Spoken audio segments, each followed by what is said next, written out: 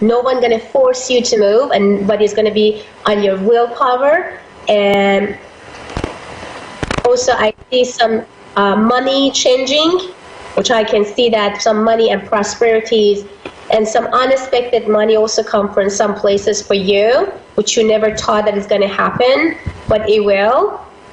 Again, they came the man in between the 48 to 53 year, and again come in the middle of your pentagon as helping. Who is this person?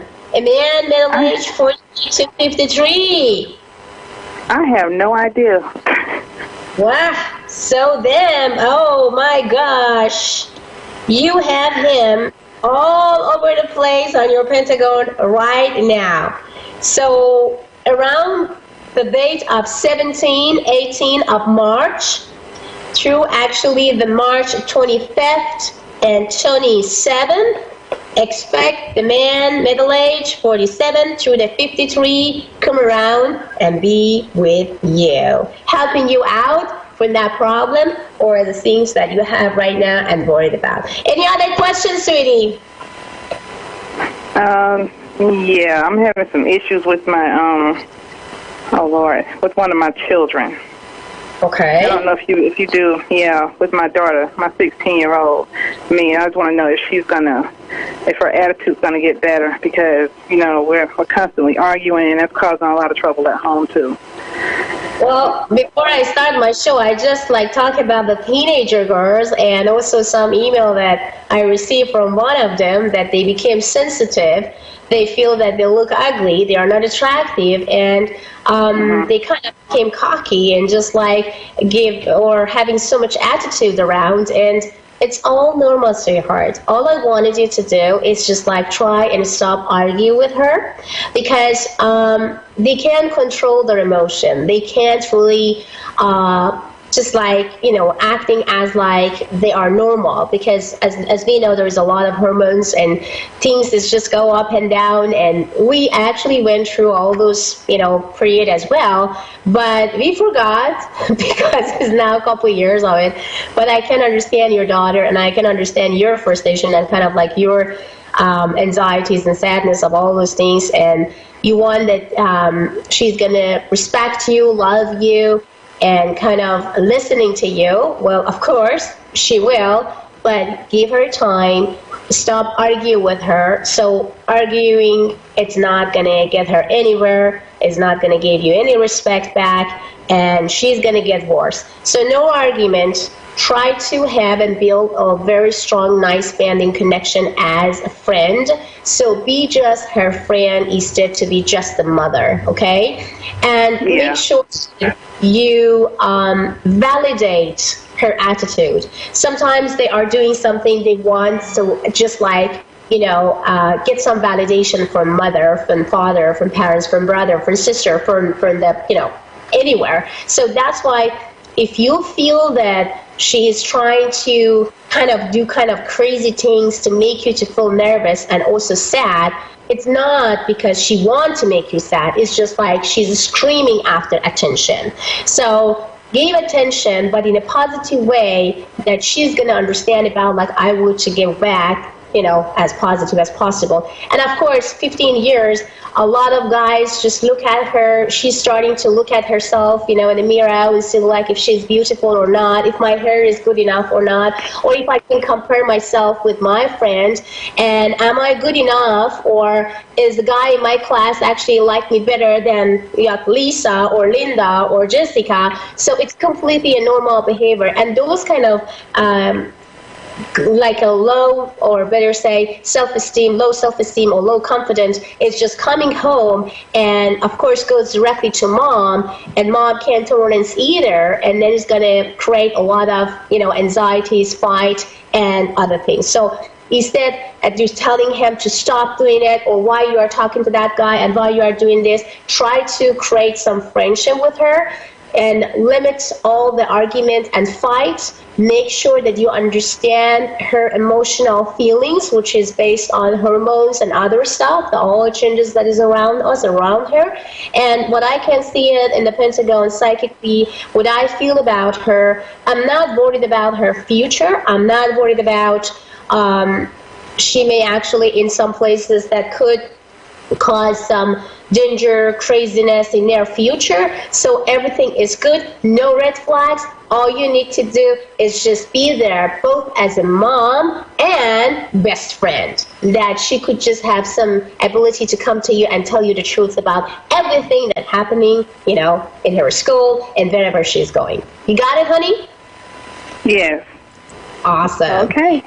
Love her and just tell her that how beautiful she is every day. Validation, attention. Don't forget about, okay? So back to studio, guys, and now you guys listening to A1R. So people ask me about where they can find me. Well, you guys can find me in avidadvice.com, avidadvice.com, and A1R Network. So back to studio, and I have Connie. Hello, Connie. How are you doing? Hello? Hi, honey. How are you doing? Oh, hi. Yeah, I'm doing fine. I'm glad I got on tonight. Oh, thank you, baby. And I'm glad I have you tonight. So my pleasure. So gorgeous. Give me your date of birth first and then shoot me a question. Tell me what you have in your beautiful mind and what you have in your beautiful heart. Go ahead, sweetie. Okay. Well, first, my name is Connie, and what I'm wondering is about 4 years ago, I lost somebody very, very special to me in a tragic accident, and I just wonder how they're doing now. Okay. Can I have a name of the person and exactly for how long time ago was it that you lost that person? His name was James, and it was in 2013. Oh. Okay. Place is close to the ocean. It's showing me about the feelings and the connection that they have, or he has a very, very beautiful place, telling me about the blue color of the house, a house that has a window with the blue color, and also telling me about the ocean side, ocean view, also telling me and showing me about some backyard, and I feel the 3 and 4 bunnies that is around him right now. So two bunnies around. So sounds like that he is, and he's trying to tell you that he finally bought the house, and he finally got the house that he always wanted to have, and he is in a good place, and there is actually, I feel him in a kind of like a white shirt and the blue jeans, and also I see him and feel him also around that he has some necklace, which this necklace is kind of like a sign as a name or for something that is creating about something or somebody, is also kind of like wearing and trying to tell you about thank you, protection, and also some trip that you have to go, and is talking about like go to that trip, or it's time for you to do, and don't be scared. Sounds like that he want to tell you that you should not be scared about something that you want to do, and some trip that he's talking about it. But he's showing me the house, a beautiful house, light blue color, and it's telling me that is close to the ocean, has ocean view, and I feel and sense her with a white shirt and blue jeans right now. What else you want to ask him? I'm here, and he is actually close to, and I can see and feel him, and he will give you the answer, honey. Go ahead. Okay. Does he see me a lot? Is he around a lot? He was around a lot, actually, in the past of 5 days. He's telling me about the interest and a little bit of anxieties and the boringness that you had. Do you been lately worried about something? Do you want to do something that you're scared of to do? He's trying to tell you, I'm here. Just do it. You will absolutely win over that situation, and you will gain something that you always wanted to gain. It sounds talking about prosperity, it's talking about love, and it's also talking about something that you always wanted to have. There is something that he's trying to show me is all backyard, and is the green, some sort of plant, something that he wants to tell me about it, that I had to tell you. Just like go for it, make it happen, and just like sign it or go to that trip and don't be worried about it. And he is telling me about some woman, age about 35 to 42, 35 to 42, and he's trying to give you some sort of warning about that person. I didn't know who is this person, but it sounds like he's trying to tell you that be careful, don't trust specifically that person.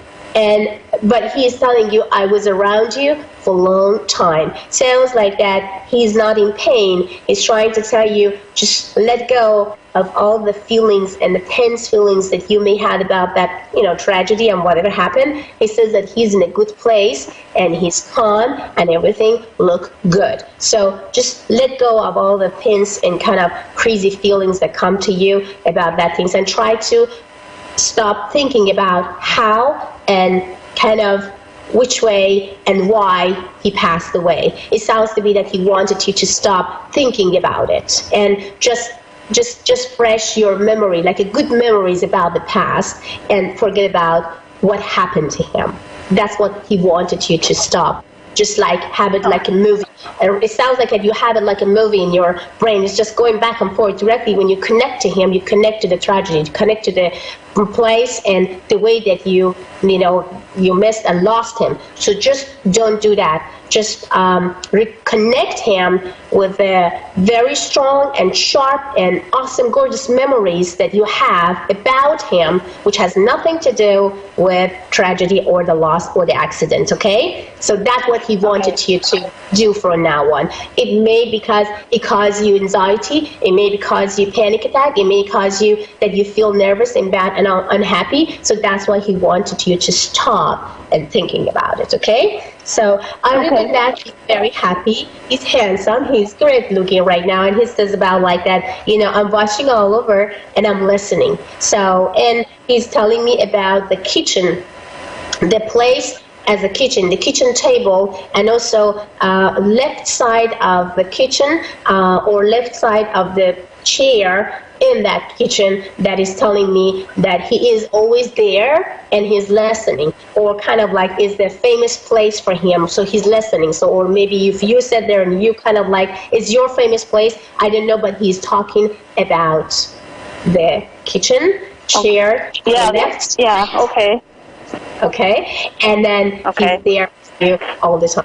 So now you can ask any other question that you have, because I still have him, I still feel him, I still can get answer from him. So just like use your time now. Just tell me what exactly, again, you want to hear and you want to know. Be specific about it, because he has kind of like answer to all your question right now. Go ahead, please. Go ahead. Okay, is he going to send me somebody new in my life, somebody that will be just as important as he was? He's telling you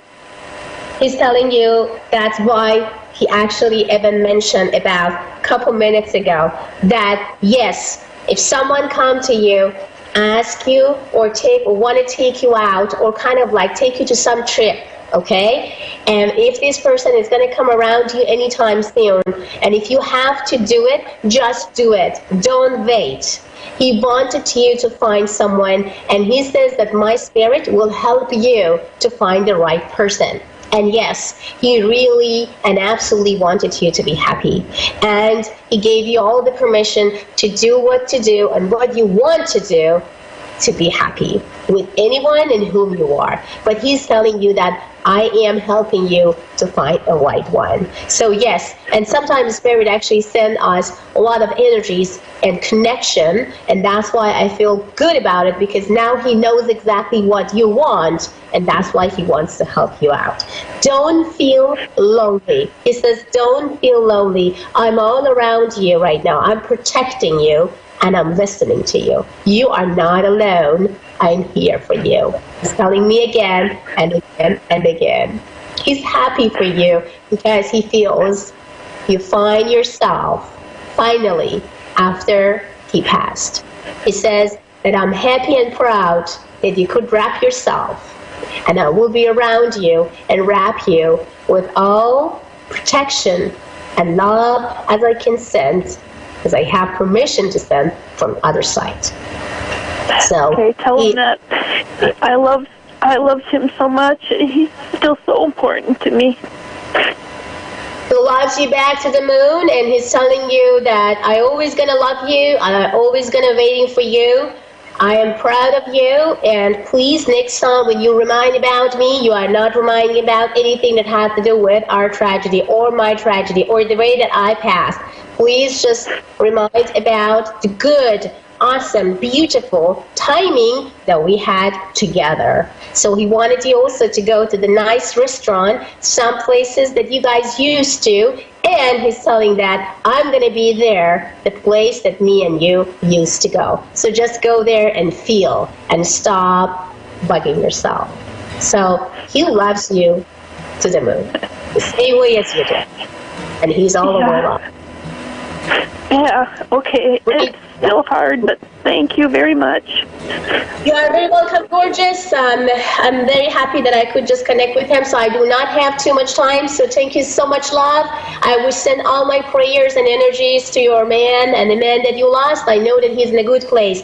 We all going to send those prayers and energies to him. Now back to studio. You are guys listening to A1R, and for more conversation and connection with Fiona, go to avidadvice.com or go to A1R and PersianMedium.com. Have a great one, and see you tomorrow at 8 Pacific time. Bye-bye.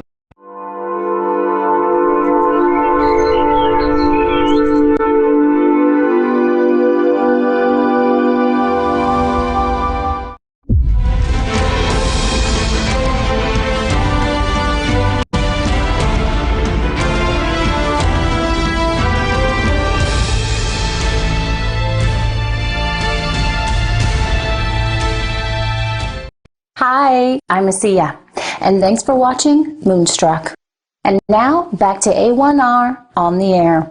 Psychic Talk Radio, now, on Moonstruck TV, enlightening television. Hi everyone, welcome to the Ask Rebecca radio show. Thanks for joining me. I hope everyone enjoyed their Thanksgiving Day and some time off with family and friends, and hopefully, maybe some of you braved the Friday after to go shopping. I did not. But if you did, hopefully you found some good sales. So it has been a wild 2 weeks and lots of things happening energetically. We are really getting into the thick of things. It's preparing us for the very intense year of 2020.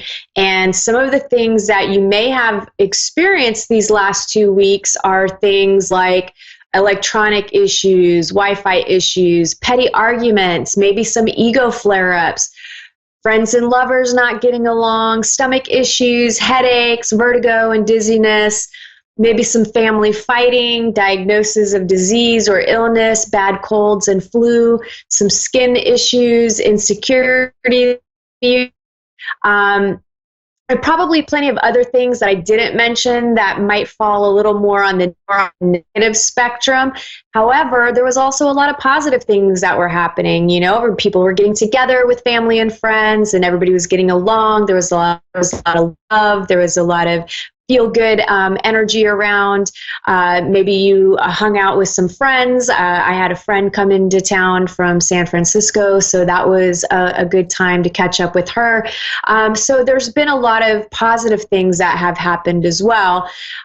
Today is the first day of galactic activation portals opening up, and these days, it begins today, and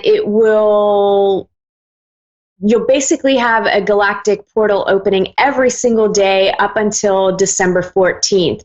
So it's 9 days, and these 9 days are gateways that allow you to tap into expanded states of consciousness and amplify your awareness of energy flows and information exchange. In short, it's basically your DNA is being activated again, and whatever needs to blossom within you will, and whatever needs to be removed from your personal matrix will be removed through a series of challenges to help you become aware of and purge that junk, right? The stuff that you just don't need anymore. And, you know, what will you let go of for a new cycle to begin? For some of you, I do feel like it could be the death of the ego.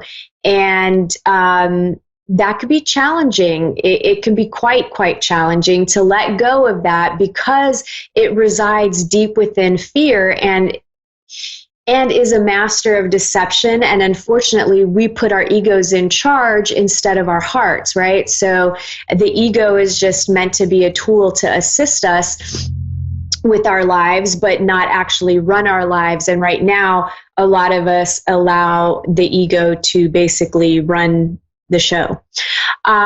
Quick admin note before I get into the weekly intuitive messages. I'm holding a psychic development workshop this Saturday, December 7th at 12 p.m. If you've been interested in how to connect with your own intuition, or maybe you've been trying to figure out what your gifts and abilities may be, we all have them, then this is the class for you. I'll go over the different types. I'm going to get into how you can recognize your own intuition and recognize when you're connecting with something else. And if you, it's basically, if you're interested, this is a basic beginner's course, and I'm offering it at a discounted rate of $37.50. You can participate live online from the comfort of your own home, or if you can't make it live, you'll be able to have access to the recorded version at your convenience at any time that you want. The course will be interactive. I've got a couple of ideas on how I want to kind of help you figure out and test your intuition and your abilities in real time. And you can find a link for more info and to register on my Facebook, Instagram, and the description box of the recorded version of this show tomorrow on YouTube. Or you can shoot me a text at 407-374-3133, and I'll text you the link. Don't miss out on the special pricing, and I would love to have you join. All right, let's get into what you can expect from tonight, December 5th through to December 12th as an overall theme, and then areas of love, work, finances, health, and spirituality. General themes. This week we have energies flaring up that could have you comparing yourself to others, or maybe you're wanting what others have. It could also show up as a feeling that you're missing out, right? FOMO. You may get triggered with jealousy and envy when something good happens for someone in your life. And you could also be on the receiving end of this energy. So maybe you're not the one that's comparing yourself to others or wanting what others have, or feeling like the grass is greener and you're missing out on everything. You could be the brunt of that energy coming from someone else. Now, for some of you, this will manifest in a more positive way, where you're finally letting go of that sort of stuff, right? It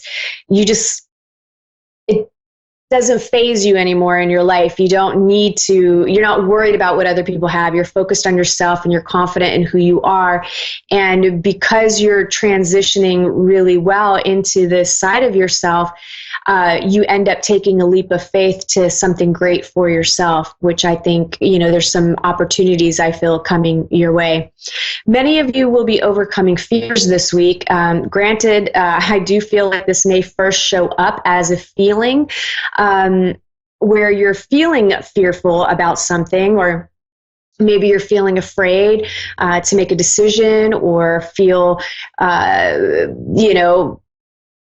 anxious about something, or afraid to speak up. Maybe there's something you want to say to someone, but you're afraid to do it. Whatever it is, I think, you'll first experience it through the emotions and feelings of fear, but thankfully the end result will be you tapping into your courage and making moves beyond your fears. So you're overcoming them, which is a great thing. Also, because we have these portal activation days, there's a series of events that could happen that lead you to really journey inward and tap into a hidden well inside of you where you are always able to nourish and heal yourself. You don't need anybody outside of yourself. Everything exists within, and when you can tap into that, and it takes a little bit of practice and exercise to do it, but you'll always be able to nourish and heal yourself. And you're reaching down into your depths and pulling something to the surface. It could be courage, it could be love, it could be faith, it could be anything that you need in the moment. But I just feel like everybody's going to start internalizing things a little bit more, and not internalizing in a bad way where you're not expressing yourself, but journeying inward and understanding that everything begins and ends with you. There's also a lot of positive things that will be happening this week. Some of you will see new projects, new prospects, new connections, new opportunities. You'll be feeling hopeful and reaching out to others. You'll begin to have more faith in yourself, and you'll have more faith that your needs will be met, and that you'll have the strength and the courage to just see anything through in your life. Some of you may try to let yourselves stay stuck in things that are already done and over with. Don't let that happen. There will be a lot of feminine, supportive energy around you, and treat yourself with love and compassion as well. Don't get stuck in the past. Don't tell yourself the story over and over and over again. We get addicted to pain sometimes, and we'll create and sabotage things so that we can stay upset or be angry or be mad or look for things to be wrong. So don't do that, because the energies right now are so primed to really move forward and overcome things in our lives. Work, for those of you employed, things feel a little bit lighter at work. Again, there's a lot of feminine energy that's around. It's just a lot of supportive energy. And you may get some help at work from a coworker, or maybe your boss helps you with something. I feel like some of you will realize that you do control your destiny, and that you do have choices in life, and that you are more powerful, and you could do anything. So you just may decide to make a change when it comes to your career. Those of you that are looking for a job, I do feel some of you will receive assistance or get hired by, I feel like it's a woman. I keep seeing a light-haired woman, so I feel like some of you will have that happen. And for others, maybe this person leads you to a job or gives you some sort of assistance in some way. Love, for those of you that are in committed relationships and dating seriously, same sort of energy here, where some of you may begin to realize that you don't have to be anything other than yourself in a relationship. And if the relationship isn't working, you just may not be compatible. And there's nothing wrong with that, right? As so many times people think that if we're no longer compatible, that it needs to be this ugly, horrible breakup, or sometimes we outgrow each other, and sometimes we're meant to outgrow each other, and that person only played a certain role in our lives for a certain time period. Sometimes we jump into marriages or relationships and make them permanent when maybe they weren't supposed to be permanent. So, it doesn't need to be a negative thing. If you feel like you're realizing that you're not happy, evaluate that. Talk to your partner about that. My advice is always not to cut and run. Right? It's a lot of times we're not seeing things from the same perspective, and we have different love languages, we have different expectations, we're not communicating properly, we're projecting blame on people.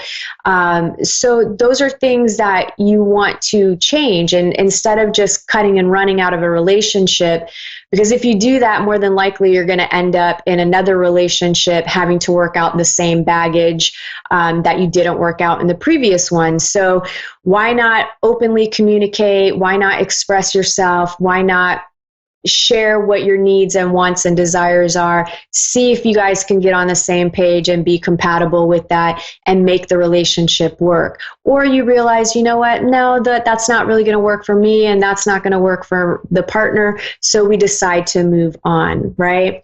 No big deal.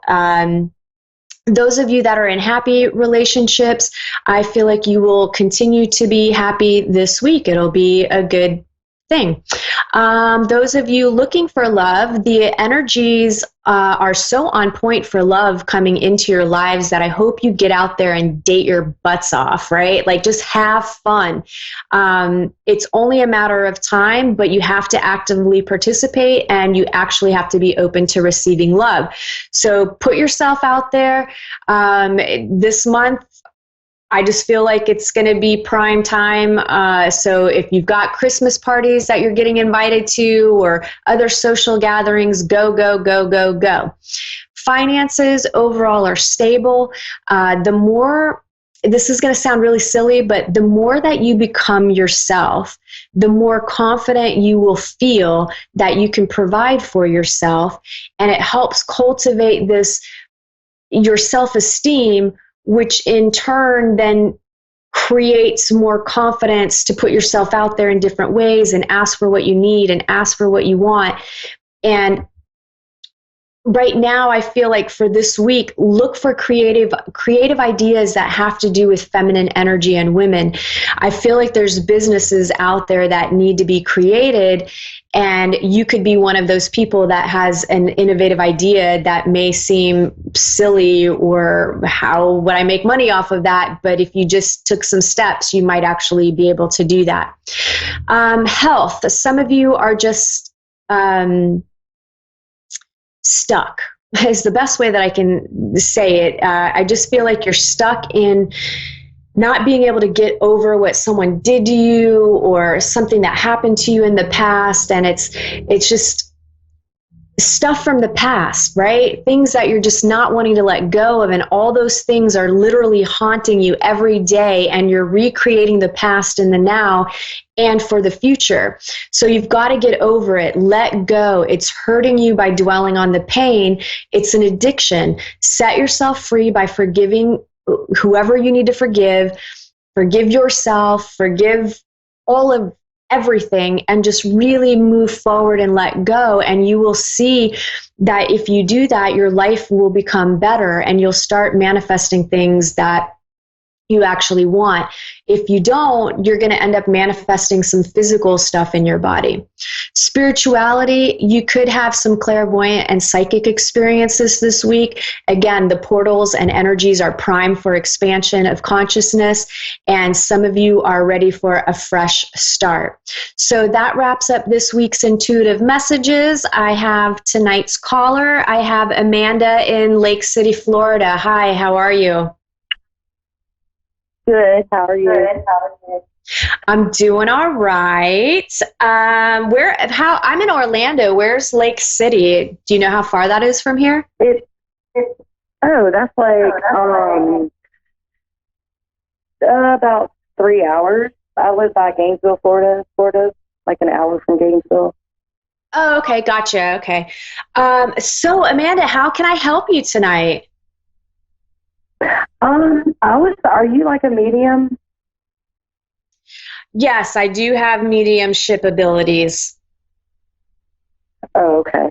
I was just curious to see if anyone possibly could come through on that side for me tonight.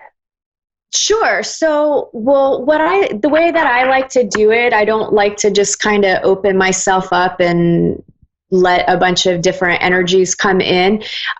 Is there somebody in particular that you really want to connect with? And what I'll do is I'll invite them into my space and then connect with them. All I need is their first name and the relationship to you. Yeah, his name is my stepdad, William, and he's my stepdad. Okay, William, your stepdad. All right.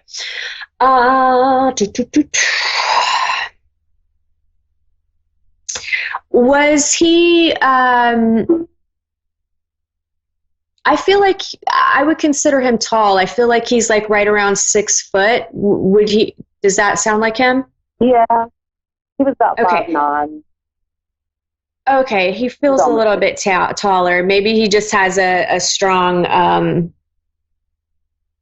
what do you call it? A strong presence. Yeah. Huh? I have another relative that was really small that passed away a long time ago, so it may be him. Oh, did he have, okay, so the person that I'm seeing, to me, they look tall. They look about, like I said, I felt like about 6 foot. And I feel like he's showing me, it's weird because like I feel like he's younger, but at the same time I feel like he's showing me grayish, almost like salt and pepper hair, and I feel like it had some wave to it in some way. Does that sound familiar at all to you, connected to William?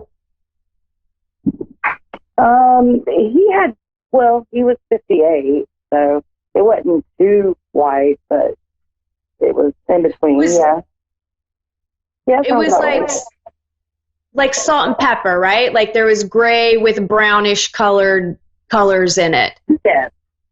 Yeah, it wasn't like a full on head of gray hair, but it was just kind of this salt and pepper. And I feel like he was, I mean, I would consider him pretty attractive. I feel like he's attractive person. Yeah. Let me just try to connect with him. Yeah. Okay. Well, he was pretty young, as far as I'm concerned. We're passing. Did he spend a lot of time outside in the sun? Did he work outside? Yeah. Okay. He was a farmer. Okay, yeah, because I feel like he's making a joke about having leathery skin. Would that sound like him? Like, would he joke about something? Like, I just feel like he's making fun of, he was outside a lot and people would tease him about like having leather skin or something. I don't know. Just thick skin. Yeah, that sounds like him. Okay. Let's see. Was his passing sudden? Yeah. Yeah, because I don't feel like, to me, it doesn't feel like you guys knew he was going to pass away. It was kind of, I mean, he wasn't like unhealthy, but he wasn't the healthiest either, if that makes sense. He's just saying like he kind of polluted his body through food. And was he a smoker too? Yes. Yeah. So he's kind of talking about, like he lived he's saying he lived a really good life, a heavy life, a hard life, physical. Like, I just feel like everything was physical with him, like outside, and just a lot of hard work.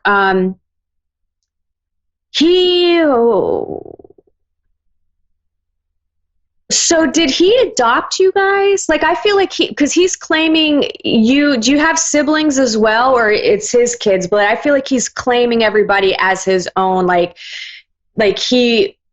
when he met your mom, like, I just feel like it was super intense.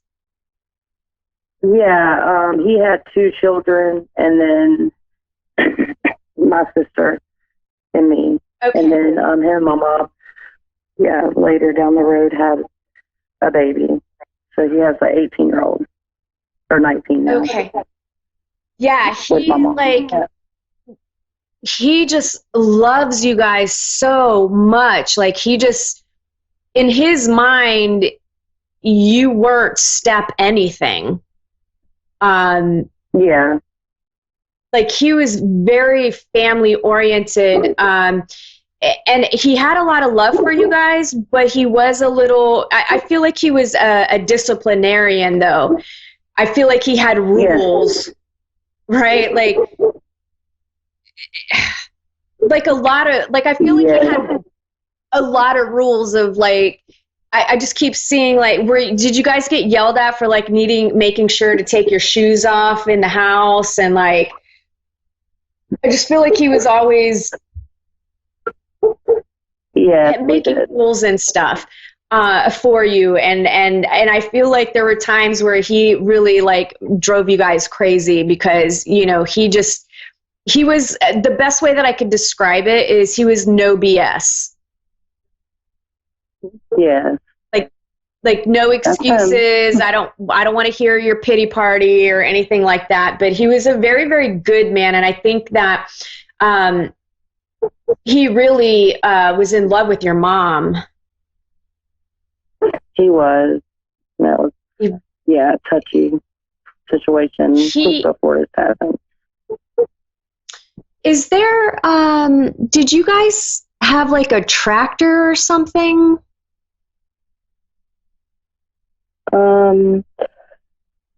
Maybe it was part of the farm. I mean, he didn't own one. Not that I know. I mean, he had like a lawnmower, but not like a big tractor, no. He drove a lot of tractors, though. Yeah, I feel like it kind of looks like a greenish colored body, kind of like a John Deere tractor or something. And I just feel like he's saying he really enjoyed being in, driving the tractor. Like he really enjoyed that. Do you have any specific questions for him? Because he's kind of just rambling about random stuff. Yeah, well, I wanted to know, like, what he sees happening in our family. Like, it's just so messed up, you know. Drama. Yeah. And I was just wondering, like, if he, if anything was going to get better, like, what he thinks, with his son and his daughter, my sister. It was like his daughter. He raised her. I mean, she didn't know her dad, so, but I have my dad, my real dad, but he was still like, I feel like I have two dads, so, Well, all he keeps saying, he says things can get better, but everybody has to want it to get better. And he's talking about changing tactics, like however you've been handling things, it needs to change in a different way. And partly what he's saying too is, because I kind of feel like everybody's just been at each other, fighting and nitpicking. Like he's kind of saying you guys need to stop and like do nothing, like take no action. Everybody's exhausted. Everybody's like feels isolated and alone in weird ways. And that in order for you guys to come together, you really have to kind of stop, take no action, and then change the way that you're interacting. He's like, you guys just need to confront it and talk about it, but not in a blaming or fighting way. Amanda, I have to go. I only have 30 seconds. I hope that makes sense to you, and maybe you could try that, and hopefully it helps your situation. That's all the time we have for tonight. Thanks for tuning in. I hope everyone has a great week. See you next week. Bye.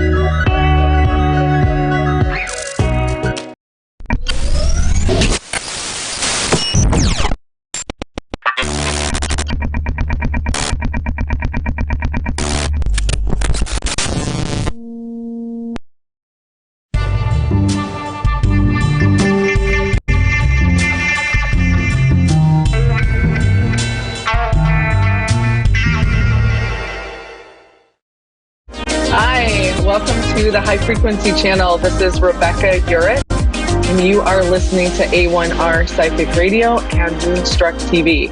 So I want to talk about what is happening with humanity right now. We have a lot of things that are going to be that are going to start to show up, and that is bigger institutional companies, corporations, or institutions, I should just say, are going to start breaking apart a little bit. The big corporations that are money hungry, that are kind of suppressing humanity, that are suppressing us. I'm not going to get into it because I don't want to, can't say everything, right? You get in trouble.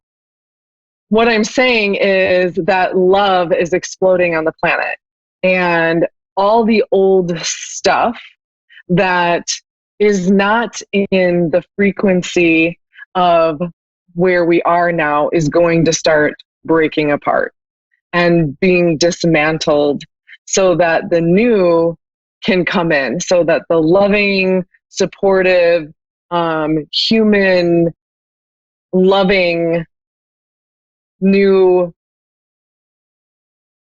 whatever you want to call it, life here on earth can emerge. So, and I want you to notice that that may also be happening in your life right now too. So it takes a couple of generations for our earth to move into a new dimension. But right now we are being forced into another dimension of love. Okay. And you may say, it does not feel like that at all. And I hear you. I feel it too, right? So what is happening is everything that we need to experience and heal is showing up right now so that we can get to where we need to be and where we want to be, so that we can become our dream, right? Our vision, right? I've talked about having a vision, about thinking about the future, right? And letting go of the past. I know that's hard, but it's time to recognize that the past, I love that phrase, the past has made me who I am now. And I like to say, okay, you're stuck, you're paralyzed in your life, you are sad, depressed, right? Is that what we want? Not really. So we have to clear that stuff from our past. And you don't even need to know where it comes from. You just need to know that in this moment right now is a fresh new moment. It is a fresh, this breath. We are moving into a new decade, 2020. So that is pretty cool, but it is time to let go of the past. It is time to let go of the things that are holding us back from who we want to be, who we would love to be, who we need to be, right? So these things are showing up right now in service. So things may feel chaotic and nuts. And the reason that is because all of that old stuff needs to show up in order to be released so that you can become the person that you want to become, that you need to be, that you are here to be on this planet. Okay? Does that make sense? So love is emerging even though we don't feel like it's emerging, right? But I always celebrate the obstacles. I celebrate the obstacles that are in my life because I know that they are showing up to be released so that I can get closer to what I would love, what I've been dreaming of, what I've been, journaling and using my imagination and all the personal development tools that everybody is talking about now to get to where I want to be. So that's happening in this world too, is this big plume of love is going to start happening And you can already feel it on some level, but most of us are still trying to clear the old. So when you think of your past, and you can dream about it in your mind, right? It's an image that shows up in your mind. Am I right? When you dream at night, and you wake up the next day and you think about your dream, it's in your mind, right? They're two very similar ways in which we are registering a dream or our past. In fact, you probably can't even tell the difference between a dream and the past, except the dream might be a little funkier. But in your mind's eye, it's no different, right? So our past now that is affecting us now is not affecting us right now, is not actually doing anything to us right now. So if you're at home listening to the show and or on Facebook or watching TV, then your past is not actually happening to you in this very moment, right? So it is in the present moment, our past is an illusion and is not real now. Does that make sense? So at one point, you were running from the situation, you were freaking out, you were doing whatever you needed to do to survive or to live or whatever. But now all you have are the repercussions, so to say, right? It's like, and you think of that word repercussion, right? It's like that reverberation into time. And then here we are still sort of experiencing that situation, even though it's not happening. So it's time to let it go. And what I like to say is up until now. So I might say, oh my gosh, I have a problem with this, but up until now, from this moment forward, I am going to step into my new life without that. Okay? So we live in a spiral universe and it's spiraling forward. Time moves forward in this universe. So it doesn't move back, it moves forward, right? So I pause. Most of us are moving backwards because we think about the past and we're anchored in our past and it's not allowing us to actually move forward. So when I pause and I go, okay, this is not what I want anymore. And this is what I want. I say up until now. And then I step forward into the new without that old pattern. So I want you to think about your life as we're getting ready to move into the new decade. What do you want? What is your truth? What do you want to bring into your life? What kind of a life do you want to live? Like, what do you really, really want? Not things that you think you need to be doing because you've been brought up that way or programmed that way or told you need to do this or because everyone else does it, right? What is your truth, right? What is your truth? What is your truth? Yours and yours alone. It doesn't matter what anybody else thinks or what anybody else says. Your truth is your truth, right? What is that? What is that? How are you going to move forward? What do you want in your life? And it's time to go for it. It's time to shed that old stuff and step into the person that you want to be. We don't know how much time each one of us has on this planet. I don't know when my time is up. So I am going to spend every single day doing everything that I love and choosing myself and my truth, regardless of what anybody else thinks, right? So what is that? But I want you to get really honest with yourself. Because a lot of times what you really want is something that's actually been programmed into you to want, right? Here's the thing, that all the money, like more money, isn't going to make you happy. That perfect relationship isn't going to make you happy. The things, the car, the house, the clothes, the whatever, those things are not going to make you happy. You have to begin with yourself. What makes you happy? What makes you happy? What would you love for this life? You only have a certain amount of time here. You don't know how long that is. What are you going to do with your time? What is your truth? It doesn't matter what anybody else thinks. Okay, so that's your homework for the week. What is your truth? Okay, and we have my first caller, Crystal. Hello. Hey, how are ya? Hi. Good. How are you? I'm doing fabulous. Where are you from? Ogden, Utah. Oh, great. I love Utah. My husband and I travel to Salt Lake twice a year for about 10 years.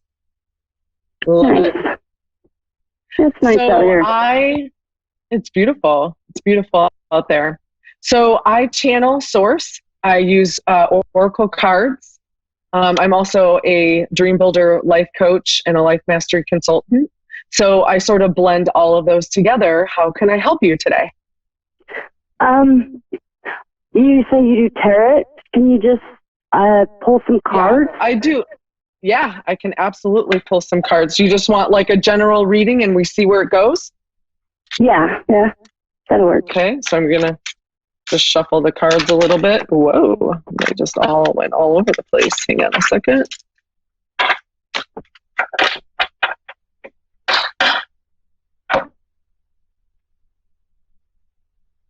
All right. So, have you been doing work on yourself lately? Have you been doing trying to do self-help? Oh, great. Woo, awesome.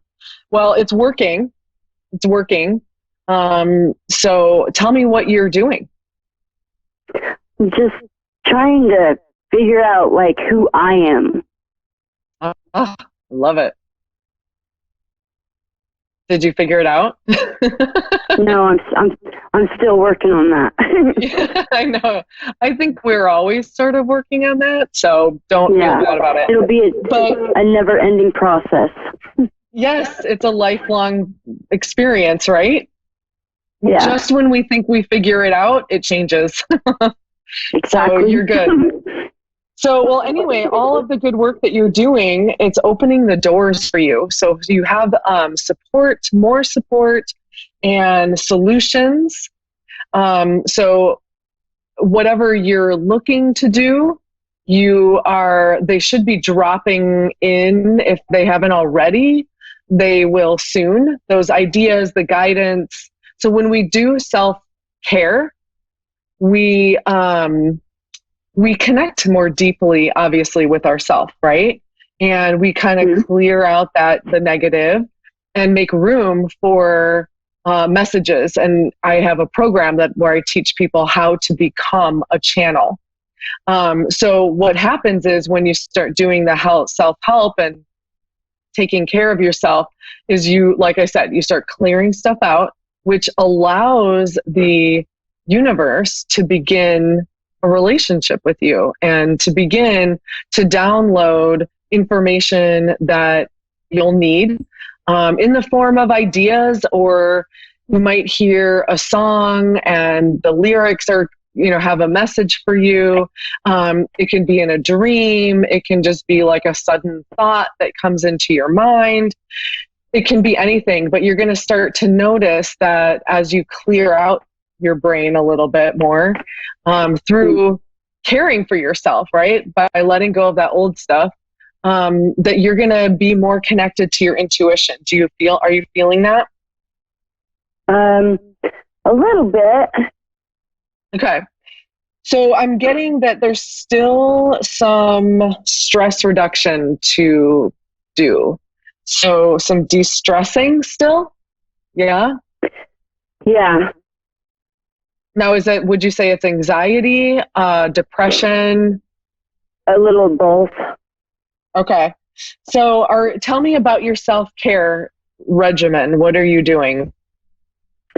Just doing some counseling and medication. Okay. Good. Yeah. Are you meditating or anything? I listen to music at night for was it 423? I don't know. Band or something or? No, just the meditation music Oh, okay. to like lift your vibrations and stuff. I love it. Great. So are you laying down in bed or are you just listening to them with your earbuds? Yeah, just lay down in bed to, go to sleep. Perfect. So keep that up. Also, I want you to look at your negative self-talk. Do you know what that is? Yeah. Okay. I try to keep that under control.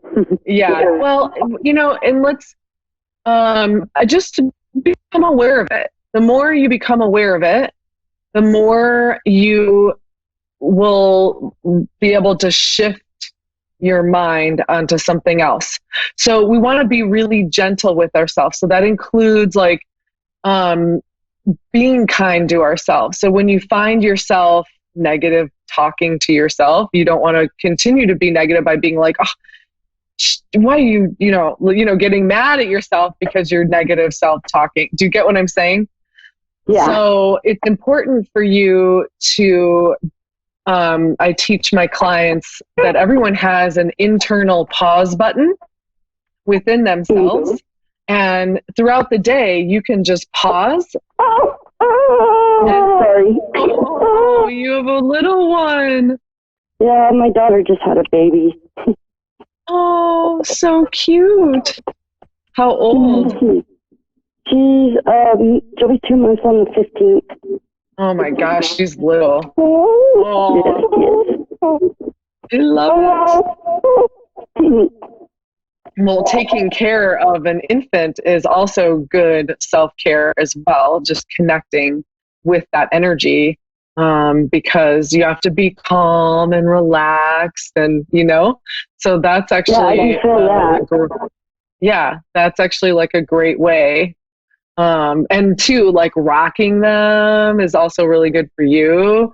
Like, that's also really good for your mind. In fact, that's a great way to reset your brain patterns is to rock. So it's one of those, like, it's on a pendulum. I can't remember the name of but it's like tick tock. It goes side to side, right? So it's a little bit faster than the second hand, which is actually your normal, like if you rock her, is it a girl or a boy? Metronome. Thank you. It's a metronome. So it's like a little bit faster than a second hand. And if you go side to side, it's actually like really meditative, and it rebalances your brain. So like there are babies that are very neglected. One of the ways that you can stimulate them and kind of bring them back, because they're a little like fearful of humans, is to use the metronome and shift your weight back and forth. It actually recalibrates. So that's great that you have a little one that you can do that with. And it sounds like you're doing a really great job working on your stress reduction. That's going to be really important. I think the negative self-talk is going to be fantastic. And don't be hard on yourself when you find yourself being negative. Just keep shifting your mind to things that feel good. So have you written a vision of the life you would love to live?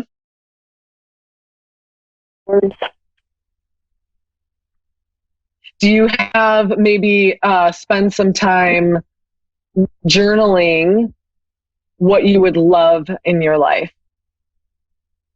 Okay. Right? I have So to do that. do you want to share a couple things with me that you would love in your life? I love more stability and some more happiness.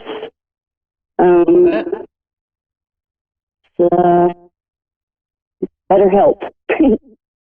Okay. That sounds absolutely fabulous. I love it. So those three little things, I want you to write them down in a journal, and I want you to think about those often. And even if you can expand upon that vision. So like, what does it feel like to have good health? Like, I feel so great in my body. I am so grateful I have great health. Like, so you want to actually put it into as if you already have it. And that actually forces the universe to bring it to you faster. That makes sense? Okay. Yeah, that does. It feels really weird because, like, you know, it'd be like, oh my gosh, like I'm making this much money and my health is fantastic. And it seems kind of odd because it may not be true, but you're drawing that into you. Fake it till you make it kind of sort of thing. Yeah, kind of like that. You got it. So what I'm also getting for you is that you are actually, so keep up with the stress reduction. But what is also happening for you is you are ready for deep emotional healing. So the work that you're doing and is really, you're ready. Like, you're ready for this healing. So it's so important. Like, just reiterating again, it's really important for you to devote the time and energy to your self-care. Keep it up. It's basically saying that you're doing everything that you need to be doing. Okay, great. How about, let me ask you this, how about your love life? That's terrible. Okay. So what I'm getting is that what's going to end up happening is this work that you're doing is going to open you up for romance, for a romantic relationship in your life. Whether it's with the person that you're with or with somebody new. Are you with somebody right now? No, we just recently split up. Okay. That's okay. You know, sometimes I think we have to do a little bit of work and make ourselves happy. And when we start making ourselves happy, we raise our vibration, and then we bring in that person that is a better fit or a better match for us. So this is, you know, what you're doing. You are right on target. You are connected to the universe. You are connected to your higher self by already starting to move along the path of self-help and self-care. So you are definitely on target. Keep up the really good work. Is there anything more? Let me see if I'm getting anything else for you. Yeah, I am getting that, you know, taking the time and devoting that time to your self-care, like deciding. So like what I did for a little while was I would do everything that I wanted to do and nothing that I didn't want to do, right? So like if someone's like, oh, hey, let's go volunteer. And you're like, oh, I really should go volunteer because it's a good thing to do, but I really just don't feel like it. Don't go. Don't go. Right? If you want to stay home and take a bubble bath, stay home and take a bubble bath. So start really listening to what you want to do. Right? What is your truth? Right? And that comes forward in the form of, I'm not going to do this because everybody's telling me to do this. I'm going to do this because I want to do it. Do you get what I'm saying? Yeah. Okay. So the lecture that I had right before you and I got on the call was, what is your truth? What is your truth, right? So it's deciding what that is. And you're in the exploratory phase of it. And that's a cool place to be, because you can just be like, do I want to do it or do I not want to do it? Like, where am I? You know, so it's like, oh, and I'm going to say no because I don't want to, or yes, because I do want to, or oops, I said yes when I really meant to say no. And, you know, just be lighthearted with yourself. Be kind and gentle as you're learning what your truth is. Okay. Does that sound good? Yeah, that sounds excellent. Thank you. Yeah, you are so welcome. Thank you, Crystal, for coming on today. I appreciate you coming. Thank you. Have a good night. Thanks. I sure will. You too. Take care. Bye-bye. Bye-bye. And thank you, Crystal. That was awesome. My name is Rebecca Urich.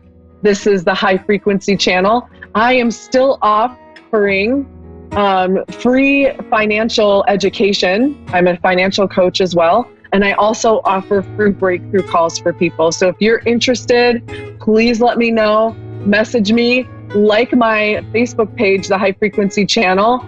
And I'm going live right after the show doing more readings. So I'll see you there. Have a beautiful night. Namaste.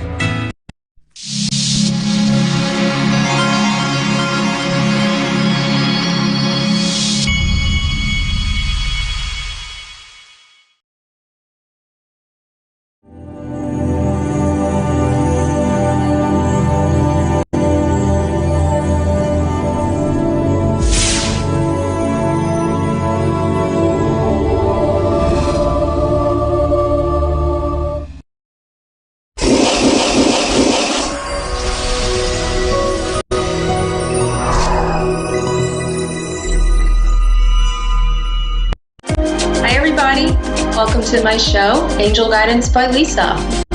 I am happy to be here on the A1R radio network and Moonstruck TV.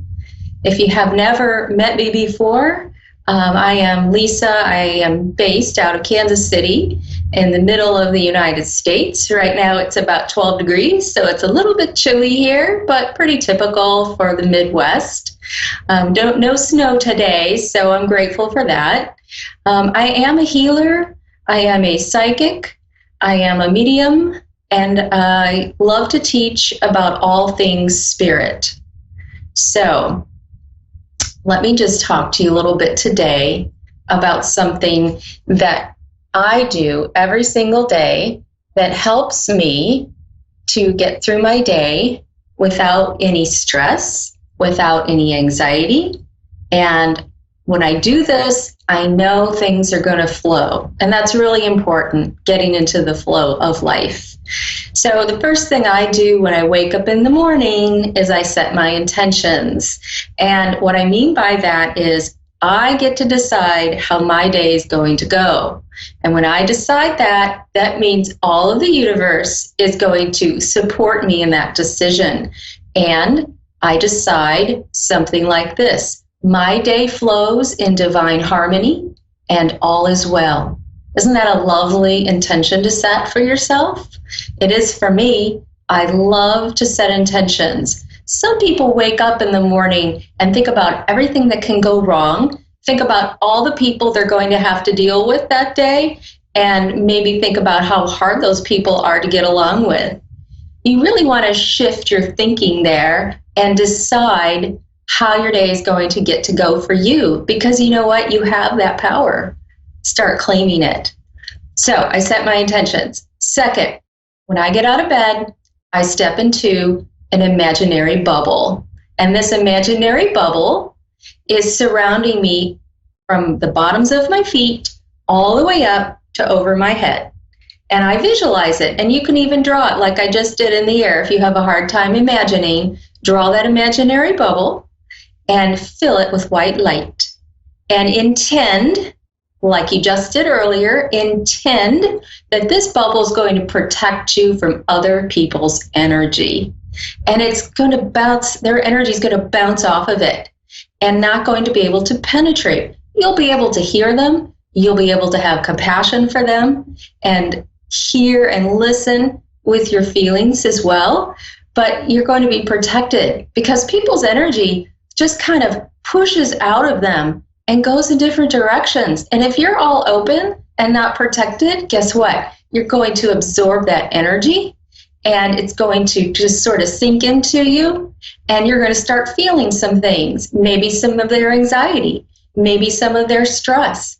If they're angry, maybe some of that. You know how I know this? Because it happens to me. If I don't protect myself, I'm like a walking sponge. I pick up on other people's energy so easily that I understood at an early age that I needed to protect myself. And once I do that, I don't have that issue anymore. So the next thing I do, so my day flows smoothly, is I cleanse my energy. So when I'm in the shower, or if you want to just do it before you start your day, you don't have to actually be in the shower. Just visualize white light coming in above your head, and just visualize it coming in and flowing in and cleansing everything in your body from the top of your head all the way through your body and out the bottoms of your feet. And what that's doing is it's taking all of that dirty energy, the dust, dirt, and negativity that you may have collected from other people, or you may have actually thought of yourself, because sometimes our thoughts are negative. We want to cleanse all that out. So once you cleanse that out, that means it's going to drain through your body. That cleansing light is going to wash it all away, and it's going to go out the bottoms of your feet down the drain. And so it's really like taking a shower, but an energetic shower.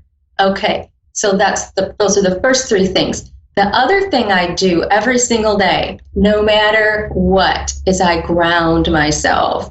And what does that mean exactly? Well, visualize yourself as a tree, okay?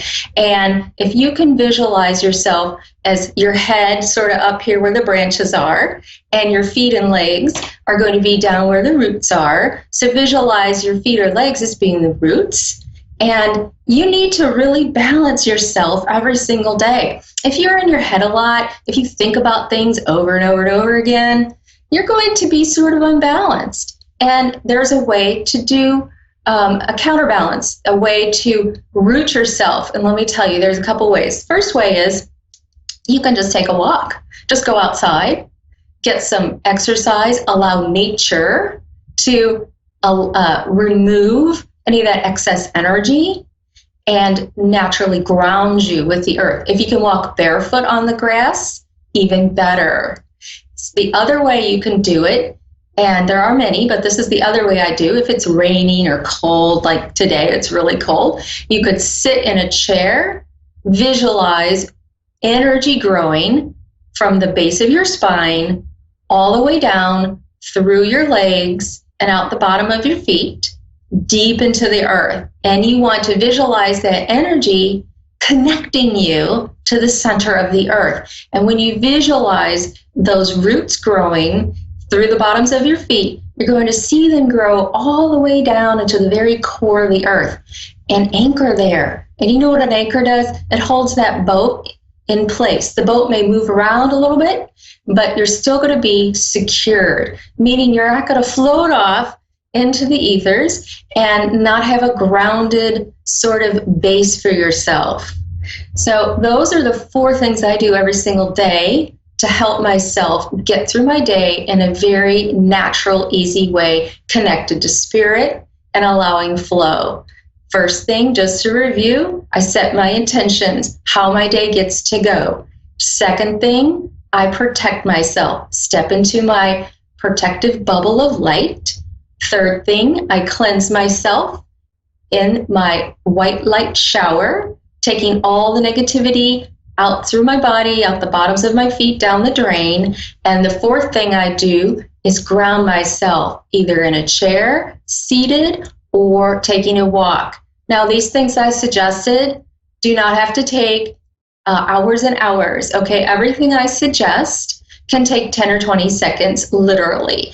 If you want to do the grounding and you walk outside, obviously that would take a little longer, but you could do 15-minute walk. You know, if you can only do it at lunchtime on your break, do it then. It's really important to have all four of these things in place to offer relief from anxiety, from stress, from anything that's on your mind. It will lower the stress level of your body. it will connect you with your higher self, and it will allow you to step into the flow of life. So I hope these tips are helpful for you. So I'm going to take a few callers today. And the first person I'm going to speak with today is Alyssa in Sacramento, Kentucky. Alyssa, hi. Hi. How are you? Good, I guess. Good. Okay. Well, good. Welcome to my show, Angel Guidance by Lisa. Alyssa, what can I help you with today? What's your question? I'm just wondering if my husband will take me back, let me come back home, either now or for Christmas. So, Alyssa, have you been in conversation with him? Have you talked to him? Yeah, he calls me babe every now and then, still tells me he loves me every now and then, asks me what I want for Christmas, stuff like that, but he doesn't give me a definite answer on when I get to come back home, and I just want to know when he's going to, or if he is. And are you feeling guilty about something, Alyssa? I've hung out with a few men, but I've felt guilty about it, but Okay, so the separation for you has been over 6 months? It's been since August, the middle of August this year. August, September, October, November, December, so 4 months, so about 6 months.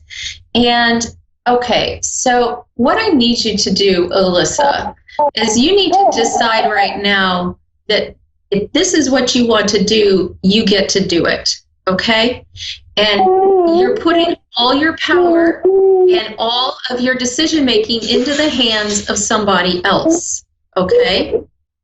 Now, your husband and you may have had a disagreement about something, and that does happen.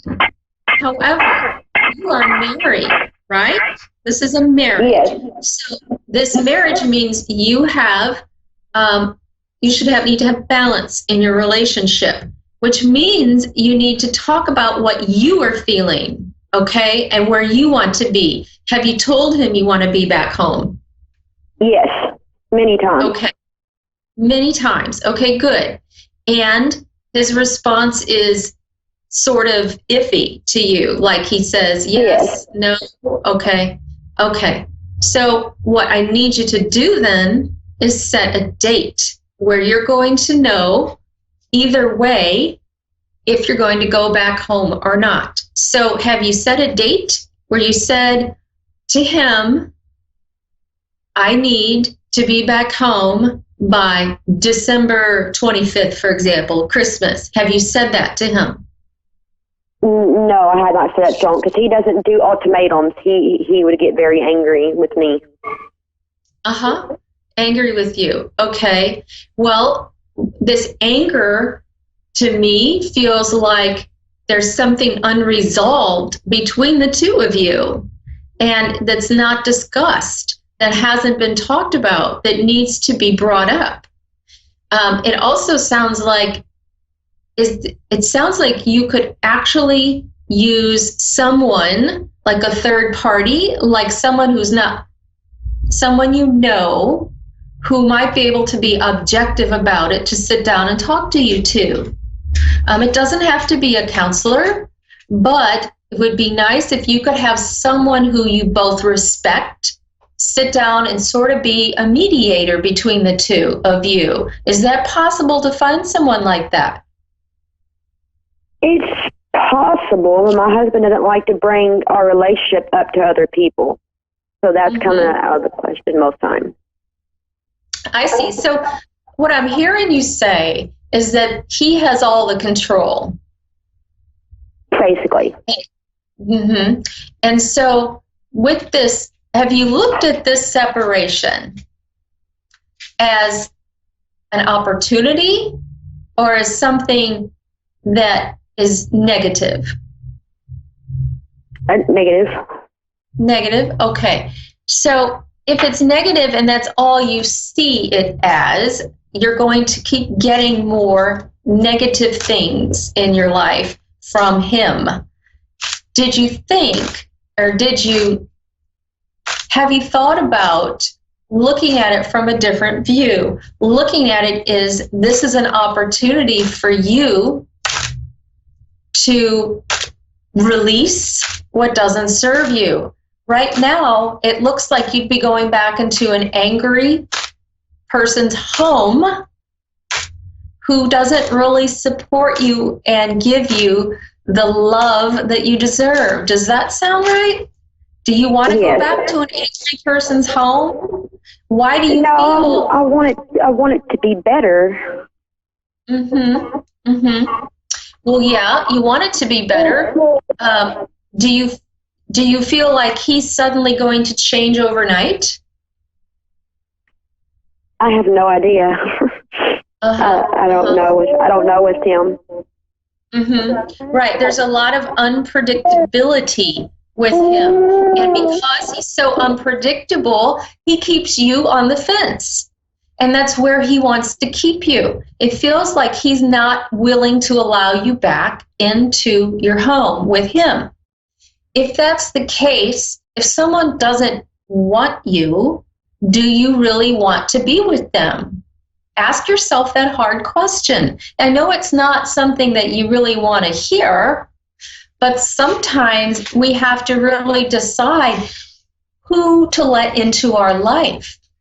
Now, if you allow him to continue to treat this way, I don't feel like, my guides are saying he's not going to change. He's not going to change how he's treating you. He's going to keep you on the fence because that's where he wants you. Do you understand that? He wants you on the fence.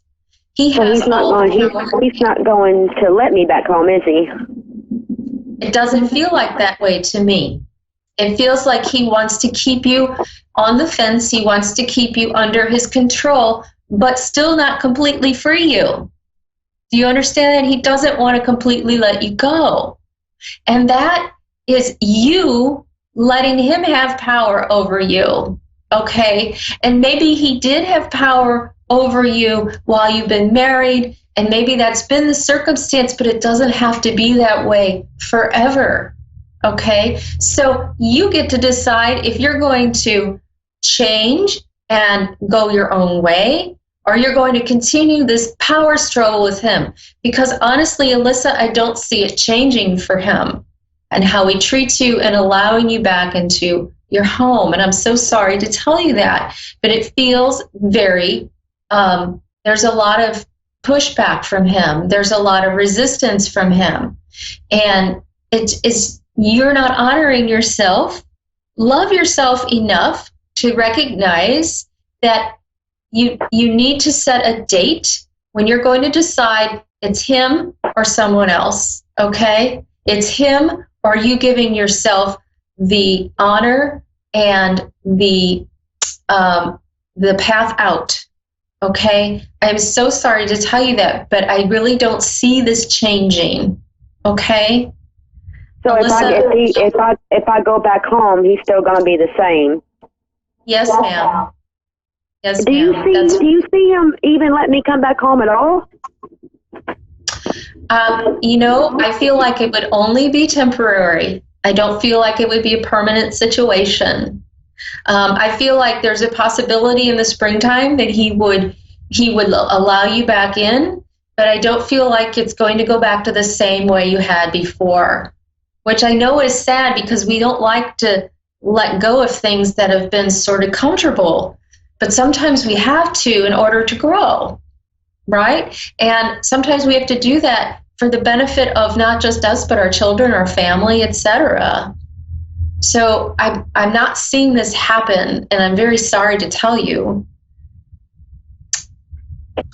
Okay? All right. I'm so sorry. All right? Please know that you deserve the best. And if he's not going to give it to you, you will find someone who can. Okay? Consider that there's someone else out there for you, and it's not him.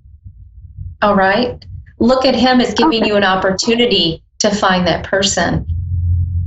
All right, Alyssa? Okay. Well, thank you for your time. Sure. Thank you, Alyssa. Have a good day. Bye-bye. Okay. Tiffany in Delavan, Illinois. Hi. Hi. How are you today? I've seen better days. Oh, I'm sorry to hear that. Tiffany, tell me what's going on. I'm going through a financial situation right now. Also, too, I've been dealing with somebody off and on for 14 years, and I really don't know where it's heading. And I would like if something in the future can let me know if I need to keep going or let that go. Okay. And it's been going on for too long, too. Okay. So, all right. So repeat to me what's been happening for 14 years. What were you letting go or deciding? I need to know if I need to decide to let it go or not. It's a relationship that I had for 14 years. Your relationship, but it's also financially connected. Is that what you're telling me? No, separate from that, I have financial problems right now. Okay. All right. So let me see. I feel like, first of all, I feel like you have an inner voice that you're not paying attention to. I feel like you're pretty intuitive, actually. Would you understand that? Explain it a little bit to me. Yeah, it feels like you're intuitive and you're not really allowing that intuitive information, which is our higher guidance, to come through and to guide you. And so when that higher guidance is not in place, we kind of react to our circumstances versus moving forward with intent and purpose. Okay? I feel like there is,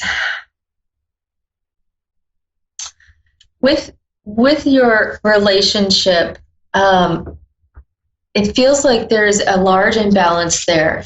And it feels like you really need to decide and get off the fence, because what you're doing is, I feel like you've been debating this for quite some time. Like in your heart, you know there's something not quite right for yourself, for how you get to move through life, what makes you happy.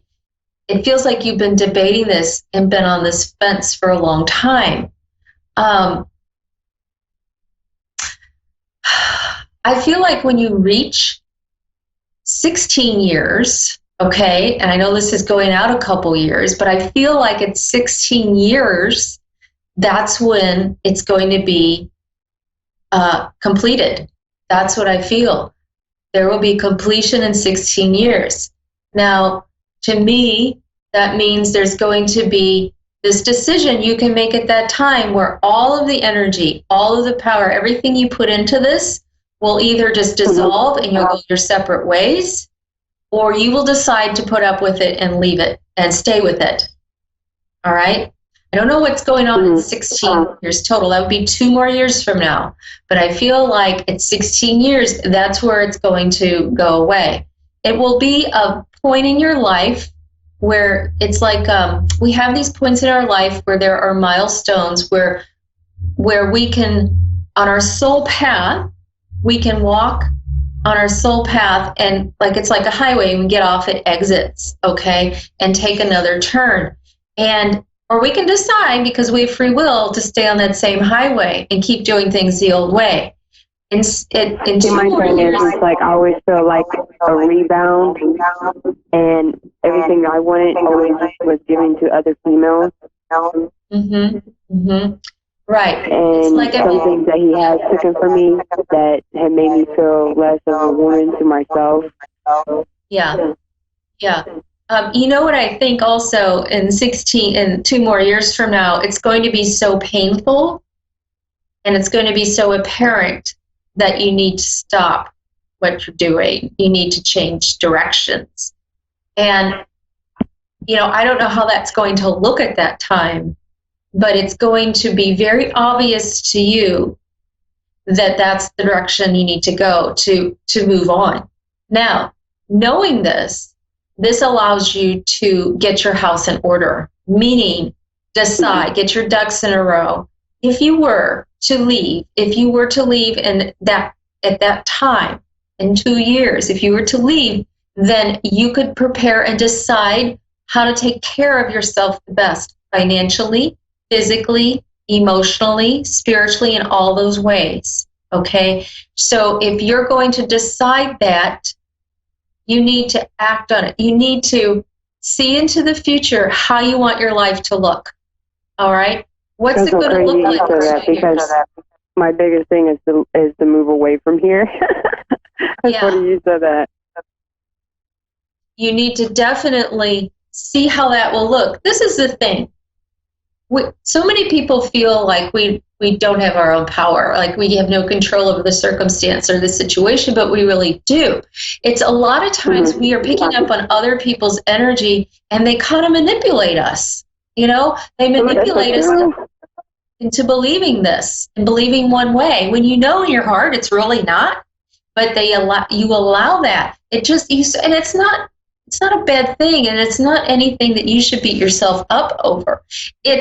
But it's also deciding where you draw the line. What do you put up with?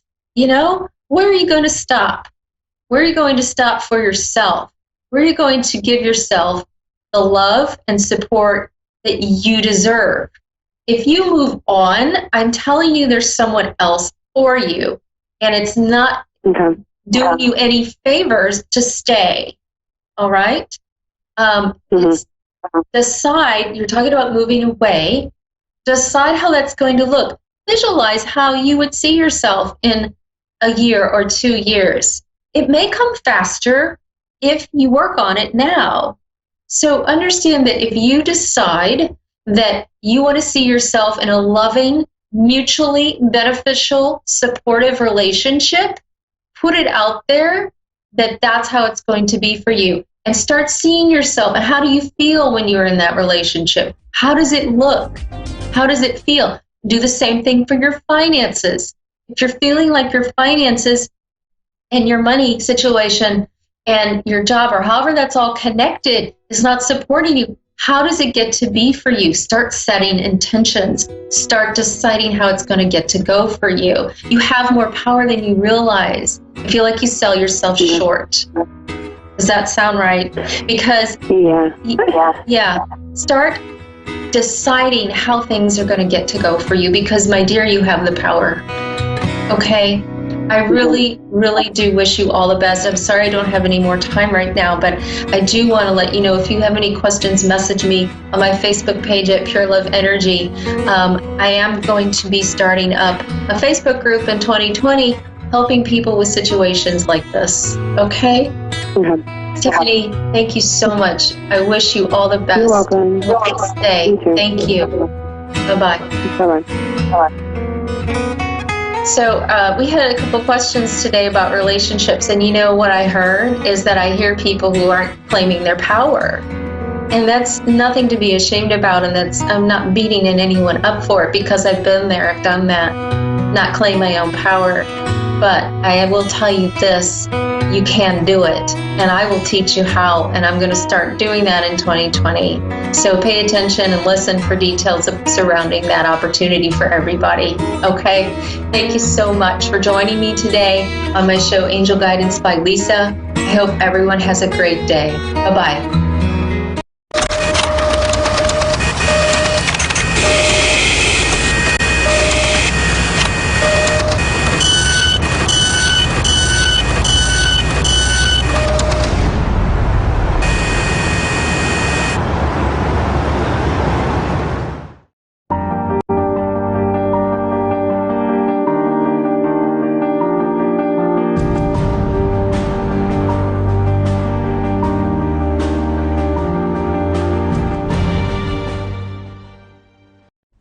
Hi, I'm Stephanie, and thanks for watching Moonstruck.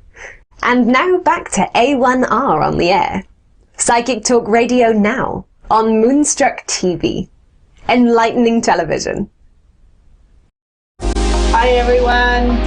Hello, thank you once again for tuning in. It's always a pleasure to be here. Hopefully you've all enjoyed and recovered from your Thanksgiving, which I have been assured from my American friends was an absolute hoot of a time. So hopefully you're all back into the swing of your daily routines again, and still enjoying life and still giving gratitude and thanks for everything that we have in our lives. There's a few things going on for me this week. The weather has been absolutely terrible in Sydney. We've had, if it's not bushfires, there's a lot of smoke. It's and breathing difficulties for a lot of people here at the moment. So most of us are cooped up inside. So hopefully in the Northern Hemisphere and wherever you are tuning in throughout the world, your weather is a lot more forgiving than ours is right now. So, yeah.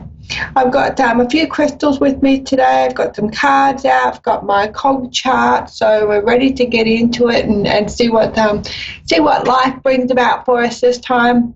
Have had numerous readings this week all about changes in energy levels. So we've come from a very chaotic time around that October, November, and now we're starting to been a lot more calm, I suppose, even though we're going into the silly season or the crazy season that Christmas can sometimes bring about.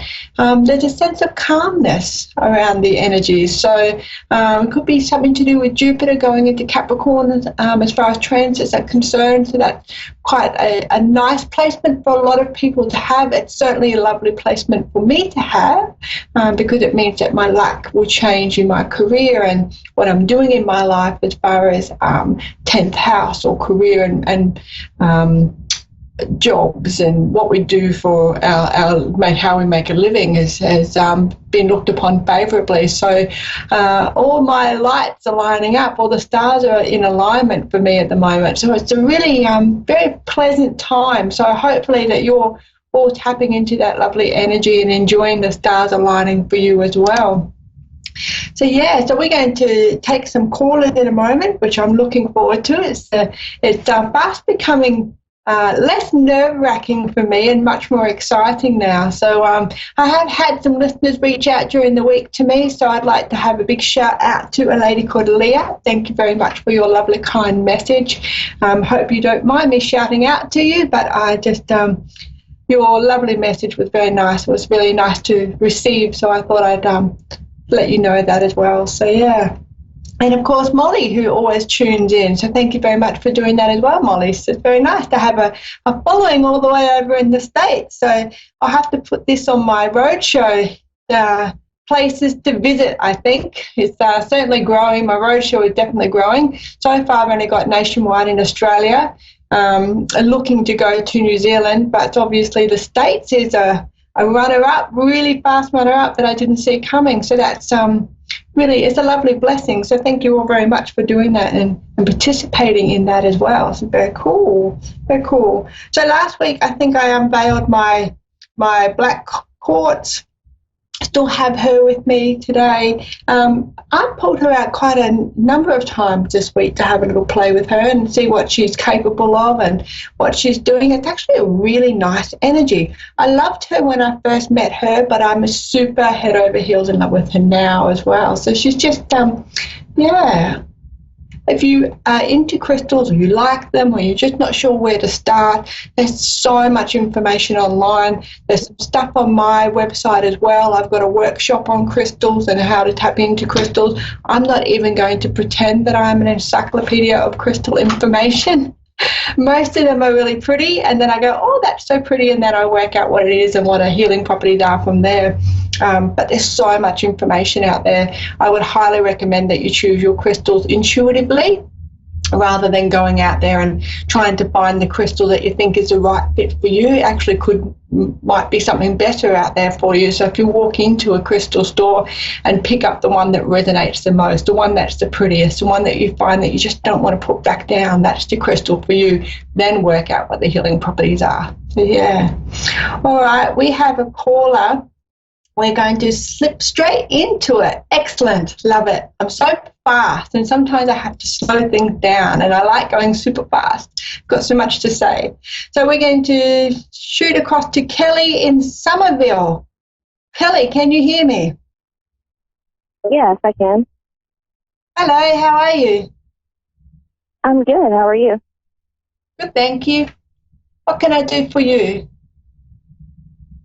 Well, I just want to know if I have any loved ones that are trying to connect with me, and also maybe some relationship advice. Sure. Are you seeing somebody? What's your current relationship status? I am engaged. Yeah. Okay. I think what the issue is here for you, I think some of the people that you're perhaps attracting into your life are not emotionally available. I'm kind of getting, when you said about relationship advice and a little bit of guidance around that, I saw a man walking towards you, but then he turned his back and walked away from you. And I kind of get the feeling that that is a commitment issue, or it's, I'm not entirely sure whether I want to be with this person or not. And what we're really looking for is a man that walks straight up to you and puts his arms around you, as opposed to turns his back and goes, oh, I'm not sure. So I'm not, I know that you've been deeply hurt in the past, and there are some little emotional walls around protecting yourself so that doesn't happen again. And we all do that. That's human nature, you know, that just, I had them for a number of years, so I can relate to you. The thing is, though, that when we have those walls and we look at them as a means for preserving ourselves and preserving our energy, and so we don't get hurt, sometimes it stops people from being able to see through those walls, because it looks like we might have something to hide, or we're not being our authentic selves. And we're not really being our authentic selves because we're so worried about getting hurt again that we're kind of keeping some of our stuff in reserves. So we've got, you know, something to cling to. We're not just going in head first this time into the next relationship. Right. There's a nice man coming in for you. I want to say his name's Tony, Anthony, Tone, something along those lines. He's just got a really masculine feel about him, but not, can we say caveman? He's a proper masculine man. He's just not a beating chest man, okay? He's kind of nice. He's a bit more quieter. He'd rather probably, he's not that party animal that wants to go out all the time. He likes to balance going out with staying home. Bit like yourself and your own energy. You know, people are great, but you need some time out too. And he's just a nice person. He does like animals, so hopefully that works with you as well. And look, I'm thinking he's not that far away. I can kind of feel him. He's a bit taller, around that 6'1" mark. You do feet and inches over there, don't you? Hopefully. Don't make me convert it. I think he's around 185, 186 centimetres, if you do centimetres. Yeah, I'm a medium. I'm not a mathematician, so forgive me if that's wrong. But he's just nice. He's a nice man. It's not going to be one of those power moments when you meet him, okay? Because it's a more mature relationship than what you received from others in the past. Does that make sense? Yes. My fiance, his middle name is Anthony. Ah, right. Okay. And where does he fit in all this? I don't know. I mean, you say mature. He's older than me, so. Okay. I wonder if it's a new one coming in, or he just sees the light and makes some drastic changes. Is he the flighty man? Was he a bit, can't sit still? Was that him? Is he what? I'm sorry. Was Anthony the man that couldn't sit still? He liked to run around and do things and be involved in everything. Was that him? Yeah. Yeah. I don't think it's the same person, because he would have to do like a 180-degree turn to he would have to change in a lot of ways.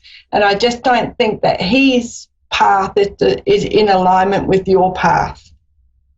Mm-hmm. Yeah, you've probably in the last 3.5, they're saying 3 years and 8 months. They're being cheeky buggers now. The last 3 and a bit years, you've looked at things differently. You've changed the way you look at things. You changed the way just the way you talk to yourself. Your observations have been, you've been paying a bit more attention to little things that may not have necessarily you've noticed in the past. So it's been a big spiritual journey for you the last few years. 3 years and 8 months. They keep saying 3 years and 8 months, so I don't know what that is. You might want to work out what happened 3 years and 8 months ago.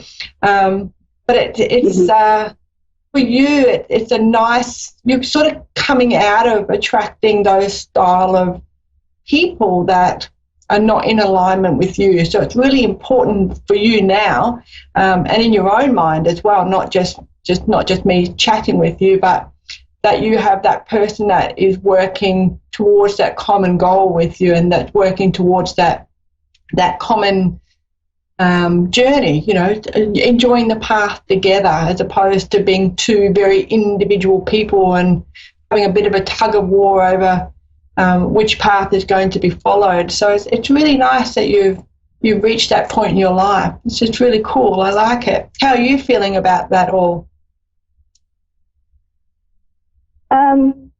I feel good. I feel right now I kind of went through a little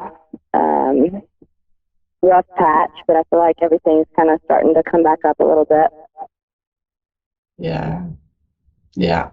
And I think that's part of the grieving process too. And even though, when relationships expire and we go our separate ways, there's still a grieving process, I think, that we all need to go through. And some of those memories, just like when you lose a puppy, or you lose your favorite animal, or you lose a loved one, those little triggers come up every now and then, and stuff surfaces and we work through it. And it's just, I still think that's part of the grieving process. And I don't think it's got anything to do with the level of love or whether it's a really nurturing relationship. I think it's just the gravity of the lessons that we learnt during that relationship or that friendship or whatever that interaction was that we had with that person. So the fact that what I'm really happy with is that you're able to identify that was part of the process, and that you're able to work through that and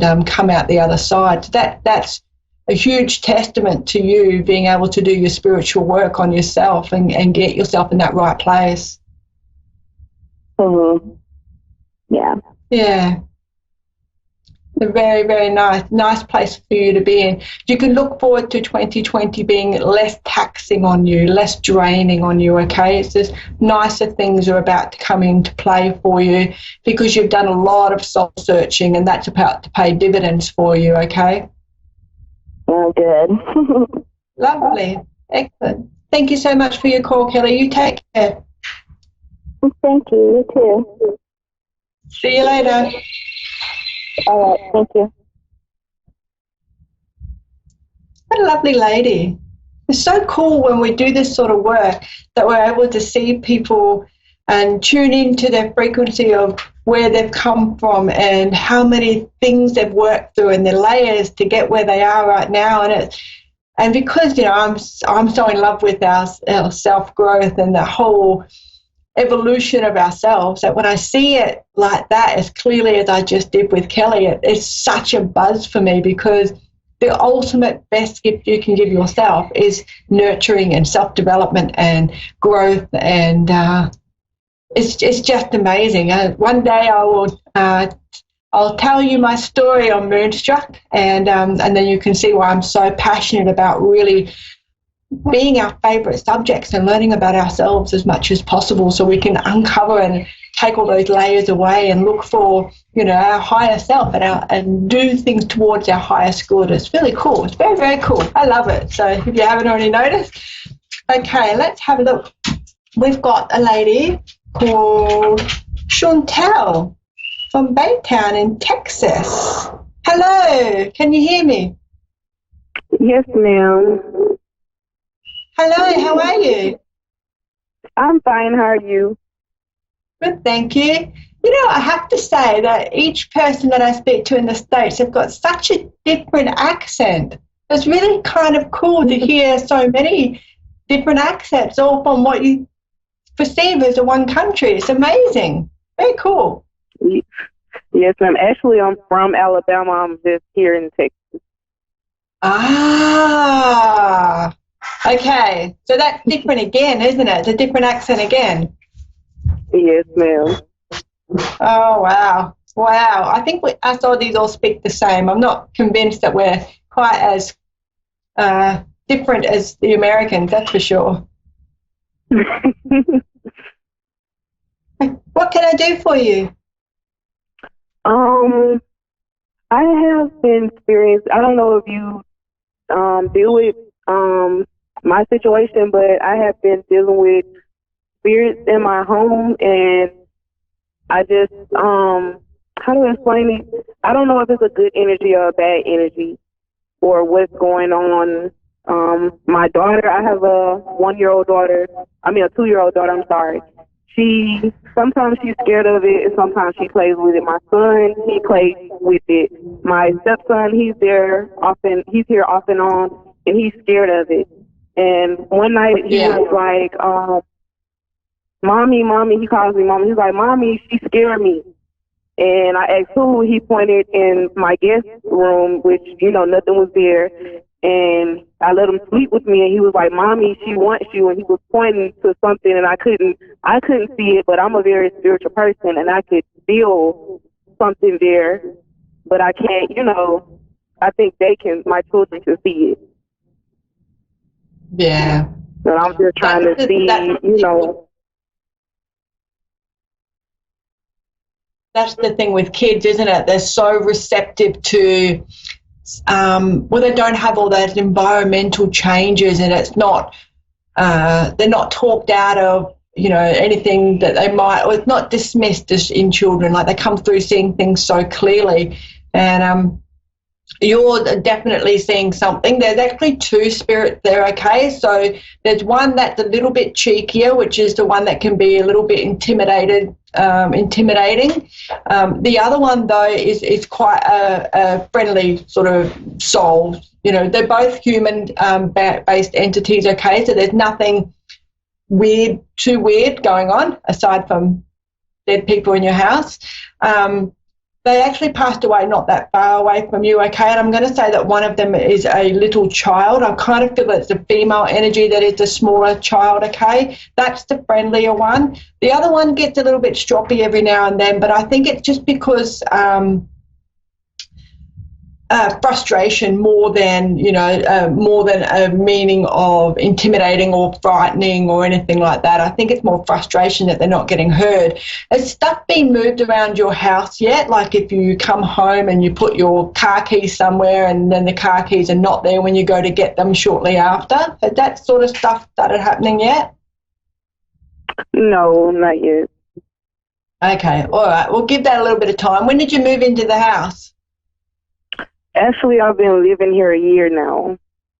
Okay, cool. All right.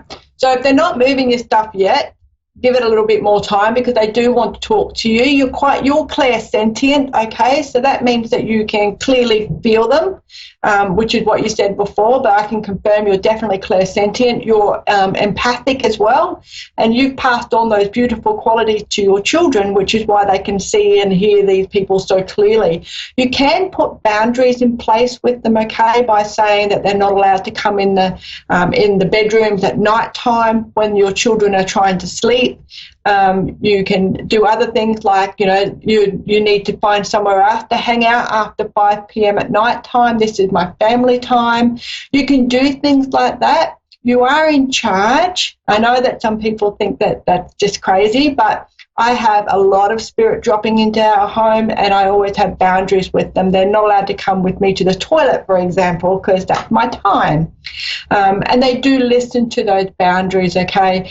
They're not, the two that you've got in particular are not meaning to, they just want to be heard. They want to be recognised and acknowledged that they're there, okay? And your kids are doing that. So they're sort of kind of hanging around because they're being acknowledged and they're liking them. You've actually got really cute little kids too. So they're well-grounded, nice kids. I know that they're kids, so they're going to have their moments, but yours are they're cute little kids, okay? So if they start talking to you a little bit more about, which is not going to happen, but if they start thinking that or blaming the spirits for if they're doing something naughty, you might need to redirect their own behaviour in that way, okay? Because sometimes kids can try to blame spirit on things. I know my cousin certainly did that, and that wasn't the case at all. So if your kids are doing that, just redirect them and distract them and get them thinking about something else, or assure them that the ghost did not tell them to do that naughty thing, okay? Because your two are not like that at all. They just want to be acknowledged. So if you do have little things that are being moved around the house, don't pay too much attention to it. Don't buy into it. Say you need to leave my things where I leave them, thank you, and be firm with that, and that will bring them back into line. There's no reason for you to move at all. They actually do enjoy you being in that house. Have you still got some stuff that you haven't unpacked yet? I think so. Yeah. Are they memories or something? Have you got photo albums or pictures of the kids or paintings that the kids did when they were younger? That kind of feels like memories are in these boxes or 2 boxes that you need to bring out. I had a son that passed away when he was 7 weeks old, and I had a son that passed away like 5 years ago. So I have memories of him. I have photos of my grandmother that passed last year. I have, memories from Alabama and in a boxes and stuff. It's not that I unpack them; I just leave them there. So I don't unpack them. Yeah, keep them safe. Can you perhaps take the lid off every now and then and just have a chat, or let them know, or even speak to, recall some of those memories verbally, or you do talk to your grandma, okay, and just give them a little bit of acknowledgement as well. I think some of it could be a little bit of you being a little bit lonely as well where you are. I know that you've got your kids around you and some other people around you as well, but sometimes there's a little bit of a loneliness thing going on in the back of your mind for you that could be like home related, bit of homesickness or something. I'm not quite sure what it is, but the boxes are the key to that. So it could be a bit of a healing process for you in those boxes to just take the lid off just for a little while and go through them and hold those memories in your heart and then pack them up again, perhaps. It's a nice house. So do you have are you wanting to put shrubs in your backyard or little trees or something in your backyard or your front yard, or are they already there? Yeah, there are trees there that when I moved here, the tree like in front of my house. Well, it's some apartment homes. They look like, but it's trees in the front. Okay, cool. Yeah, all right. So make sure you water and nurture those because they keep the energy free in the house as well, okay? You can see that from your front door. Yeah. So really nurture those shrubs and those little trees, okay? That'll keep everything nice and grounded and the beautiful energy going through the home for you. Yeah. Excellent. Yes. All right, my darling, do you have any more questions for me? You said that you were speaking on my gifts or whatnot. I was trying. What do I do to make my gifts stronger? because I know it's been passed down from generation to generation, and I'm just trying to. My family. Oh, you can go ahead. I'm sorry. With your clairsentient, if you touch things, because you'll tap into psychometry, okay? So that's the way for you forward. So when you touch things, like I'm touching my little selenite, so I can tell you apart from your previous caller, then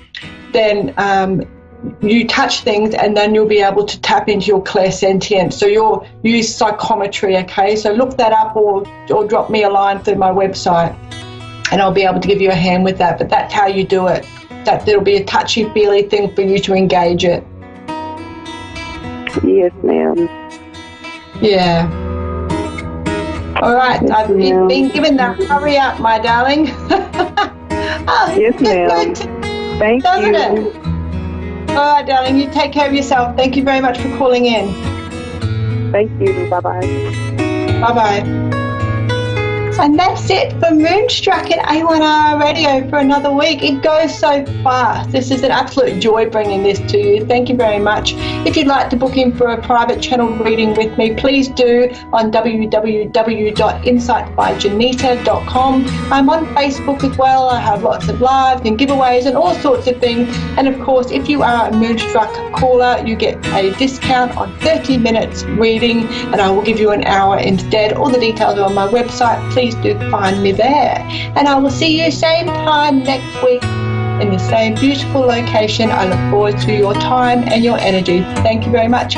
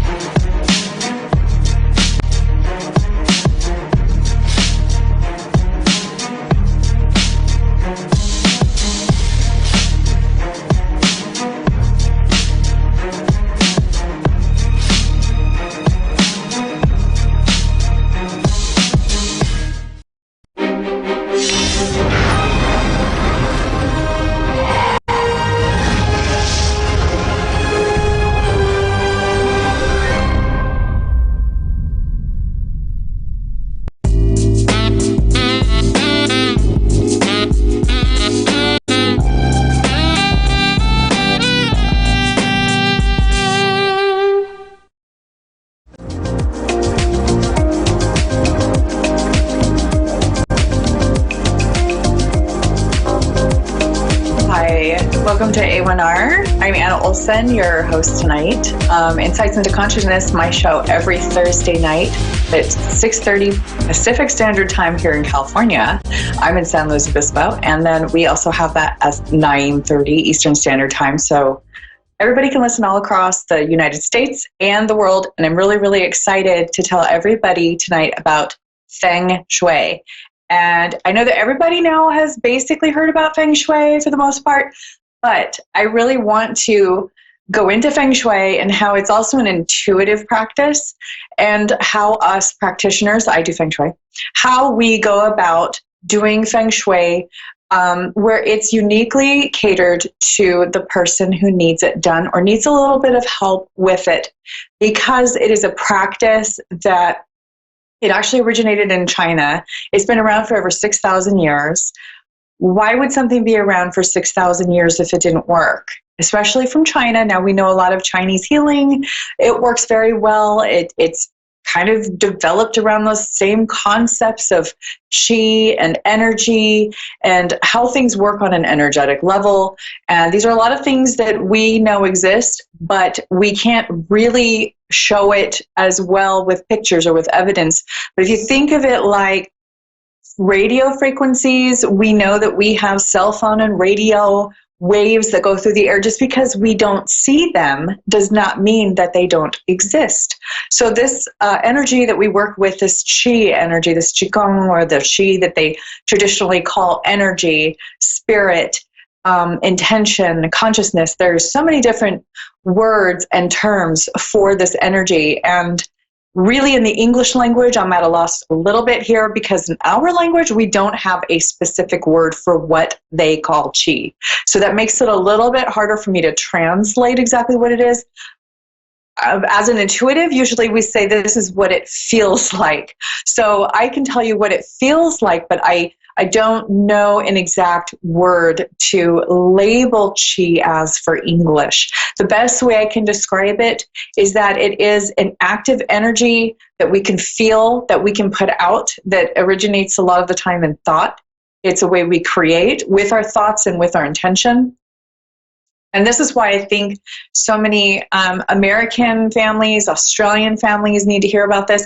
Families in the UK, all over the world, anywhere that you are, not just limited to those countries, but just, this is an Asian practice that we can really benefit from. And what I love about communication in this day and age is that we can exchange so much information at such an accelerated speed.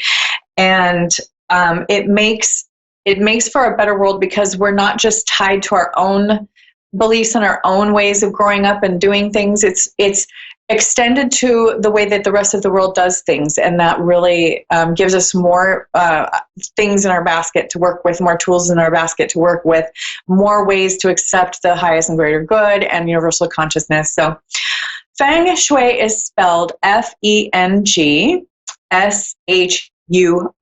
It originates in China again over 6,000 years ago is when it started. It means wind and water. So the goal in Feng Shui is to bring about happiness, abundance, and harmony and peace into our lives. And it works. So I'll go into a whole lot of examples here and there as I go through the practice and the art of Feng Shui. And I'm also going to add that we don't have to follow it because there's so many rules and regulations to Feng Shui. We don't have to follow it in a way that is just right with following this list of rules that we have to use. Now, we have to start with that because that does have a lot of play in what we're doing here with Feng Shui, but it is also an intuitive practice. When we use our intuition to study and to incorporate the Feng Shui into our lives, we really are, I would say it's kind of a shortcut rather than kind of going into the study of Feng Shui in detail, because people can study Feng Shui for years and years and years. I have been studying Feng Shui and practicing Feng Shui for years and years and years, and there is always more to learn, and there's always more to find out and to incorporate into what we're doing. So wind and water. Feng Shui means wind and water. The reason why it has been given that name, there's a long list of reasons why it's been given that name, but basically, in summary, it works with energy. Energy acts as wind or water around us and in our space. We know if we have closed windows for months and somebody smokes in the house and there's a lot of, really stale air in a house, we can even have people come in and basically test the air and know that, wow, you're inhaling a lot of contaminants. It's very toxic. You need to open up some windows and air this out. It's the same concept except with energy. We're cleaning out old stagnant energy. We're bringing in new positive energy that actually make changes not in the way we feel and our well-being, but it also makes changes in our lives to attain goals that we have. And we can put these different goals according to Feng Shui and how we practice this in our surroundings. So not only to remind us, but to also push the energy to that direction of our goals. So I wanted to give some basic rules on Feng Shui just to kind of give everybody a little kickstart into starting and incorporating Feng Shui into their daily lives. It works every time. I guarantee it. And the more that you use it, the better you get at it, the better you get in that intuition. It's like exercising a muscle and making it stronger. I've seen it work over and over and over again. Some of the uses for Feng Shui that you wouldn't even think of would be that it creates peace among residents in your household, in your home. It focuses on aspects collectively of occupants' lives in the home, and it gives attention actively to those issues or goals.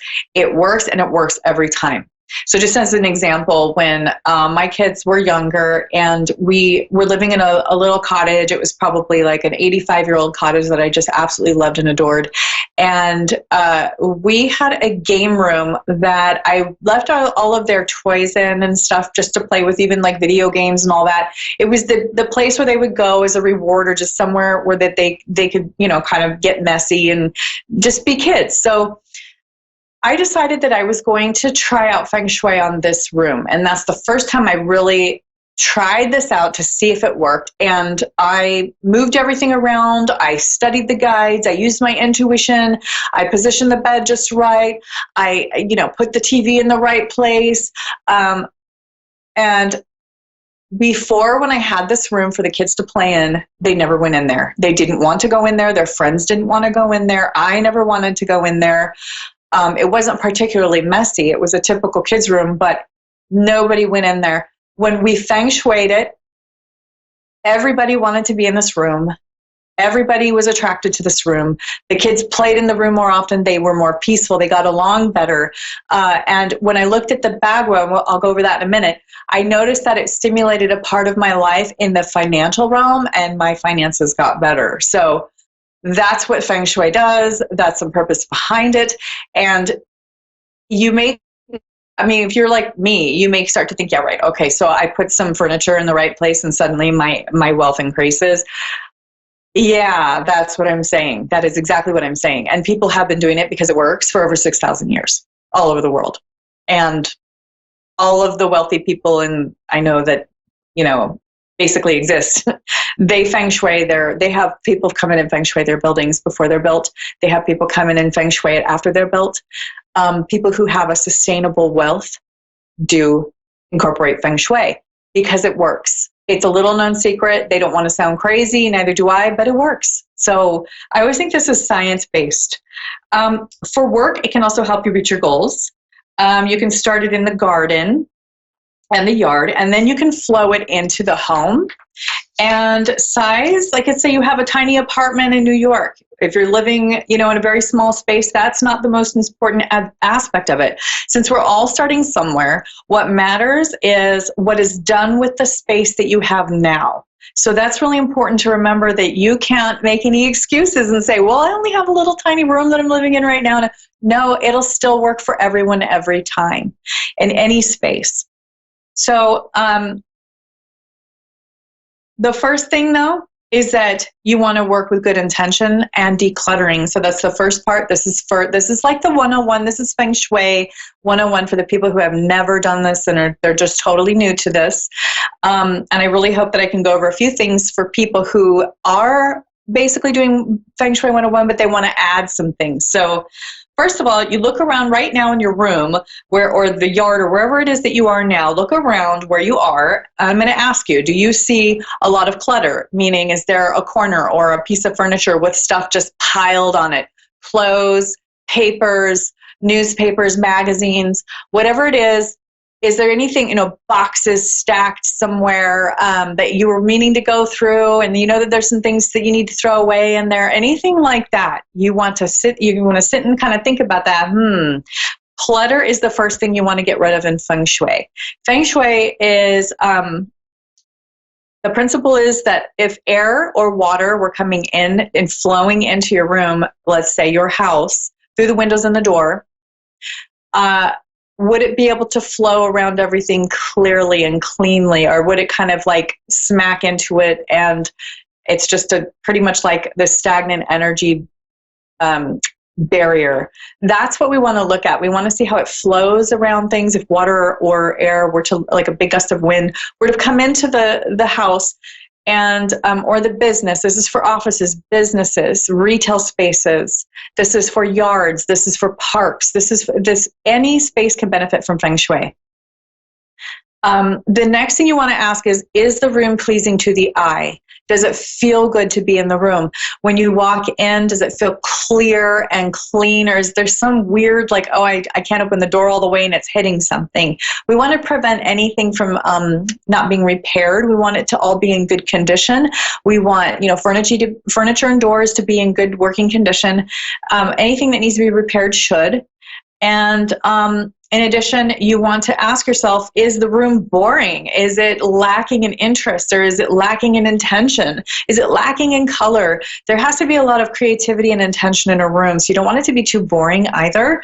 And then we also you have to remember that we need to subconsciously memorize everything in a room.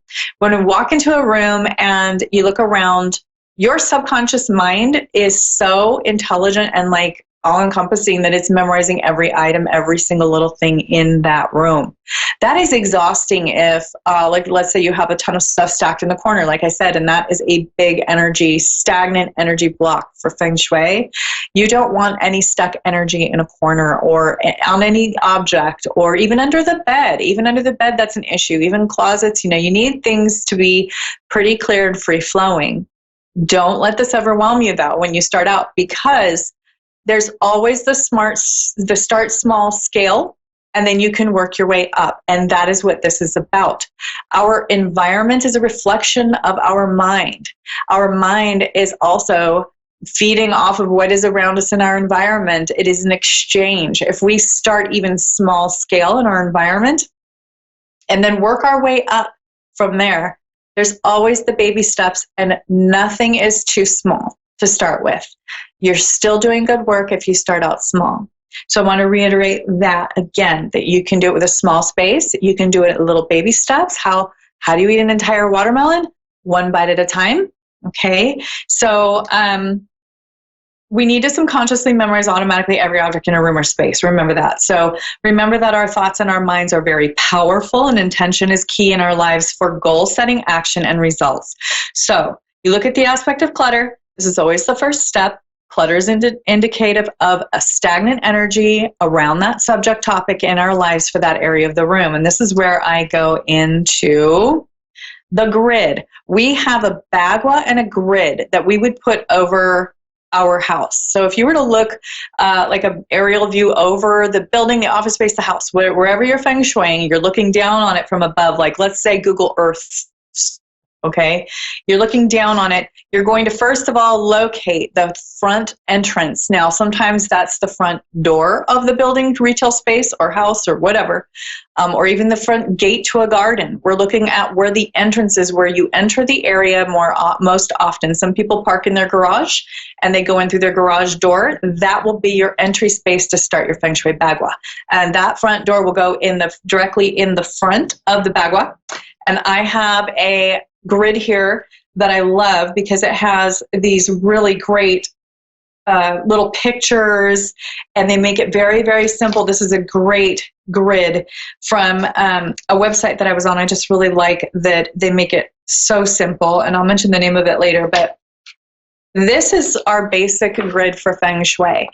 If you could close up on that, that'd be great. This is the basic grid for Feng Shui and how we incorporate the Feng Shui bagua and grid into a space. So this could be put over the blueprint of your house, aerial view style. And this here in the front would be the front door, the front entrance that would go here. And you want to make basically the entire thing a rectangle shape over the top of the room, the house, the garden, whatever it is. And for each box and subject here, that will be a part of the room or building or whatever. That's going to be that area. So like, let's say this is my kids' room, which is how it is in my house when I put this over the blueprint of our house. So this is wealth. This is the wealth area. It says the colors are blue, purple, and red, and that it's a wood element. So let me go into what that means. That means that since my kids' room is in the wealth area of our house on the grid, if you put this over aerial style of blueprint of our house, that we could incorporate to improve and increase wealth. We would put in blue, purple, and red and the wood element in that area of the room. We want to work on wealth first. You want to start getting that wealth going. You want to go in and declutter and plan out the Feng Shui in that room right away. That's where you want to tackle it first. The reason why I go into wealth first, this is Ken Lauer's grid, by the way, for the Feng Shui. KenLauer.com is a really great resource because they make it very simple for your basic 101 Feng Shui. So let's say that I go into our kids' room. The first thing that I want to do is reiterate that this is large scale for the house. You can also do this exact same grid on above a room, and you can even do it above scale aerial view for a desk, a tabletop. It can go from very large over the entire property for the grid, and you can keep going more and more detailed all the way into a shelf in your bathroom. Okay, this doesn't just stop at the bedroom or the office. It's for every room, every space, every time. So what you do is you go in, you look at where the wealth area is of the house. You can even go into that room and then make sure you focus on the wealth area of the room. And that can really put some punch and some power into what you're doing and your intention setting in this area. I always go to, the wealth and the income first, because the wealth is, usually basically focusing on the wealth area of the house, like the room from the entrance, and like even a dresser or tabletop in the room to start. It's about starting with your highest priorities first. Usually wealth is the segue or the landing point before we're going to meet a lot of our other goals. So usually people need money to do just about anything, okay? That's the reality of it. So with wealth, the colors are, since the colors are blue, purple, and red, in our boys' bedroom, what I did is I incorporated those colors into the room. We're going to start just stimulating that chi to bring it in, to start stimulating that wealth. And then we put some red accents in there, and that'll help stimulate it even more. Red is a fire color. Now you have to remember all these colors have an element, okay? Red is a fire color, pretty obviously. Yellow, orange, those are all fire colors. That's what you put under something to like really set it on fire. That's what really makes it move. But the blue is also very important to put it into the same space. The aspect of the blue is more of like a water or a soothing element, which sort of counteracts the red so it's not overbearing. So first we put those colors in the room. You can paint the wall. You can put bedding in there that looks like that, pillows, anything you want to really bring those colors in. It should be done in a very calm, meaningful manner, using your intuition as well. And with our boys' bedroom, when I brought in the wood element, I brought in a bunk bed type set that we don't put any mattress under it because that's actually bad feng shui. There's just a mattress on top, but there's this big, massive wooden bunk bed that's kind of elevated, and it's, there's a lot of the wood element in there. There's the blue, there's the accents of red. Purple is another one of the colors, but that is just blue and red mixed. So, but purple is another option if you do, like I say, a girl's room. And, pink is also a nice watered down version of red. So remember that you can play with colors. And then there was the other thing that we really like to do, I really love to do it in Feng Shuiing, is that you can personalize it and add something to the room with the beneficial elements and colors to set more intention and goals, and to make it really start working to make it work fast. For instance, our son was given an elephant name card with it's a little name card in the NICU. When he was a baby in the NICU, they put his name and his weight and everything on it to like decorate his little NICU crib, which is really, really adorable. And then his grandmother also got him a little stuffed elephant, and there was just elephants popping up everywhere. And we just really felt like that symbolized our son. He was in the NICU, and he was, really having a hard time for a little bit there when he was first born. So, we kept seeing the elephant everywhere. And it was special to us because we really felt like elephants symbolized our son and his healing. So we can set, like, let's say an elephant figurine on a wall shelf and add 2 bigger elephants on either side of it to symbolize a strong support as parents for our child. And then we could add something such as a solid stone, strong and intact, to symbolize stability and a strong bond that can't be broken. So it would be representing strength in this case. So that's a way you can personalize the feng shui intuitively. That's just an example that I can use right off the top of my head to like give you an example of what you can do in any space to really start getting that chi flowing, and for the intention to be very clear as to what you want, so that even first it's attracting that chi, and in addition, every time you look at it, you're being reminded of what the goal is, and that's your subconscious. Remember, we memorize everything in a room with our subconscious mind. So that is a constant reminder, whether you're staring at it and thinking about it or not, whether you're fully aware of it consciously or not, it's working all the time, every day. These are things we can do to put in our environment. So with the money area, that's the money area 101. It's basic feng shui. Also, you can start adding simple things such as a multifaceted round crystal to hang in the window in this area, which catches sunlight, or adding coins on red ribbons in the money area of the room. Now, this would strengthen the support you need for fortune, and those are just really little things you can do, like little things that pack a punch for your intention in the same area. So, and it continues to strengthen you in this area, and it attracts energies to manifest your wealth. So this feng shui practice is really to start pulling in those energies and really fully realizing your goals. It's also about setting clear intentions. Now, we know when somebody just sets a clear intention, at least they have an idea of what they want. It's much easier to get something when you know exactly what you want than just kind of floating around and going, oh, well, it looks like we don't have enough money for this, or, that's kind of a careless way I feel to be. And I think a lot of us are trained up to be that way, and to plan less and to just sort of go with the flow more, which can be wonderful in a lot of ways, but this is more of an intentional practice. And I've seen it work when you really need to bring in the big guns, the big positive guns, it's like the good energy.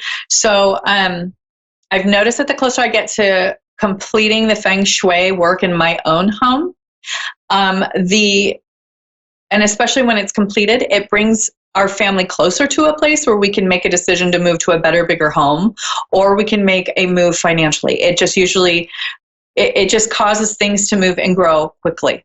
And by the time we're done feng shuiing the whole house, usually it's time to move to a bigger, better house, or we have more decisions to make. It really opens things up. So I have oftentimes wondered if it's the actual energy or the intention we set consciously, or both combined, that does the trick with feng shui. So I think it's both, but it works, and it works every time. I challenge you, not just challenge you, but I invite you to try this. Even a little remedy, you can look at things up online. You want to really make sure you have a nice reputable source for this. But feng shui is very detailed, and a lot of work can be done to feng shui a home or a building. So it's important to use a calm, quiet intention when using this practice, because a rushed, negative, stressed feng shui practice is a feng shui practice that's backfiring, or that will take much longer to work. So the intention is really the most of this. A lot of light, plants, colors, intentional placing of objects, decluttering, really putting intention into what you're doing and why, researching it a little bit, just trying little things here and there. You'll start to realize that this works. Feng shui works, and it works every time. Feng shui is just a label that they use in China for this practice that has been used in all different countries all over the world for centuries.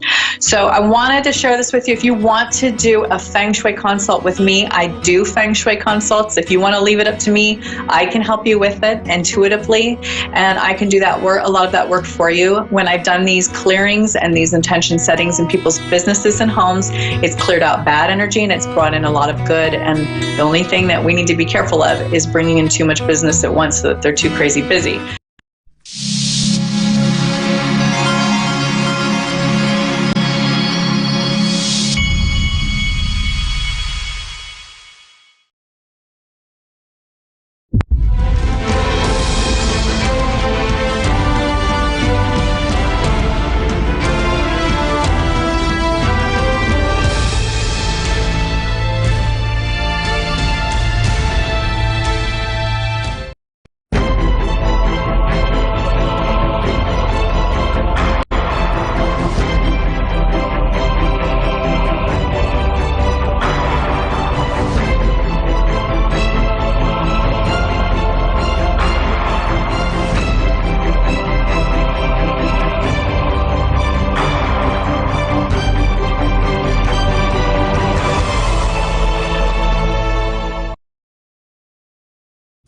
everyone. This is Fiona, Urgent Medium I Empower, and you are guys listening to A1R Radio Network and Avid Advice Show. So before I take any callers, let's talk about a couple things. When I received a tons of emails, and also you guys DM me on my Instagram, that I do date some guy for almost 6 months. I do date somebody for almost 1 year. And every time when I'm trying to communicate with him about our future, every time when I'm trying to ask him about where are we, do we have any future together, then he's going to act as, what are you talking about? You know, let's just talk later. You know, I'm kind of tired. And you know what? It's just too early. You know, I have to financially be independent. I do have a plan financially. I can't give you the ring right now, and this and that. So your questions was about, was almost 450 questions, exactly the same. That do you really think, Fiona, this guy is serious or not? Number one, if you and him together, and somehow, almost after 6 months, not even one single time, when you're trying to talk about future, he's not reacting to it, or he's still kind of like, well, let's talk later, that is super fishy. That means that this guy just wants to have fun with you and is still looking for another girl to just have fun, or having maybe better greener grasser somewhere else. And also could be that this person really loves you and really wants to be with you, but at the same time, he may have some finance trouble and finance issues, which he really wants to get rid of it. Well, you have to judge by yourself. Number one, if he always answering your phone and texts you, even when he's busy, that means he's real.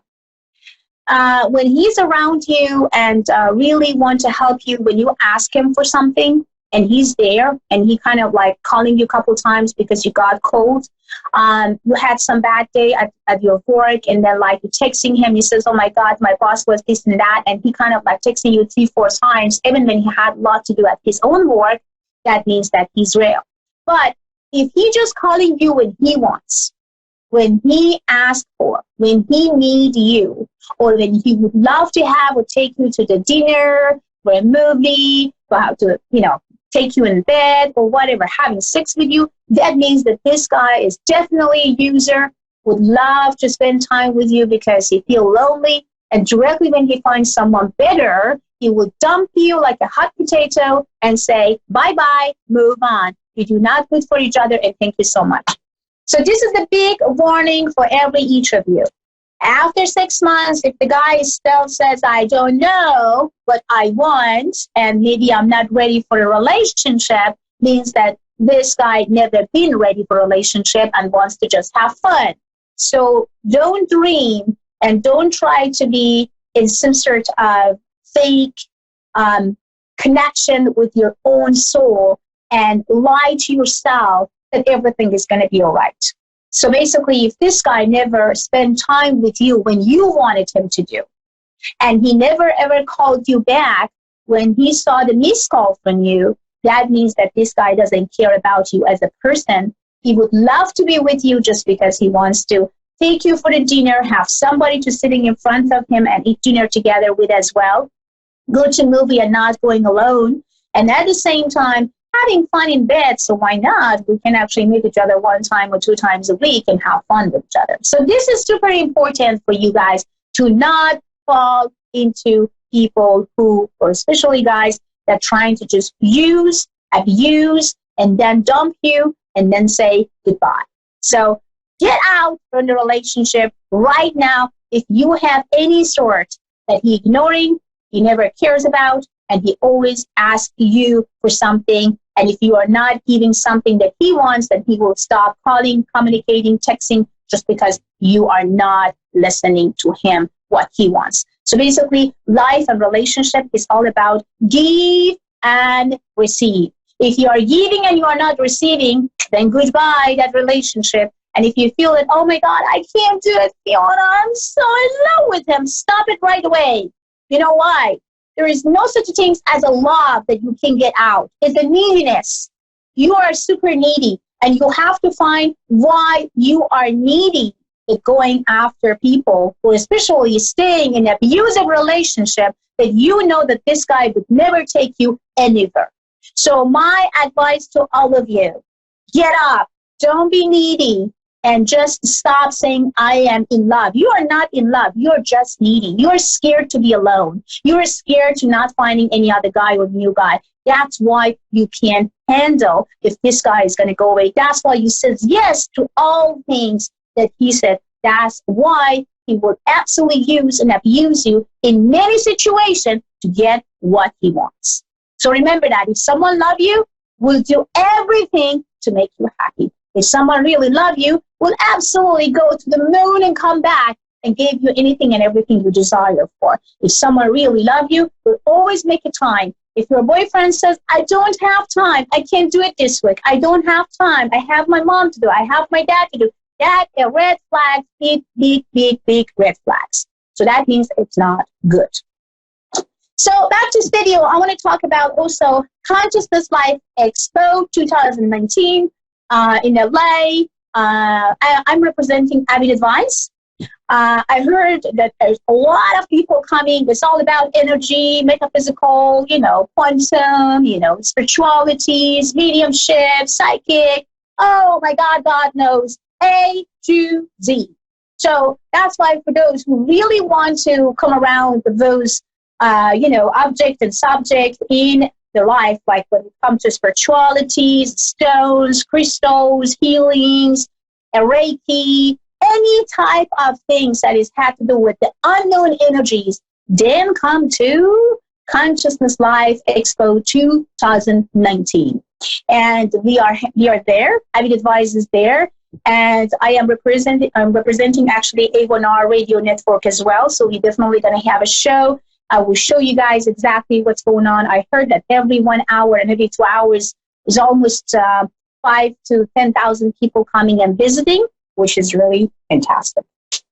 So if you're interested, then you are very welcome to come. And for more information about it, go to avidadvice.com or PrisianMedium.com or DM me on my Instagram. So sorry, sometimes when you guys DM me on my Instagram, I may not answering you right away just because I have a lot of people who DM me, but I have to say I would love to. I am going to answer you guys when I have time. So back to studio.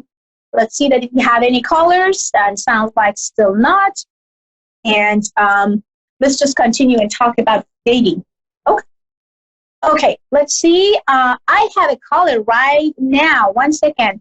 Hello, Bridget. How are you doing? I'm well. How are you?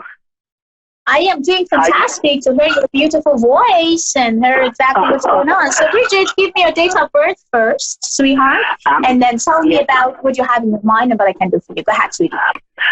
Yes, ma'am. My date of birth is December the 7th, 1963. Mm-hmm. I got it. And my question is, I am right now in the season looking for money. And other than my job, because I'm bare, things are bare. I'm barely above the water breathing. And I'm looking for some money because I'm doing some things. And I'm wondering, is it going to be a positive outlook or do I have to fight harder? As far as I'm concerned, because directly when I open your Pentagon, two things come actually to my mind. Before even you telling me that you are really looking for money, two things come to my mind directly psychically.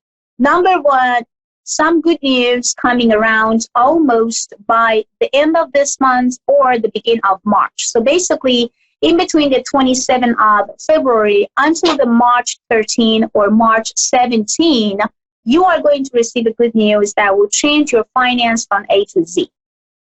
So basically, what you are doing right now, you are in a good path. You are in a good way, with good directions. Continue. And the good news would actually occur almost at the end of this month. So basically, answer to your question is yes. Thank you, Jesus. Oof. Thank you so much. I really appreciate that.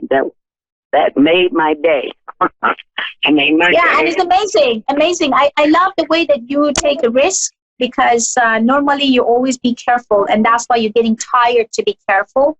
Because when you're always being careful, you kind of feel like, oh, I lost there and I lost this. Now it sounds like you just like, you know what? I would love to. I am going to. Nothing will stop me. That's it. Get it done.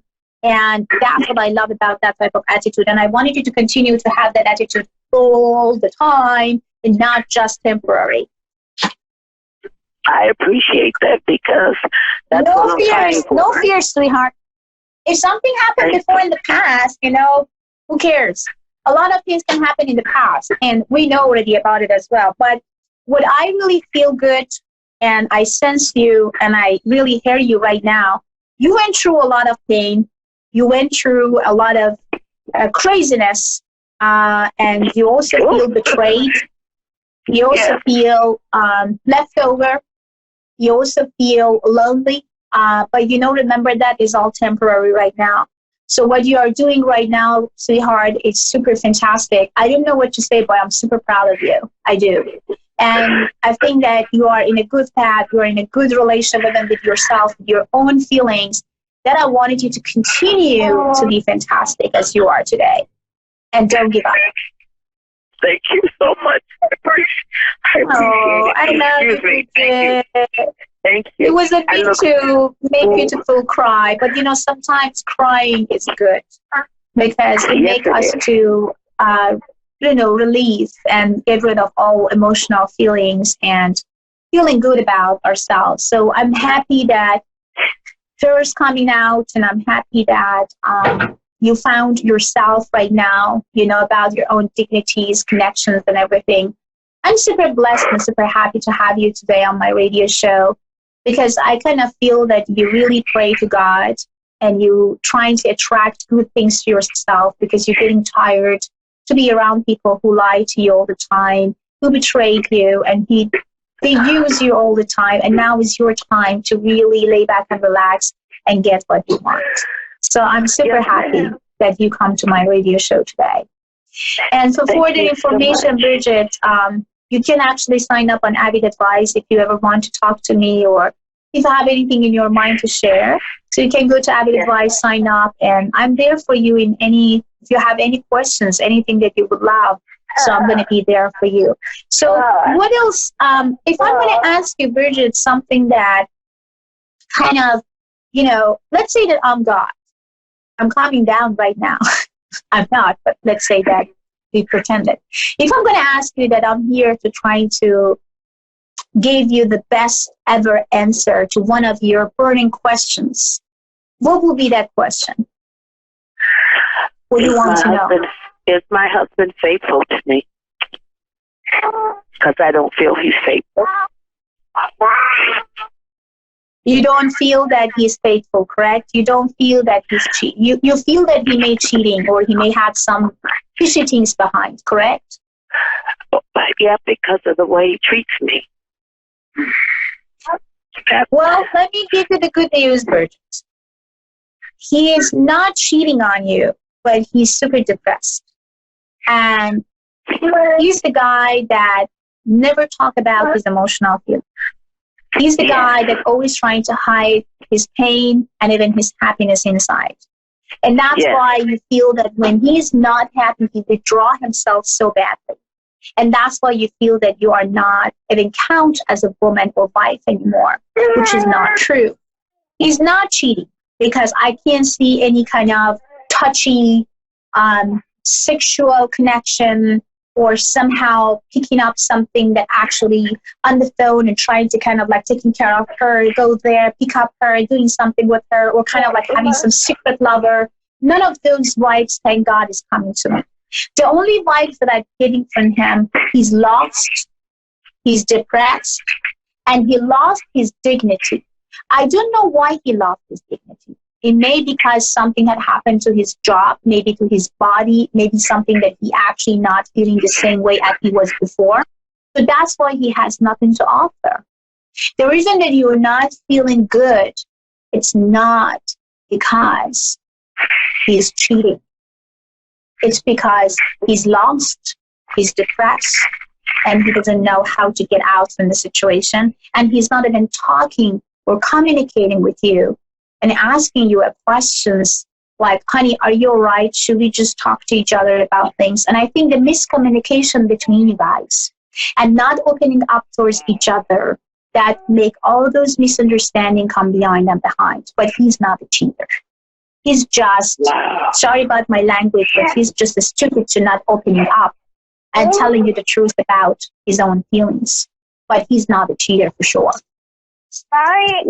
Wow. You hit him on the nose still. He doesn't really talk at all. Also, yeah. So, but he's quiet. I mean, some men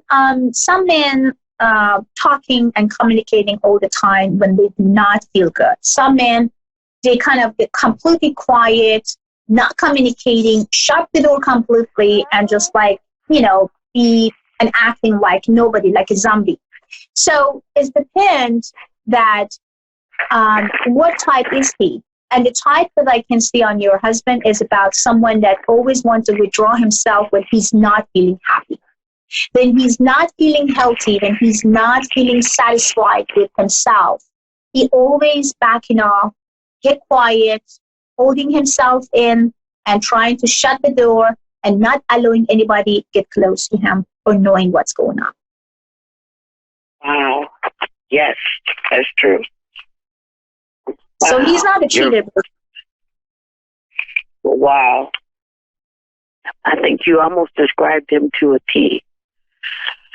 Fantastic. I'm super blessed. I'm super blessed. I'm super happy that we could actually, disclose these things to you because I know it's very hard as a married woman. It's very hard to feel that your husband is not faithful or not there for you. And then every time when you want to reach out, he's trying to reject you in some point.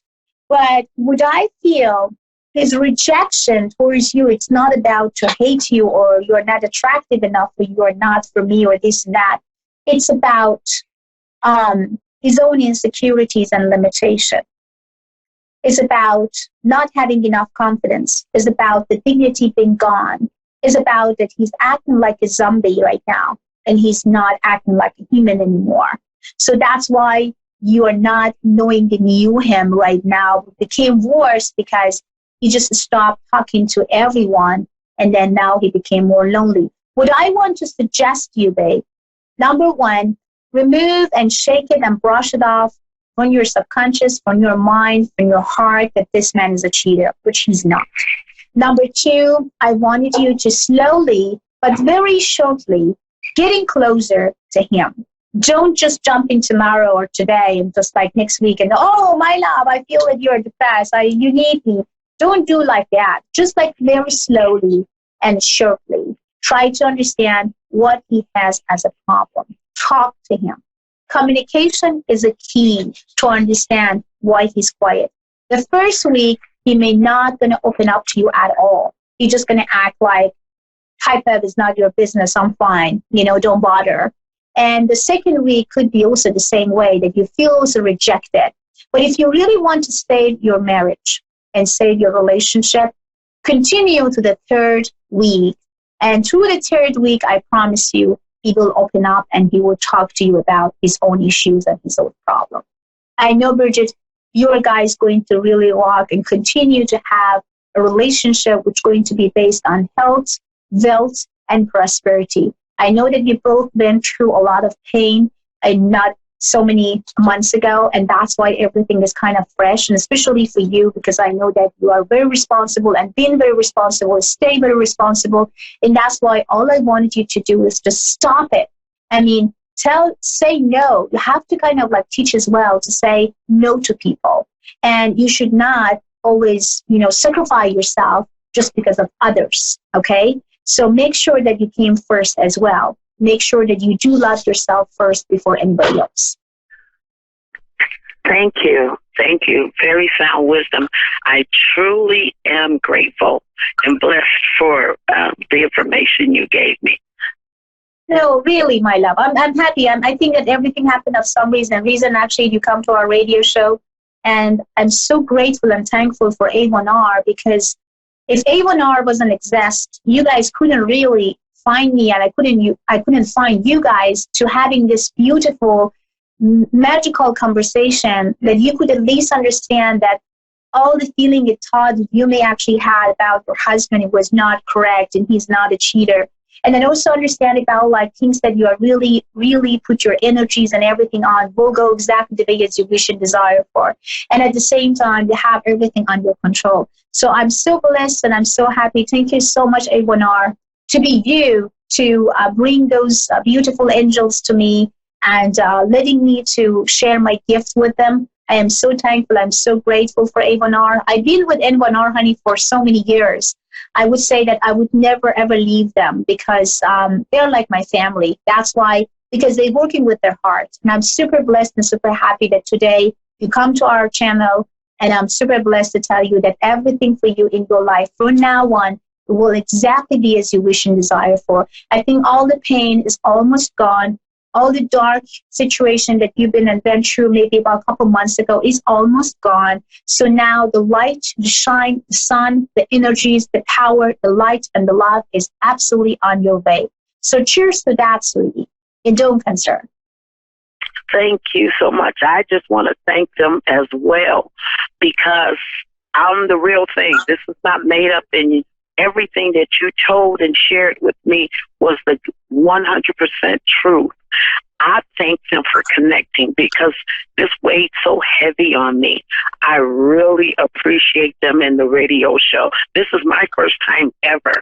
And most of the time, I don't believe psychics. I don't believe people with these gifts because they only always ask, give me money, give me money, give me more money. No, you need to do this with money. And you just poured out. Bad. You poured out the truth. I'm happy. I'm happy that you brought it up. Before we cut off, I want to tell you, Bridget, please don't listen to people who actually come after you and says, if you are not paying me money, then the curse is going to come after. The negative energy is after.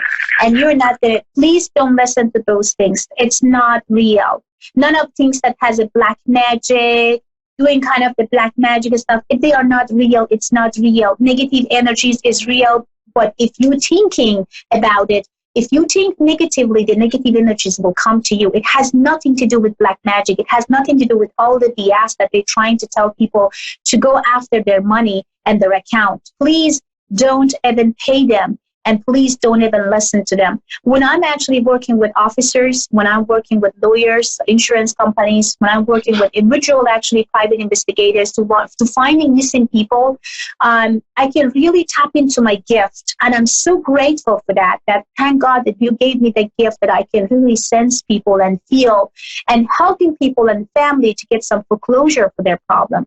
So, yeah, but I wanted you to also be aware, Bridget, people who are out there, I mean, I do respect for each of spiritual people. It's not, don't get me wrong, that they are bad people. No, but there is people who actually looking for money.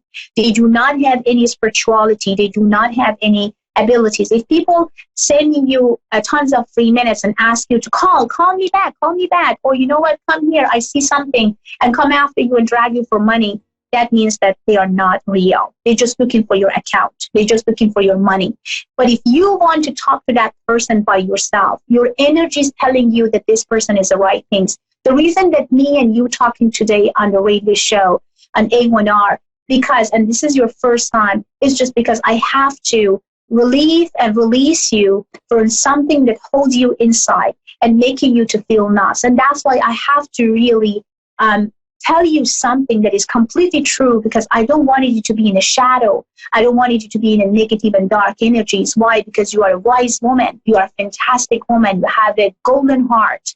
You did everything what goes from your power whole your life to helping others. And you've always been there for people. But what I feel good about that happened today, at least you found that your husband is not a cheater. Because I know it's hard when you can't really figure out. And when you're calling maybe a couple psychics and they kind of telling you that, oh, yeah, I see that. Yeah, he does. Oh, I see some blondie. Oh, I see some brunette. Oh, I see that someone is tall. I see that someone is short. Oh, there's a chubby. There's a shorter. And you know what? And that makes you to feel completely nuts and feel like, okay, I have to maybe call and see the psychic again. I have to talk to him, like if this woman is still actually in his life. And then they come with all the stories about.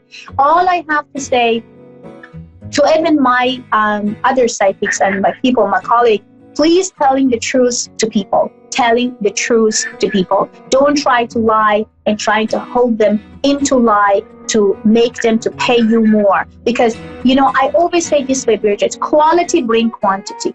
And marketing has to be always the word of mouth. Word of mouth.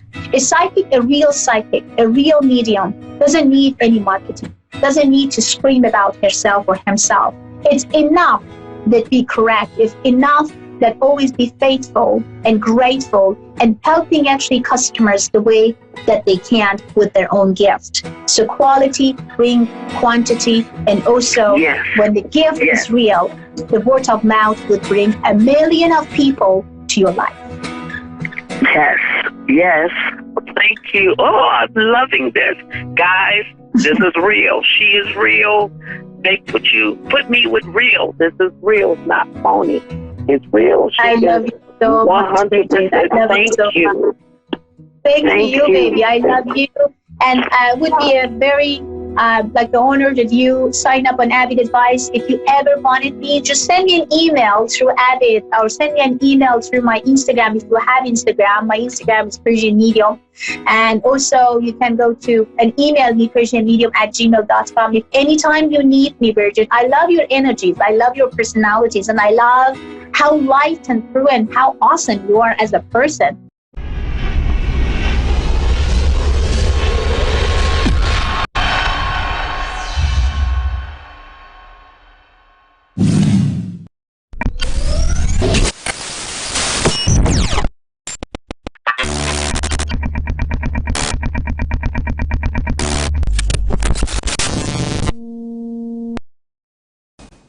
Hi, I'm Kathy, and thanks for watching Moonstruck. And now, back to A1R on the Air, Psychic Talk Radio, now on Moonstruck TV, enlightening television. Hey, cats and kittens.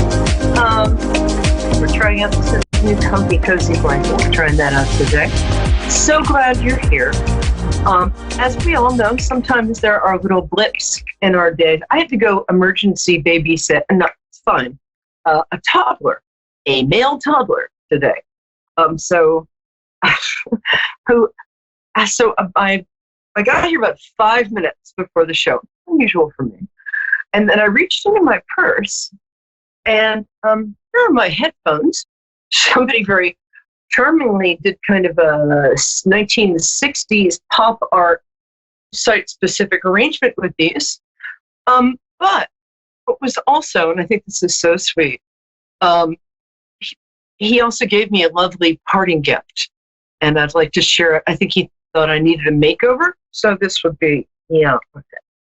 I think I'm going to be pretty much doing this throughout the show.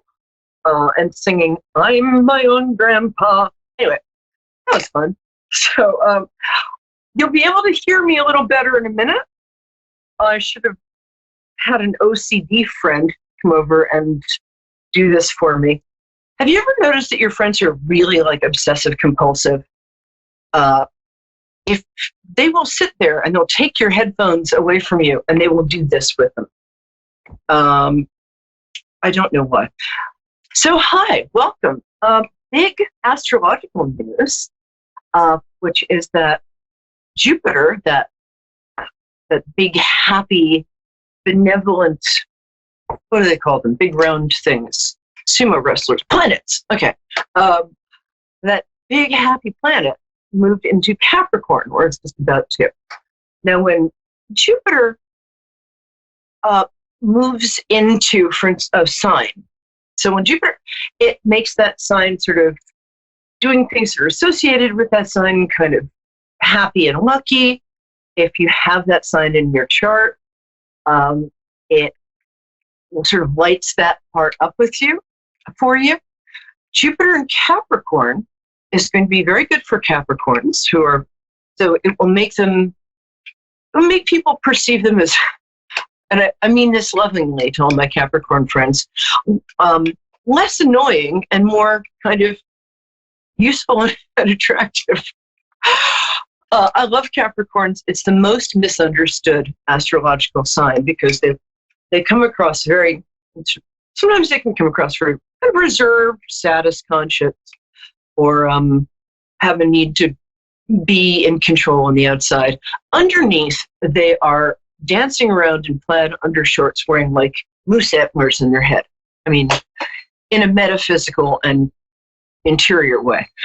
Anyway, so if you like astrology at all, you can go look your sign up, go look your chart up and see where Capricorn falls in your chart, because wherever that is, that's going to be what lights up and is an area where you have very good luck.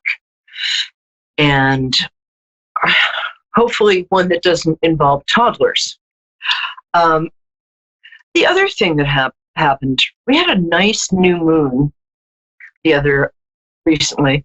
A new moon is a good time for starting things. I've been recommending this wonderful woman, Sarah Prout, has something called the Ancient Manifesting Ritual. And she sells it online. Her name is Sarah, Prout. And what she does is you just get these exercises and you do them. I mean, not like this kind, because I wouldn't be talking about it because I don't do that. But you print out this really cool sort of series of exercises to have you look at yourself and what you really want as opposed to what you think you should want or what your parents want. And it's a very useful thing. So I just started doing mine. I realized I wanted to be a lion tamer. My school didn't offer a degree in that. But it's actually, seriously, it's a cool thing to do. And I know we haven't even had the holidays yet, but I like to prepare for New Year's way in advance because 2020 is going to be a really good year. I just have that feeling. And, I'm good at feelings. And you're good at other things. We're going to have our first caller. I don't know if you guys can hear me. And next time you see me, I'm going to be in small claims court with this child. And the answer is yes, I do have a backup pair. This is both of them. Drink like unadulterated gin here. Anyway, I hope you guys all had a great week. And I'm hoping we have a first caller. Dave. Talk to me, Dave. Oh, I love the name Crystal. Hi, Crystal. Can you hear me? Hi, I can. How are you? I'm great. Crystal, could you do this for me so I can just concentrate on you? This thing is messed up. Anyway, nice to hear your voice. And interesting. Tell me your birthday first. You have what? You just sighed. What was that? It's okay, you don't have to tell me the date. I just asked people to tell me their birthday so I can tune in on them. So just the day and month. February 29th. Hello, fellow Pisces. Oh, you're a leap year baby. That's so cool. Wow, that's so magic.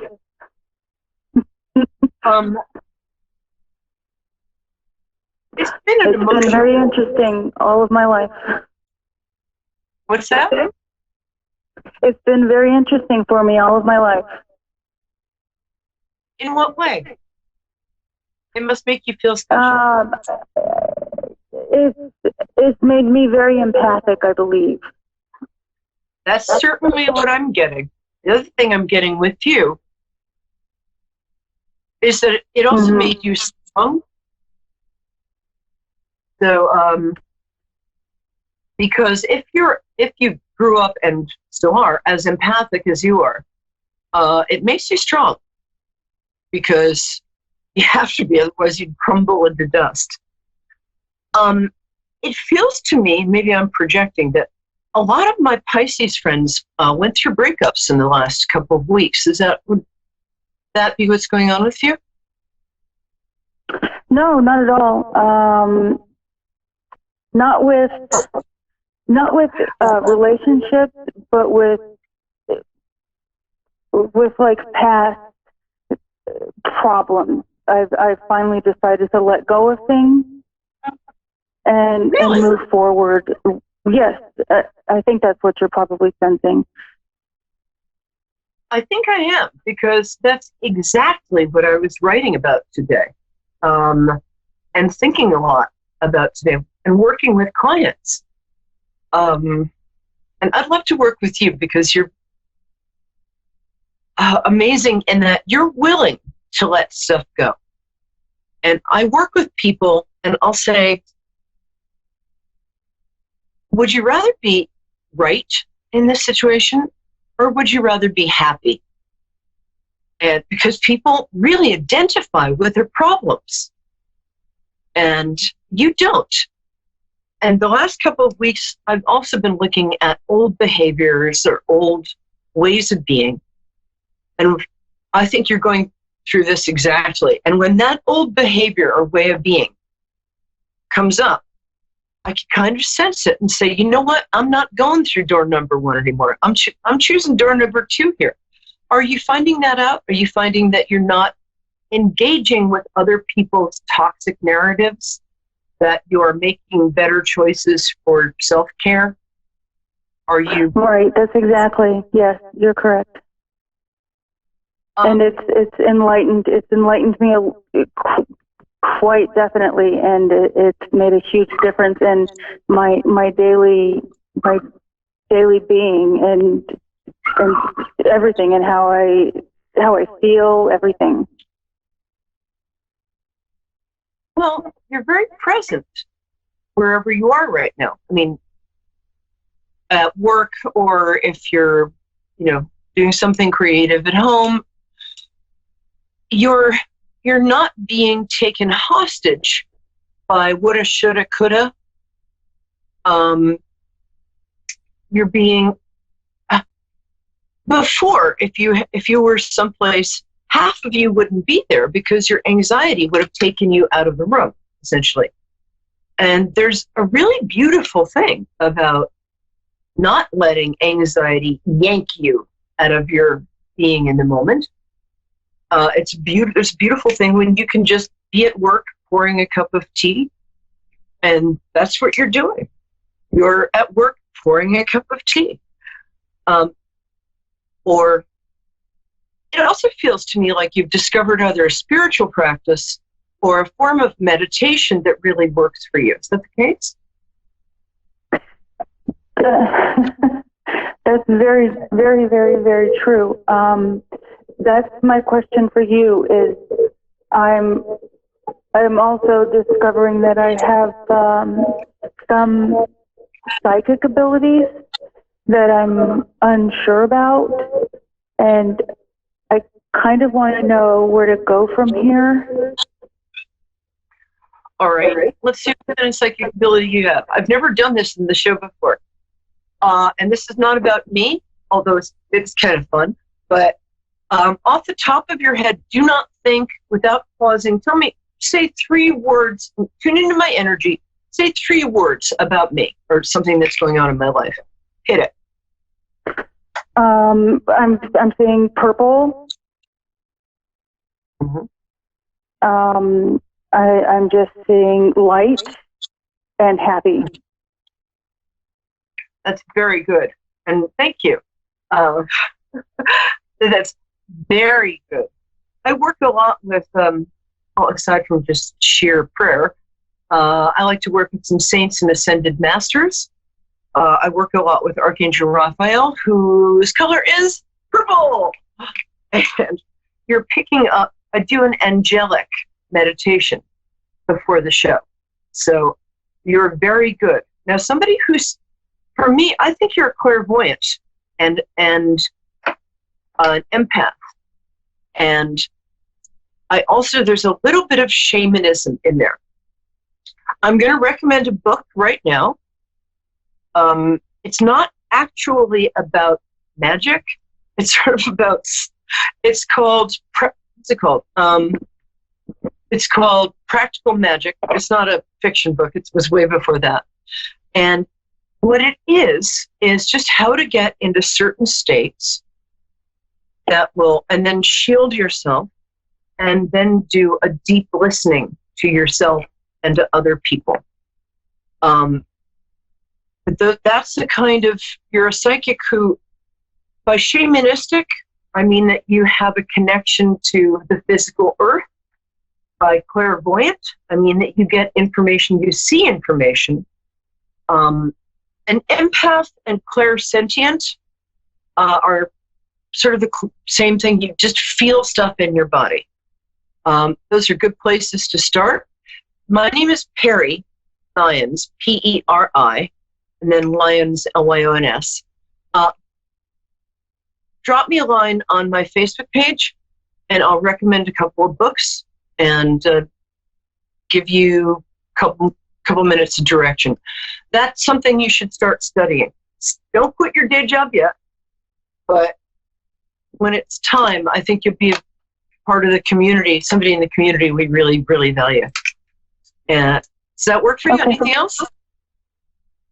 No, I appreciate everything, and thank you so much for your time.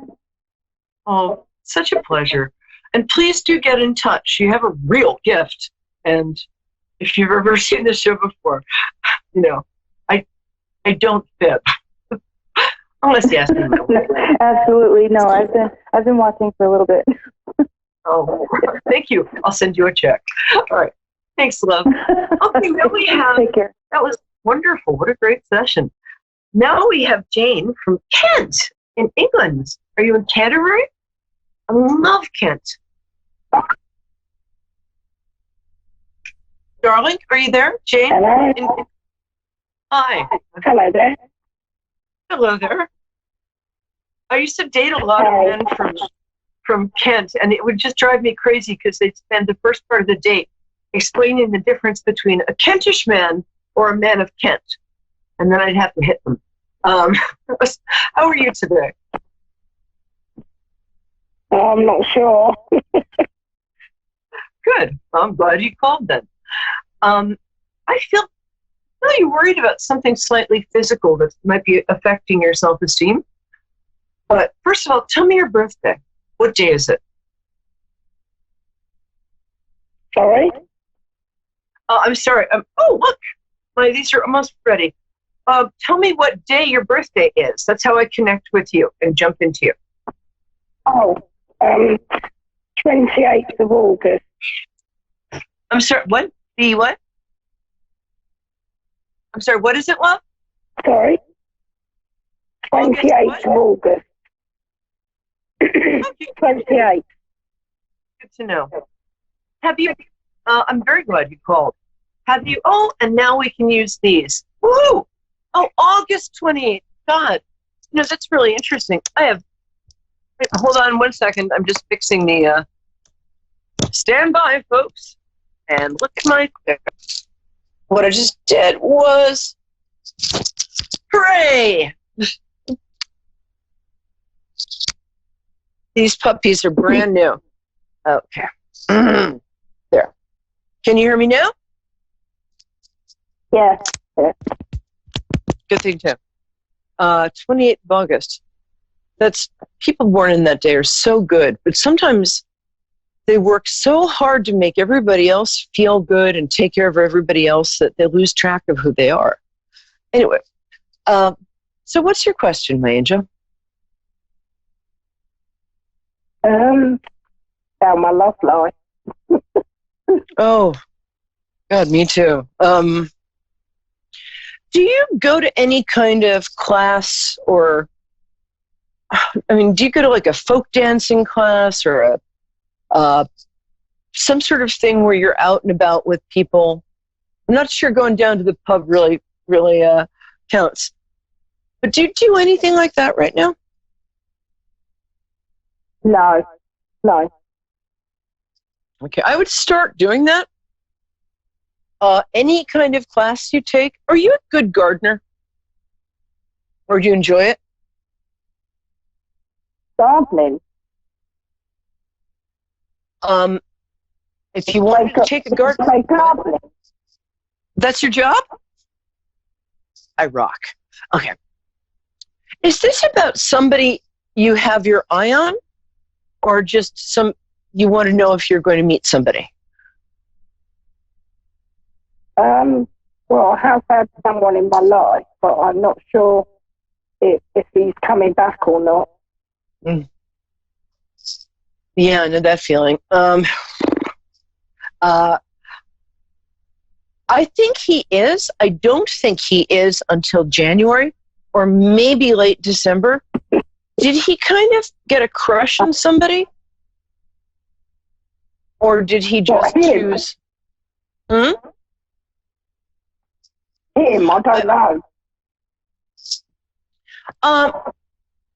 Can I ask you kind of a personal question? Does he have a drinking problem? Yeah. Okay. I'm not 100%. He's never drunk in front of me. Can we just? I'm just gonna tell you. He's an alcoholic, and it's progressive disease. Doesn't get better. It's a physical disease that affects the emotions. So when he's sober, he's a really, really nice guy. When he's had a few, he is kind of abusive and puts you down. I'm not physically abusive. You wouldn't stand for that. But he's just kind of mean. And I think what's happened is not that he's left you for somebody else. I think he's left you because he wants to be sort of left alone to drink, if that makes sense. I also think that he's just realized either today or he might do it tomorrow that was the worst damn mistake of his life, was breaking up with you. Nobody has ever taken care of him, loved him, seen him, or been kinder to him than you, and you have great physical connection. And I mean, look at those eyes. You're so pretty. And that little nose. You had a cute little nose. This is me seeing you psychically, but I'm absolutely sure. You know I'm right? So I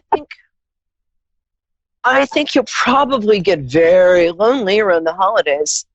But it's not so much about him being lonely as it is about him realizing that, damn, there's nobody better than you. Did you guys have really good laughs together? Sometimes, yeah. Sometimes. Well, I'm going through a similar thing. I'm not sure I'm going to take him back, but I've noticed that when I'm not kind of like, oh, I know, I hope things will work out. When I'm like, hey, good to see you. Well, I can't remember your name, but it's nice to see you. And, I'd love to talk, but I'm taking a scuba diving class. The best way to, quote, get somebody back is to get yourself back. And that's what I'm looking at with you. That's why I'm saying I want you to have you have a lot of talents. I want you to do something that you just enjoy. And you're so much fun to be around. Girl, I'm calling you next time I'm in Canterbury. Listen to that laugh. That is the laugh of a woman who is fun to be around. I would totally be mates with you. Next time I'm in England, I'm taking you for a beer. Because also you'll do, at first, I was going to say you'll do anything. But then at first you'd be like, oh, I don't know. I don't know if I want to do that. Oh, okay. I mean, if it's like Skittles or swimming or bowling or whatever. And then your mates will be like, look at her. She's on fire. So, 4 words, get out of the house. 5 words. I'm a Pisces. We don't count. Well, we do count. But so also there's somebody lurking in the distance who has kind of a crush on you, baby. And yeah. Where's your local? Sorry? Is there someplace? Do you have a local, or you tell I lived in England for a long time? Do you have a local, or is there someplace, some restaurant or some pub you go to occasionally? There's somebody at one of those places who. What?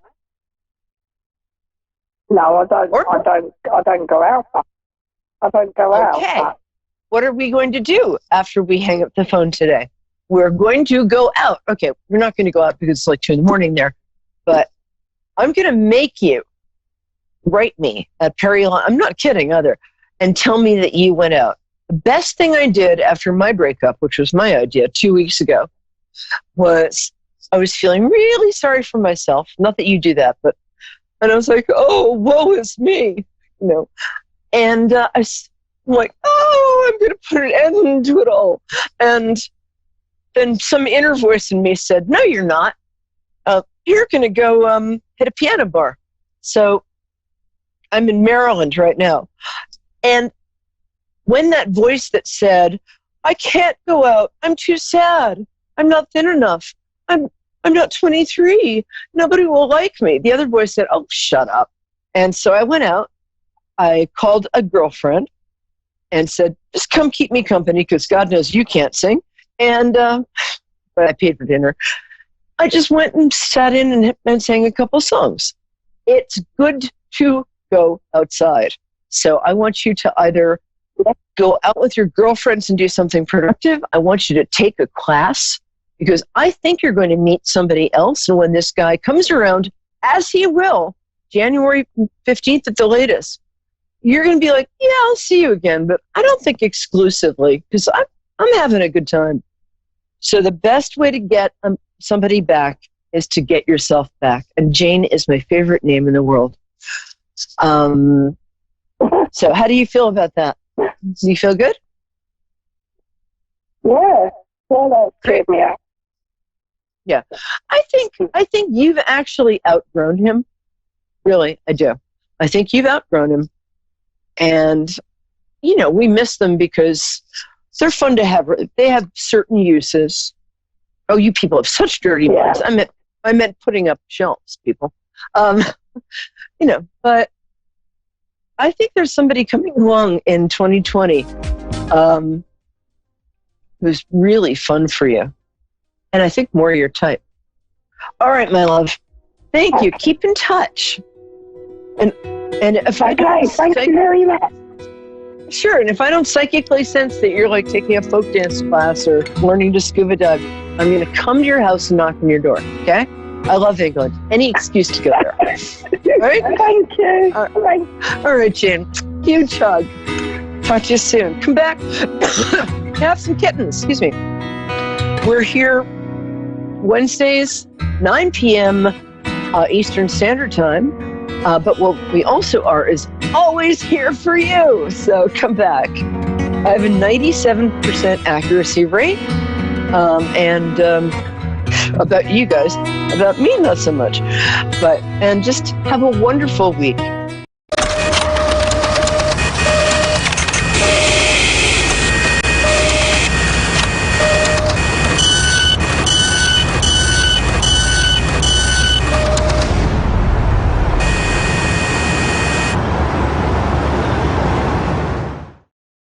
At A1R Psychic Radio, we know you lead a busy life. That's why we've assembled Earth's top psychic TV and radio hosts in one location. Psychics, mediums, astrologers, tarot practitioners. Your premium encounter with our hosts is free when it's done on the air or on our TV station, Moonstruck TV. Our hosts are all light workers with hearts of gold. Our audience is global. It's no wonder we're live with free readings 3 times a week. That's right, all psychic and medium readings, along with astrology and tarot advice, 100% free. And with A1R, you can know we critically screen all of our hosts. They're all 100% of the light, no scammers. Join us Tuesday, Wednesday, and Thursday for a truly mind-blowing experience. You're always welcome here. We love our listeners. Anyone can ask anything. Love, life, career, family, and more. It's your reading. Ask your question. Our hosts truly care and can't wait to help you. Earth's top psychics host shows on A1R Psychic Radio. Why? Because the audience is first, and they know it. With love, we welcome you. This is A1R Psychic Radio.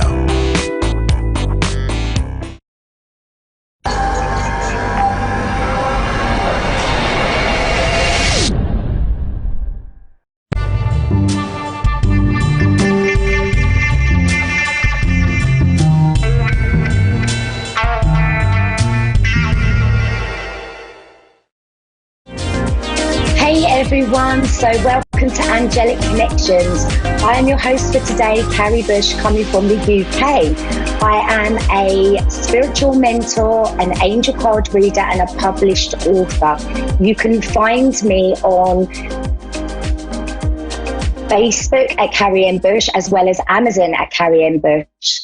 Lots of books that I've published on Amazon for children and journals to help adults. Some of the books that I've published for children help the child to connect with the archangels, the powerful archangels, and, you know, help them to know what messages they can give to them. I'm also a spiritual mentor, and I have a spiritual soul group on Facebook.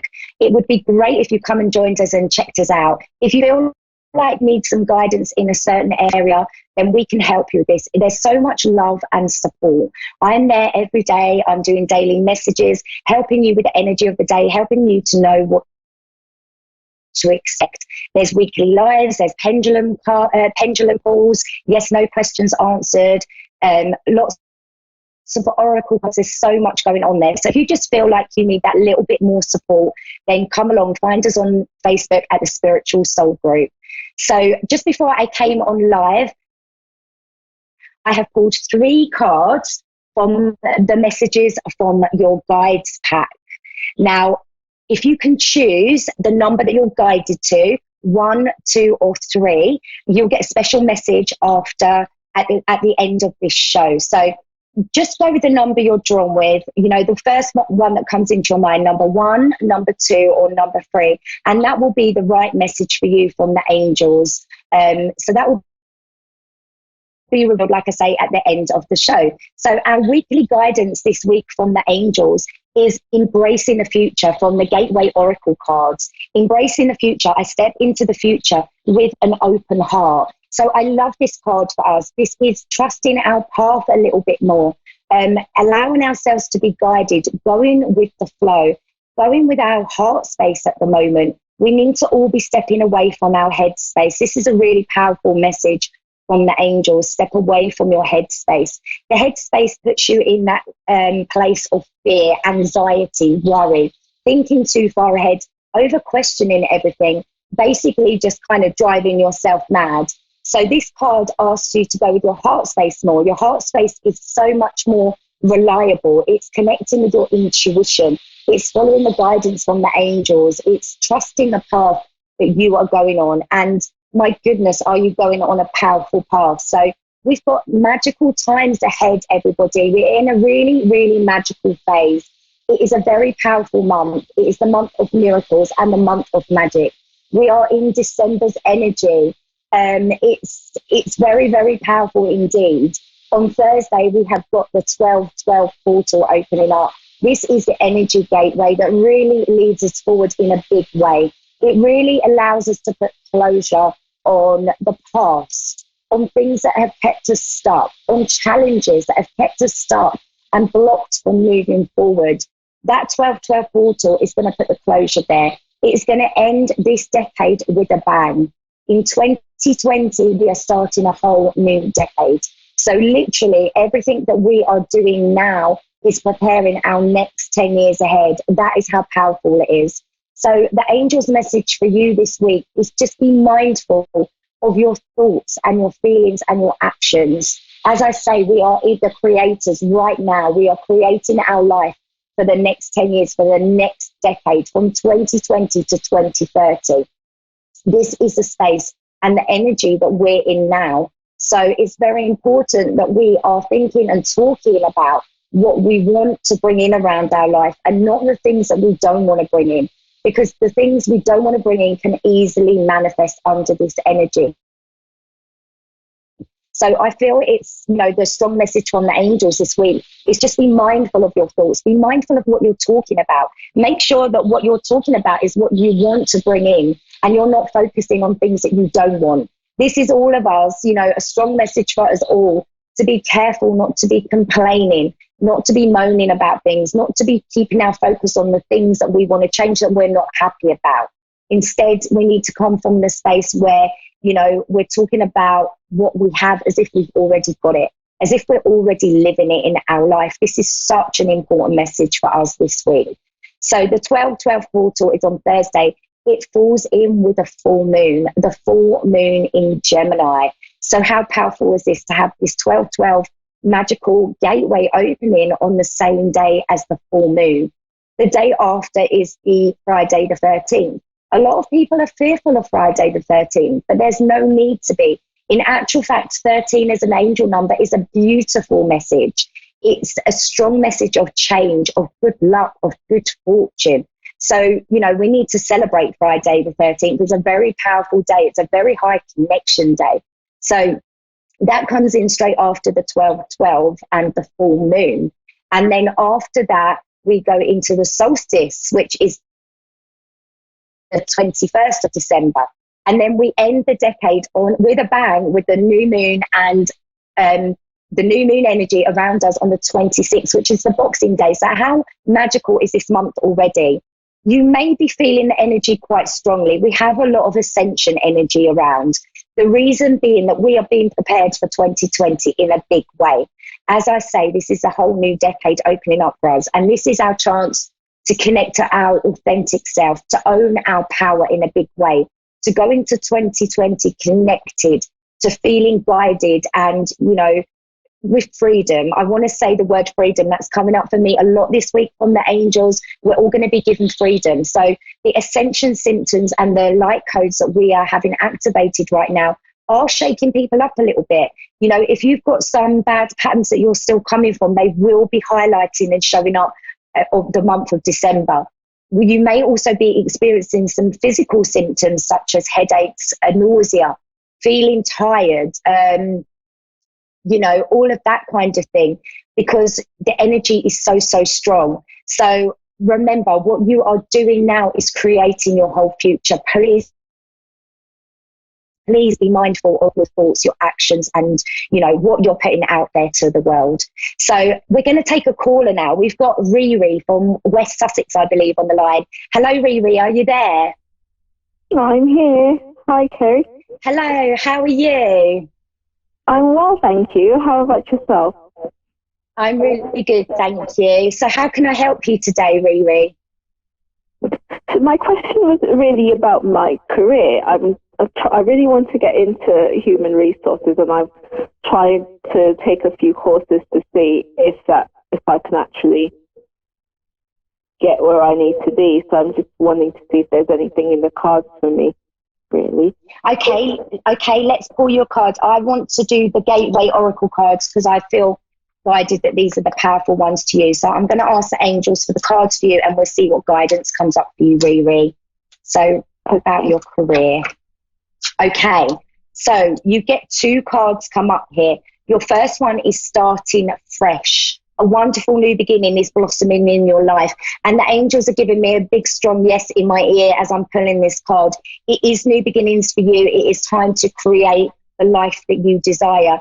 This is here for you, this career change. It really, really is. You also get the believing in the magic card, Riri. And this is the magic is abounding in your life. So I feel like you've been in a bit of a area in your life that's kept you a little bit stuck, maybe a little bit of frustration there too. Would that be right?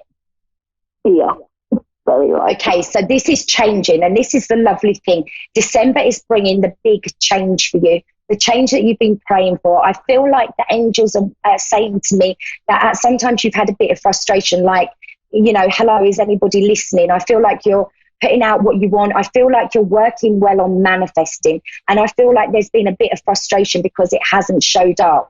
But the angels are telling me that's because it's about divine timing. This year's been really important for you, Riri, to work on yourself. And that's why you haven't seen the changes just yet. But as you go into January, you're going to see lots of opportunities coming around this. I feel like it's about believing in yourself a bit more, about knowing that you can do it. So it's about letting go of the frustrations, because I feel like this year, you have been working on the manifesting. Would that be right? Yes, I have.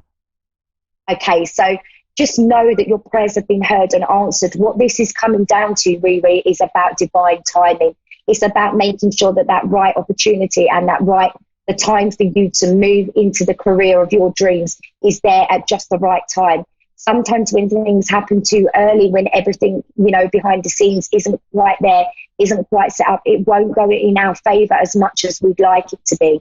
So there's a very good reason that you've had to wait, but, you know, it's changing. From the end of December, they're giving me, into January, you are going to see an opportunity with this. I feel like it's going to come from the internet. So I don't know if you do a little bit of looking and searching around this area on the internet at all. I do. I'm vigilant, quite vigilant actually. Okay, there's going to be something just pop up out of nowhere. And you know what? They want me to pick up the believing in magic card again. So this is about believing in yourself, Riri, and believing this opportunity is going to come. And all of a sudden, you're going to be going, oh, let's have another look. And something's going to jump out at you and you're going to just feel so excited, so good about it. And then, you know, you're going to be like, wow, you're going to go for it and it's just all going to fall into place. And they're saying it's going to fall into place so easily. And that's because it's the right timing for you. Sometimes we try and control the timing. We all do it. You know, we're human beings, aren't we? When we want the change, we try and make it happen. But this is all in your best interest that this hasn't happened up until now, because it's like the scene is being set. And you're going to have a lot of success around this, Riri. You really are. And you're going to meet some people who can really help you in a big way, connect to some bigger people. The angels are showing me you in kind of boardroom meetings, and later on, you know, doing presentations yourself. You're going to be in a powerful position. You really are. Oh, that's really good to hear, actually. I've been trying, and, you know, like you said, it's just not there. You know, you do everything that you think is right, but it just still doesn't present itself.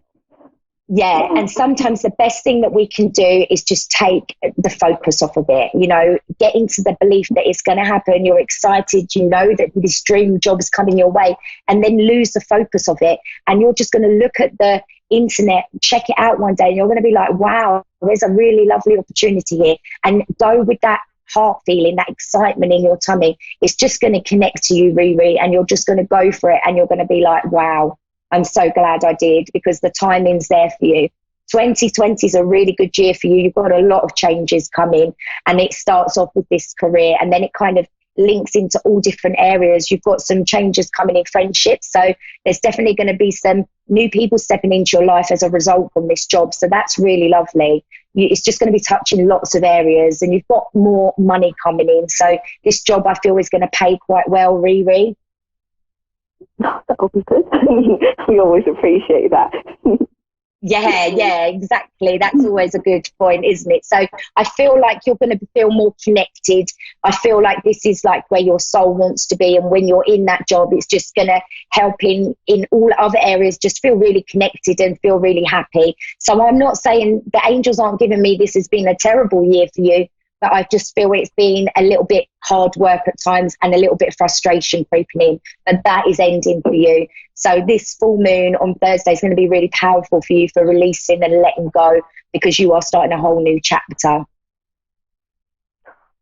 That's really lovely. It's quite relieving. Okay, did that help? Yes, it definitely did. Oh, lovely. Have you got anything else before I go? Well, I also wanted to ask about the relationship, or kind of if there's anything for me in the future. I did kind of meet someone, but then it's kind of hot and cold. I've been alone for a while, so I kind of wondered if there was ever anyone out there. I have got the romance cards here, so let's have a look. So we're going to ask for you for romance. Let's see what card comes out for you for romance. Okay, so you get the passion card. Allow your heart and soul to sing with joy. This is passion coming into your life. Again, 2020 is your year. It's the year for your changes. So you're ending this year by releasing a lot. So when I say releasing a lot, I feel like I want to say that there is a past relationship. The angels are showing me an ex that maybe hurt you, and there is some releasing work that needs to be done on this to move forward. But there is passion coming back into your life. There's love, and it's a committed relationship. It's lovely. It feels really strong. It feels really powerful, and it feels like somebody that you know, have a good connection with, that you can do things that you enjoy, same interests, that kind of thing. So you've got some lovely times coming up. But does that link in with you about releasing a past relationship? Yes. Yeah, there's some healing and releasing needs to be done, which is the perfect time to be doing it now in December with that 12/12 portal coming up and the full moon. You know, this is the time for releasing. So let go with love of that past relationship, you know, do the forgiveness for yourself to release, you know, cut the cords and, you know, start afresh, you know, take the lessons only and leave the rest back in the past. You're not going to be hurt again. This is a nice relationship coming in. This is a committed relationship. So kind of just take the past relationship as lessons and just keep hold of the lessons and let go of everything else, because you don't want this getting in the way of this new love coming in. And I don't know why, but I'm just keep being given a museum. So I don't know if that's an interest of yours, but they're just showing me a museum over and over. So I don't know if that links into you, Riri. Pardon me, what is it? A museum. They just keep showing me a museum. Oh. I don't know if that's like an interest of yours or a passion you'll share together, you know, or maybe a meat place. I don't know, but they're showing me a museum. So I have to give you that. That'll be interesting. Yeah, very interesting. So get excited, let go of everything else it's not needed. You've got some lovely stuff coming. So believe, trust in that magic, and you're going to see it come in 2020 and early 2020. Oh, looking like a good year, 2020. Yeah, it's going to be a good one. It really, really is. So I'm excited for you. Thank you. I'm feeling excited that I've had a bit of a run this year. So it's kind of like those challenges. Yeah, those challenges are lifted from your shoulders now. It's time for you to start the new cycle, the new chapter, and it's not like the past. So just let go of that relationship. And you'll be fine. You'll make the room for the new to enter. That's the kind of energy that you're under at the moment. Perfect. Okay, I hope that helped. Yes, it definitely does. Okay, you take care, Riri. Yes, and you. Thank you so much, Kev. You're so welcome. Have a good evening. You too. Bye-bye. Bye. Okay, so this is like the angels are just saying this is so important. We must all be believing in ourselves now. We must be, you know, expecting the things that we want. The more we can get into this mindset, the quicker they're going to show up in our life. You know, emit the right frequency, match the frequency to what you want to manifest, and that is going to show up for us. Each and every one of us, there's no one missing out here. If we get the frequency matched, so that's focusing on the feeling of what we want. So if we're manifesting love, then we focus on the feeling of love as if it's already in our life. If we're manifesting money, then we focus on the feeling of feeling abundant as if we already have so much money available to us. If we can get on the right frequency and match that frequency, then we are going to see that come in, because we are in some powerful, powerful times now, everyone. So I want to do the cards, the reveal for everybody. So let me just have a drink of water because my throat's gone dry. Okay, so everybody who chose number 1, your message from the angels is worry is a wasted emotion. So I love this. And how important is that? How true is that message?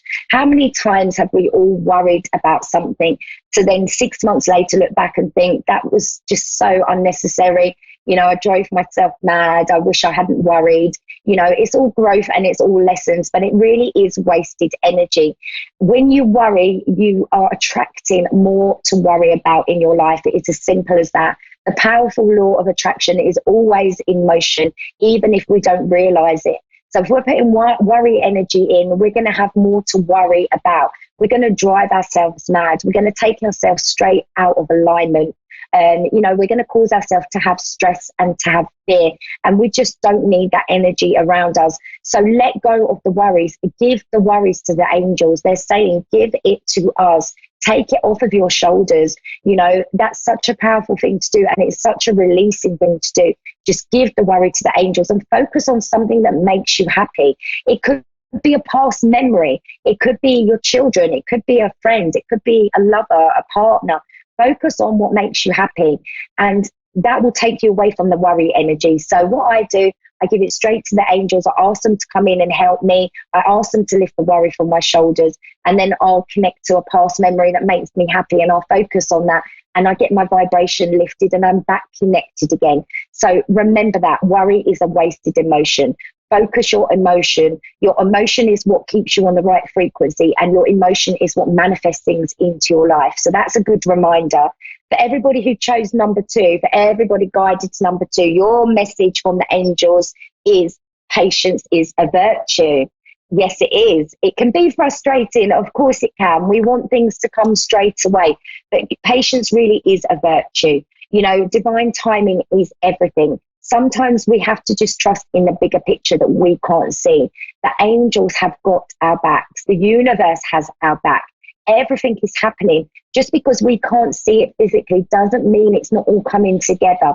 So although patience can cause us to be frustrated, as soon as the frustration comes in, that's when we go to the over questioning. When's it coming? Why is it not coming? How's it going to come? And the minute we go to that energy and that space, we take ourselves straight out of alignment. And when we're out of alignment, we can't manifest. So then we're back in that vicious circle of going around and around and around. You know, good things come. It's written in the stars already. It's already yours. You've manifested it. You have to let it go. You have to surrender. And then you have to believe in divine timing. You have to know that you don't have to see all the evidence straight away, and that you don't have to know everything straight away. You have to believe that the angels, you know, they're in charge. Let's leave it to them. They know what they're doing. They can see everything. They can see everything around us, everything that's to come. So they, you know, we need to trust in divine timing. So if you have been feeling a little bit frustrated about a manifestation not showing up or being stuck in a situation, have the patience. Ask the angels, remember, ask the angels for what you want, and then just let it go. Just trust they've heard, they've answered. You know, they will be sorting things out for you. So that's a powerful message for everyone who chose number 2. So for everybody who was guided to number 3, your message from the angels is like attracts like. So they're very similar messages actually for 1, 2s and 3s. So like attracts like. This is, you know, whatever you're thinking about and focusing on is what you're going to bring into your reality right now. That is going to be manifesting in your life, whether it's good or bad. The vibration you give out is like a magnet, and everything will be, you know, brought back into your reality. So you need to be mindful of that. You need to remember that. Remember those 3 words, like attracts like. Put out the frequency that you want, you know, put out the stuff that you want to manifest. Get attached, you know, get connected and attached to the feeling of what it is that you want to manifest, and let go of the other stuff that you don't want around you. It's like when we worry about bills and money, often we find ourselves in the place of, you know, more bills coming in through our door. And that is because the energy is manifesting that we're putting out. So like attracts like. It's really, really powerful words they are. So powerful messages for everybody this week. I hope that they connected to you.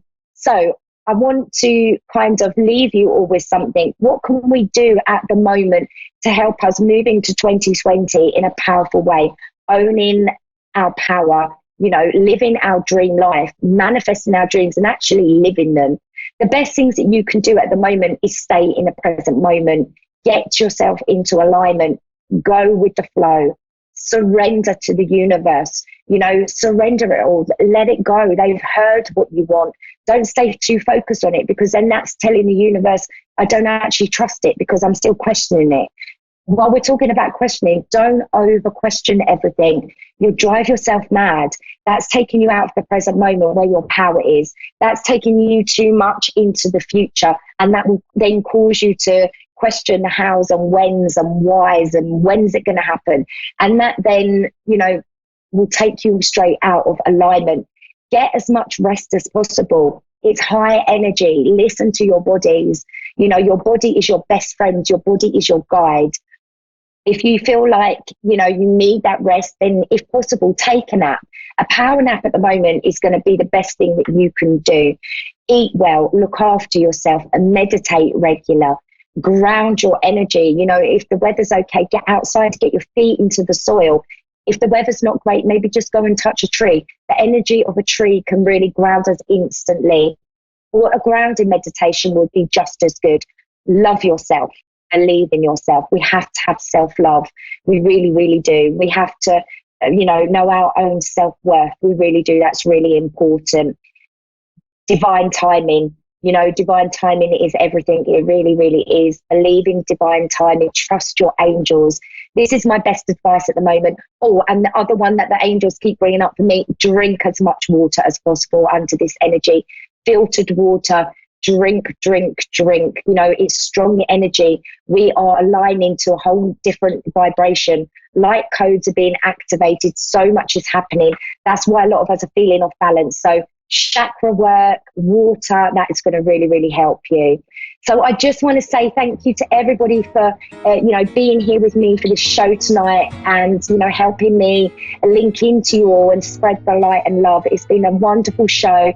Thank you for being here. You can find me on Facebook at Carrie M. Bush, Instagram, Amazon at Carrie M. Bush. I'm also on Twitter and my Spiritual Soul groups on Facebook. It'd be wonderful if you'd come join us. I hope you all have a wonderful day or evening wherever you are in the world. And enjoy that full moon, enjoy this energy, try and connect to the magic as much as possible. Enjoy the 1212 gateway. Anytime you see 1212 at the moment, make a wish. Very, very powerful. Wishing you the best week, love and light to you all, and I will be here the same time next Tuesday. Have a good one, everybody.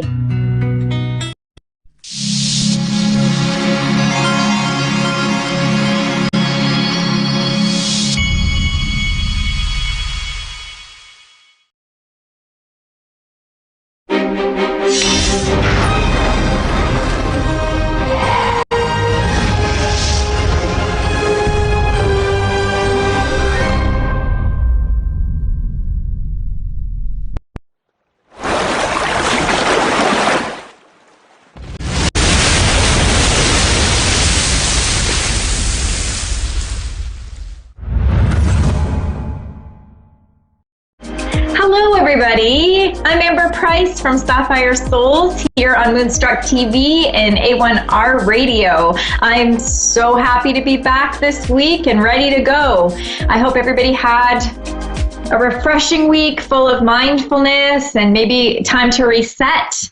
And so today we're going to be talking about some interesting things about the energy in the universe today. This week has been absolutely crazy for the energy that's been just kind of boiling around everybody. And so as I'm doing my light work and I'm seeing clients this week and I'm navigating through my own personal life and all of the things that are going along with it, it is just more obvious that we're in a shift. So last time we met, we talked about how the fall changes things and how we, the trees remind us that as the the leaves lose, oh my goodness, the trees lose their leaves, that we have a time for change. And so basically, this is reminding us that we have to really start to let go of some things. And so when we do let go of these things, what happens? Well, it creates more openness and more opportunity to feel lost or disconnected. And that's necessary. You have to be able to feel something. And what we want to remember is that when we do feel something that might sound negative, it doesn't mean that it's bad or that you shouldn't be actually feeling those ways. And so when you feel disconnected, it really just does remind us to be able to make room for something, see what it is that's knocking on our door, and allow it to come on in. And so when we talk about the spiritual energy of this week's universal energies, there seems to have brought a lot of anxiety for people, a lot of tension, a lot of feelings down. And so when we talk about how we're supposed to navigate through that and really feel like you can still get up and go every single day, It's really just time to self-reflect. And when we are able to reflect, we're able to kind of get a little bit more of a grasp on what it is that the universe is trying to say to us. So today, we're going to talk about our higher self. And our higher self is really just that inner voice that gives you that gut feeling that, oh, I knew I shouldn't have done that, or I was right. And that's kind of the idea that, you follow your gut instinct. It's like when, you were in school, maybe some of you are still in school, which is amazing. It's always great to be a lifetime learner. And your teacher always said, don't change your answer. If you have multiple choice, you pick and go with your first gut instinct. And so this is what we're guided by. Our spiritual higher self is giving us that, compass to guide us. And so when you have time to actually sit in silence or to allow yourself to really spend time doing something that you really like to do, it gives you that time to really reflect on what it is that you might be lacking in your life or what you want more of, and to really set the goals and really achieve them. And so this week we found that the energies were really talking about self-doubt. And so the ego, or the mind, is really supposed to create a very safe environment for ourselves. And so the brain is doing what it's supposed to do, and the ego is doing what it's supposed to do. It's supposed to say, wait a minute, this is way too risky, and I don't want to get hurt. I don't want to put myself out there. And so the brain is doing what it's supposed to do. But through that energy, the dense energy of our mind and of our ego, you have the spiritual soul, the higher self, that's really trying to get through. And it actually isn't that difficult to hear it. We just have to choose to hear it. And so when we do, we are often faced with more doors that are opening, or windows that are opening you get to crawl through. The more you say yes to opportunities, the more opportunities that you're going to get. So the more that you're open to abundance, the more abundance you're going to get. And so it really is a choice. And that choice is really important because you can choose a whole bunch of different things that your life is going to be made up of. And so it may be a mix of choosing to deny yourself of something that you really do deserve. And so how I'm seeing it, and the universe is kind of reminding this week that the only way you're going to achieve the goals that your higher self needs to achieve here in the physical world, in this human experience, is if you actually take the time to be able to adjust your plan and say, I am no longer going to fear taking a risk, because every single person here on this planet is here doing the exact same thing. And so what happens is, other people might be in our ear and saying like, oh, you shouldn't do that, or, you can't make a living out of something like that.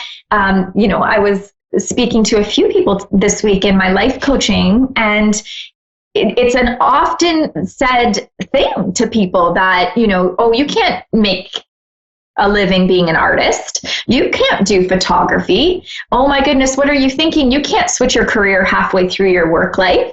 And so basically, challenge yourself to say, why can't I? What's the biggest thing that I'm going to lose in trying? Because I guarantee the only thing that you're going to lose is that dread every day of going through the same cycle, the same routine, the same everything. And so when you actually take a leap of faith and put your whole heart and soul into something, you can never lose because your soul is guiding you. But you can hear that self-doubt, right? So you've got, well, you know what? I make enough money, so I should just be happy with what I have. At least I have a job, or at least my relationship is not that bad, and I should just be grateful for, what I have. So it doesn't matter what it is in your life you're trying to change. If it's deciding to go back to school, you can talk yourself out of it. If it's deciding to change careers, you can talk yourself out of that too. But I can tell you something, and this is from our spiritual team, so our guides, our angels, those that are wise and trying to share this information with us. It is as easy to talk yourself into it and to really follow your life's purpose and your plan. So really try to manifest what it is that you want to achieve. Now, when we're talking about how does our higher self help us? So Amber, how does it help me to understand how I'm supposed to connect to my loved ones more by just deciding to change my job or to make a change in my life in any capacity? And the answer has been given to me. And so after asking the same question, because of course, I've always had these same questions that you guys will have, the answer is, if your energy is consumed with a negative vibe, whether it's worry or fear or concern, any of those things cause a very, very dense energy. And so you can't communicate with your higher self. You can't hear from your angels and guides. You can't hear from your loved ones in spirit as easily and as fluidly if you were to actually be living on your authentic path. And so this is getting the fulfillment, the satisfaction, being an inspiration and a leader and really taking control of your life. And so it's really reminding us this week that if you're feeling uncomfortable in any area of your life, you need to make a change. And so this is just kind of like putting those voices in your head aside. Maybe it's not, just the voices in your head. Maybe it's actually friends and family or other people that you've talked to about your goals that they're just like, this is maybe scary or risky. And so the only way that you're going to figure this out is if you actually give it a shot. So we've got today, fall is reminding us to change. So how we would understand if we're supposed to be changing right now is if we're feeling uncomfortable, if we're really, really getting anxious feelings or sadness or feeling of disconnect. And so more and more, we're feeling like this is something that I have to choose to live with. And that is not necessarily the case either. And so when you actually look at what it is that you want to change, then it's easy. You've got, what is my timeline? How do I get there? And you're not alone, because you shouldn't ever feel like you need to do something alone. Whether you can depend on someone that is already in your life, or whether you find a mentor in your area that you're actually able to depend upon to see how they did it, and to join forces with other like-minded people that are able to kind of build this up for you. And then you've got the action. So you've got your timelines, you've got your mentor, you've got your like-minded people, and now you actually need a plan of action. And so what steps are you taking, your personal accountability, in order to make those changes? Because when you're coming for a psychic reading or a medium reading and you're looking for your loved ones or your spirit guides to give you guidance, they're only going to be able to give you insight into certain things, and all of it resolves around if you're able to make the commitment or take that first step. So they cannot deliver things to you that you're not willing to accept or you're ready to take on. So don't forget that when we're talking about what can you tell me about the future, and how can my family and friends or my spirit guides help me? Well, they can definitely show you different paths. They can light up different ways for you to kind of see things from a different perspective and maybe have some great ideas and insight into this. But it's up to you in your human experience to take those actions. And so the other thing about action is that you really need to change your action in order to actually change how you're feeling. And so when we do get stuck in these ruts, and I'm talking about like getting into the monotonous, like, oh, I've got to go to my job every single day, or I wake up and I do the same thing and it's over and over and over, and I really just can't crack this. And, something must be wrong with me because it's just the same thing over and over, and everything is happening to me, and how come it's all about me, and I must have done something wrong in a previous life, or I'm being punished for something. Those are all ways that your ego is validating your feeling of safety in this rut or in this safe zone that you've created for yourself, because you already know what that feels like. So we already know that it's comfortable here. We may not like it, but we already know what it does to us. And so we stay there. And so what happens is, if it looks like we have to change something, we might actually feel like it could be better for us. But what happens is we've never been there before. So our ego will say, whoa, I don't know how that's going to make me feel. And I already know that this is comfy. So I'm going to stay right here. So the only way to get through that, though, is to make the leap and to actually get yourself out of that situation and into a new situation in order to feel that feeling. And so it's going to take some time to reprogram your cells, right? Because you've got already maybe days or weeks or years or decades of really having that same role in your life that this thing has provided you. So whether it is the job or it's the relationship or it's caring for sick family members, you already know what that role provides for you. And so now you need to trust, what does my life look like without having that in my life? Like, who am I now? And so it's not as simple as, your friends like, well, quit your job. It's okay. Go ahead. You're going to have fun. It's going to be great. Just try. But the other aspects include, really, it's a new routine for you. It's new people. It's a new community, which brings new energy, which you have to adjust to. You have to learn, which takes energy and is very tiring, as you know. And so when you're adjusting or changing your plan and making your goals, make sure you allow time in order to really be able to adjust to all of those things. Because if you're not, you're setting yourself up to kind of get back into that comfort zone, and you might want to bail out and kind of be like, that sucked. I didn't have a good experience, and I really, really feel disappointed because, you know what, everybody was right. I didn't make it work, and so here I am again in the same thing, and nothing ever works for me.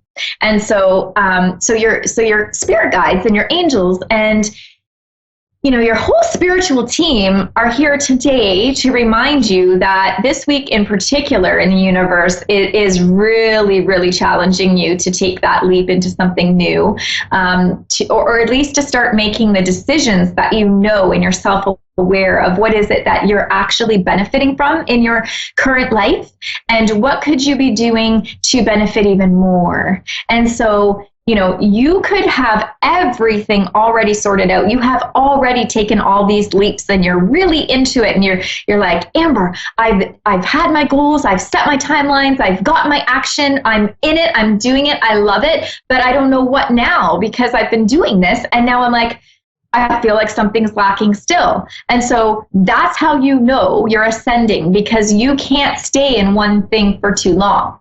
So recently doing a meditation, I had asked, because one of the things that I find interesting is, here in Canada, in Ontario, some kids are about 17, 18 years old when they graduate grade 12 high school. And at that point, they're really supposed to know what it is that they want to do with the rest of their life career-wise. And in most cases, by grade 9 or 10, they're supposed to be at 14, 15 years old, really setting up what classes they're even taking in order to get to that goal in grade 12, to be able to be connected to post-secondary education to get to that goal. So if you're thinking about the fact that you don't even really know who you are at that point, and who you are at 17, 18, 19 years old is going to be very different than who you are at 27, 28, 29 years old. And so when this happens, you can't expect that you're going to be okay with the one career choice for the rest of your life. So this is something that during my meditation, they really helped enlighten, because what I've noticed in my career as a life coach and a psychic and a medium is that most people are not fulfilled with the job that they're doing, because it's not what their soul's purpose is. And so if I know what my soul's purpose is, then I have fulfillment, which equals success. And so when I have a successful life, it doesn't matter how much money you're earning. It doesn't matter how many kids you have or how many cars you have parked in your driveway. You you have the energy that's radiating out of you, and it screams satisfaction, fulfillment. It's just radiating like the sun from your energy. So it's really just deciding to know. You can pick your career out of high school, and you can do it for 5 to 10 years. And in 5 to 10 years, if you're starting to feel the itch and you really need to make the changes, you might just have to tweak your area that you're actually in. So if you're already in healthcare, maybe you're going from, one level of nursing to another. Or if you're in law, maybe you're going from, legal assistant to lawyer. It doesn't matter. You could completely switch. You could be a lawyer and then all of a sudden want to open a restaurant and completely abandon law and just completely go into a different field altogether. And this is okay. And so we really have to get rid of that notion that the disappointment is coming along with those changes. People feel like if I make a change in my career and I don't know what I'm doing, or I've been flip-flopping between careers or jobs, that it kind of puts off an energy that, I'm flighty or I'm indecisive or I really don't know what I'm doing. And there's a lot of time and energy and potentially resources that are wasted in going through these ventures. But what actually is being told and taught to us by this is that your soul is challenging you to put yourself first and to put your needs first. And when you do that, you can serve the community, the world, humans around you with much more intensity and like fulfillment and purpose. And so the meaningfulness behind the work that you're doing goes from here to way up here.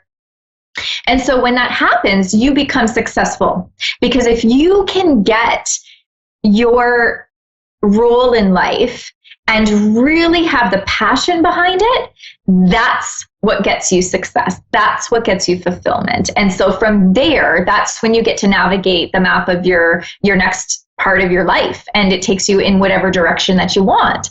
And so right now is the time to really start crafting up a plan to decide. And I really feel that there are too many people right now that are really deciding to just play it safe and stay where they are and really not rock the boat and really put themselves out there because it's uncomfortable. And so what I say is, it's short-term discomfort. And so if I'm looking at, changing my job, I'm just using careers because this is actually the week in which people are being tested for this. So if I change my job, I might have 3 to 6 months of discomfort. But if I stay where I am guaranteed to have 15, 25, 35 years of discomfort. And so really just kind of weigh it out, because if it's really just a short-term commitment, you're going to get somewhere in the long run.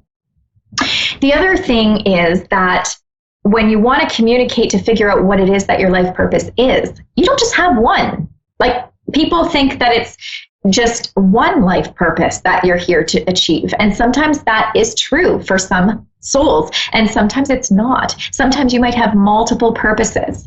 And so, for instance, I knew that from a very young age, probably 3 years old, I was meant to be a mom. And so that was just something that I knew. If I could have had 12 children, I probably would have. And so, I joke about that all the time, and I just say, I would have just kept going. And so, I also know that I'm supposed to be a light worker. And so this did take me some time to figure out along my career. And so when this comes up, it's not a choice. I don't have to choose to be a mom or a light worker, and I don't have to choose between those things. It's a mesh. It's what I'm supposed to be achieving. And so, so all of you might have this same situation in which you're like, I really love doing this, but I really love doing this, and I can't choose between the two. And your soul is not asking you to. It's not asking you to choose. It's asking you to make room for everything.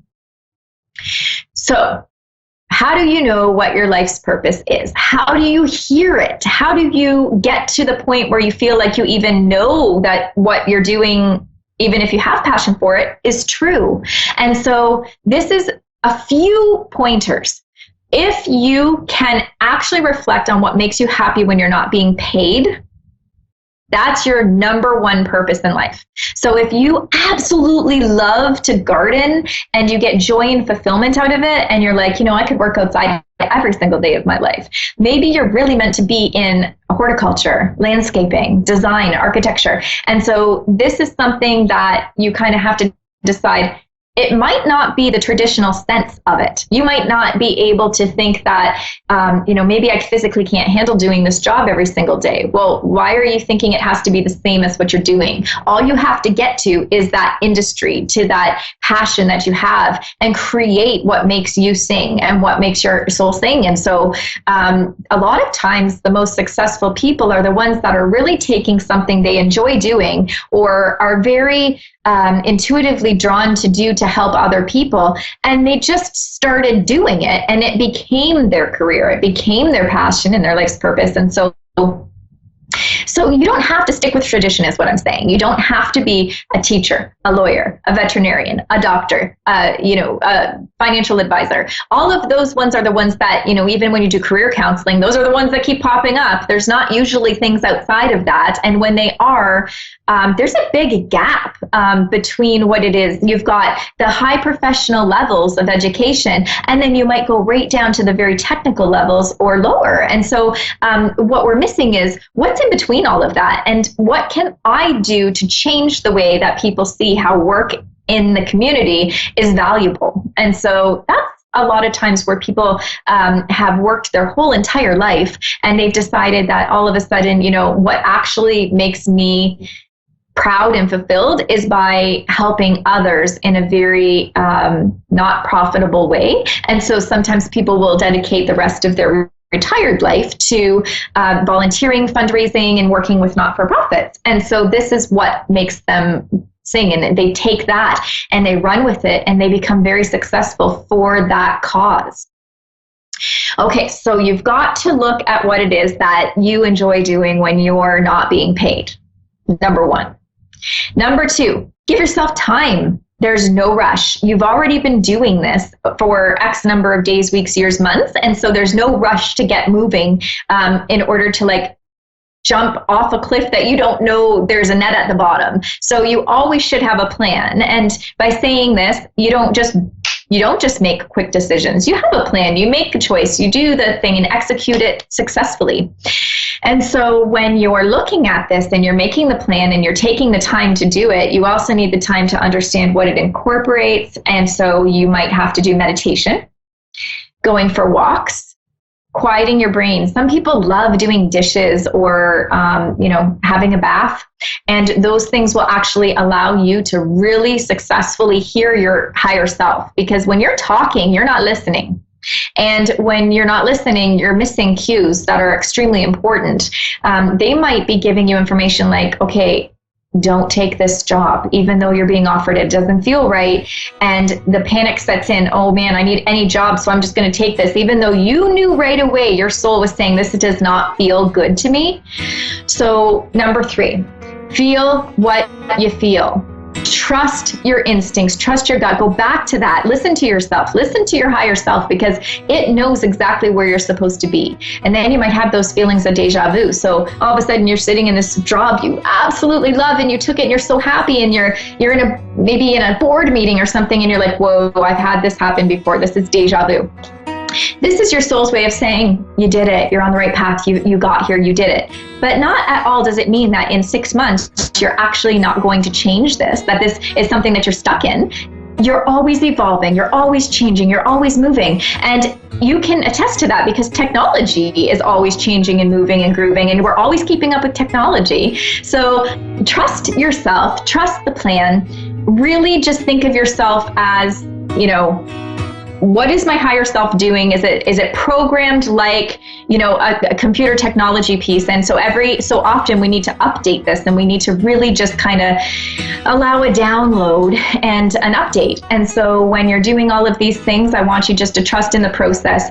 Work with hearing your higher self this week. And so when you do that, you're going to be able to really hone in on what it is that your soul desires. And that's what life is. It's fulfillment and finding what you can do to contribute to the community. I am so excited to be able to bring this message to you. Thank you to Moonstruck TV. See you next week.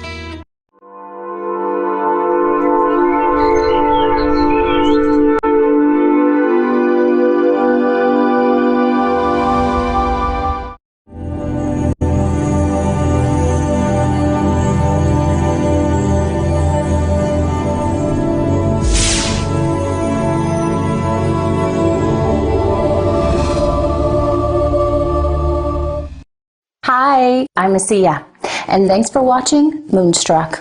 And now, back to A1R on the air. Psychic Talk Radio, now, on Moonstruck TV, enlightening television.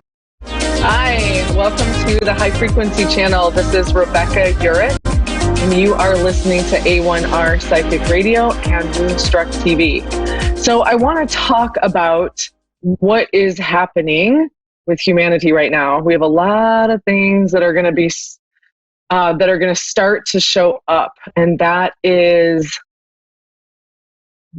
bigger institutional companies, corporations, or institutions, I should just say, are going to start breaking apart a little bit. The big corporations that are money hungry, that are kind of suppressing humanity, that are suppressing us. I'm not going to get into it because I don't want to, can't say everything, right? You get in trouble. What I'm saying is that love is exploding on the planet, and all the old stuff that is not in the frequency of where we are now is going to start breaking apart and being dismantled so that the new can come in, so that the loving, supportive, human, loving, new, whatever you want to call it, life here on earth can emerge. So, and I want you to notice that that may also be happening in your life right now too. So it takes a couple of generations for our earth to move into a new dimension. But right now we are being forced into another dimension of love. Okay. And you may say, it does not feel like that at all. And I hear you. I feel it too, right? So what is happening is everything that we need to experience and heal is showing up right now so that we can get to where we need to be and where we want to be, so that we can become our dream, right? Our vision, right? I've talked about having a vision, about thinking about the future, right? And letting go of the past. I know that's hard, but it's time to recognize that the past, I love that phrase, the past has made me who I am now. And I like to say, okay, you're stuck, you're paralyzed in your life, you are sad, depressed, right? Is that what we want? Not really. So we have to clear that stuff from our past. And you don't even need to know where it comes from. You just need to know that in this moment right now is a fresh new moment. It is a fresh, this breath. We are moving into a new decade, 2020. So that is pretty cool, but it is time to let go of the past. It is time to let go of the things that are holding us back from who we want to be, who we would love to be, who we need to be, right? So these things are showing up right now in service. So things may feel chaotic and nuts. And the reason that is because all of that old stuff needs to show up in order to be released so that you can become the person that you want to become, that you need to be, that you are here to be on this planet. Okay? Does that make sense? So love is emerging, even though we don't feel like it's emerging, right? But I always celebrate the obstacles. I celebrate the obstacles that are in my life because I know that they are showing up to be released so that I can get closer to what I would love, what I've been dreaming of, what I've been, journaling and using my imagination and all the personal development tools that everybody is talking about now to get to where I want to be. So that's happening in this world too, is this big plume of love is going to start happening. And you can already feel it on some level, but most of us are still trying to clear the old. So when you think of your past, and you can dream about it in your mind, right? It's an image that shows up in your mind. Am I right? When you dream at night, and you wake up the next day and you think about your dream, it's in your mind, right? They're two very similar ways in which we are registering a dream or our past. In fact, you probably can't even tell the difference between a dream and the past, except the dream might be a little funkier. But in your mind's eye, it's no different, right? So our past now that is affecting us now is not affecting us right now, is not actually doing anything to us right now. So if you're at home listening to the show or on Facebook or watching TV, then your past is not actually happening to you in this very moment, right? So it is in the present moment, our past is an illusion and is not real now. Does that make sense? So at one point, you were running from the situation, you were freaking out, you were doing whatever you needed to do to survive or to live or whatever. But now all you have are the repercussions, so to say, right? It's like, and you think of that word repercussion, right? It's like that reverberation into time. And then here we are still sort of experiencing that situation, even though it's not happening. So it's time to let it go. And what I like to say is up until now. So I might say, oh my gosh, I have a problem with this, but up until now, from this moment forward, I am going to step into my new life without that. Okay? So we live in a spiral universe and it's spiraling forward. Time moves forward in this universe. So it doesn't move back, it moves forward, right?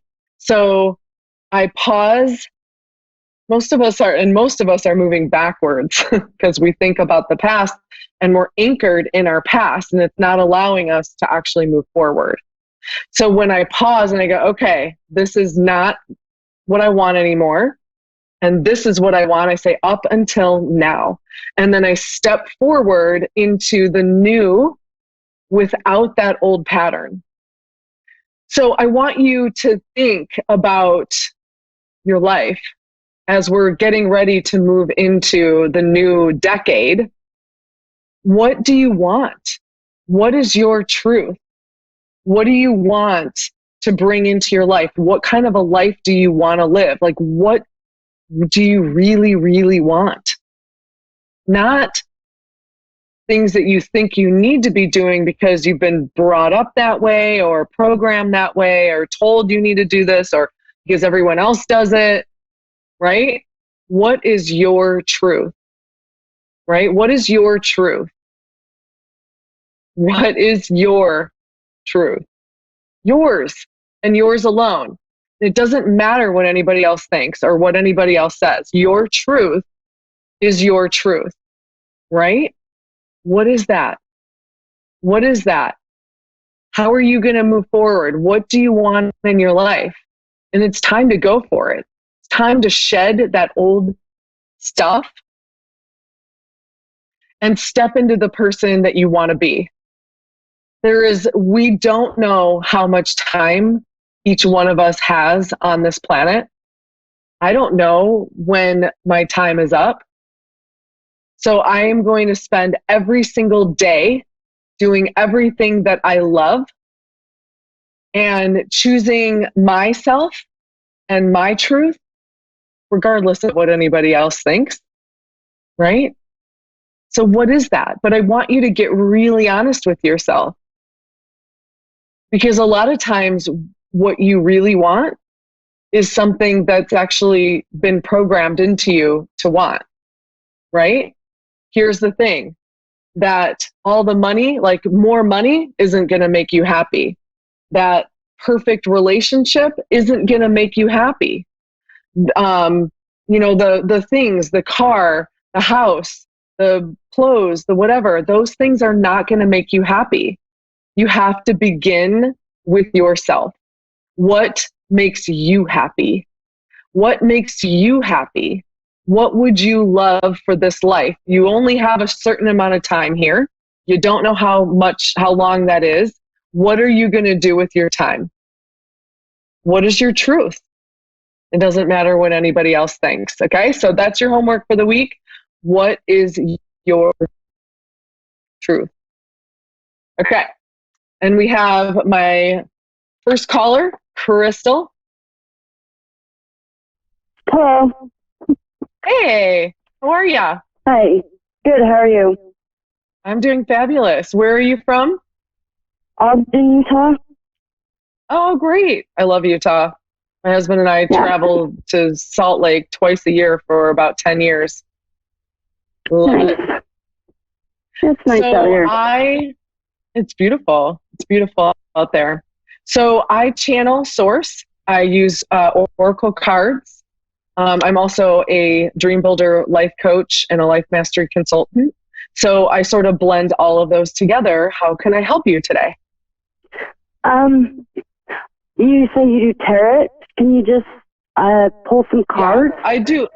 Yeah, I can absolutely pull some cards. You just want like a general reading and we see where it goes? Yeah, that'll work. Okay, so I'm going to just shuffle the cards a little bit. Whoa, they just all went all over the place. Hang on a second.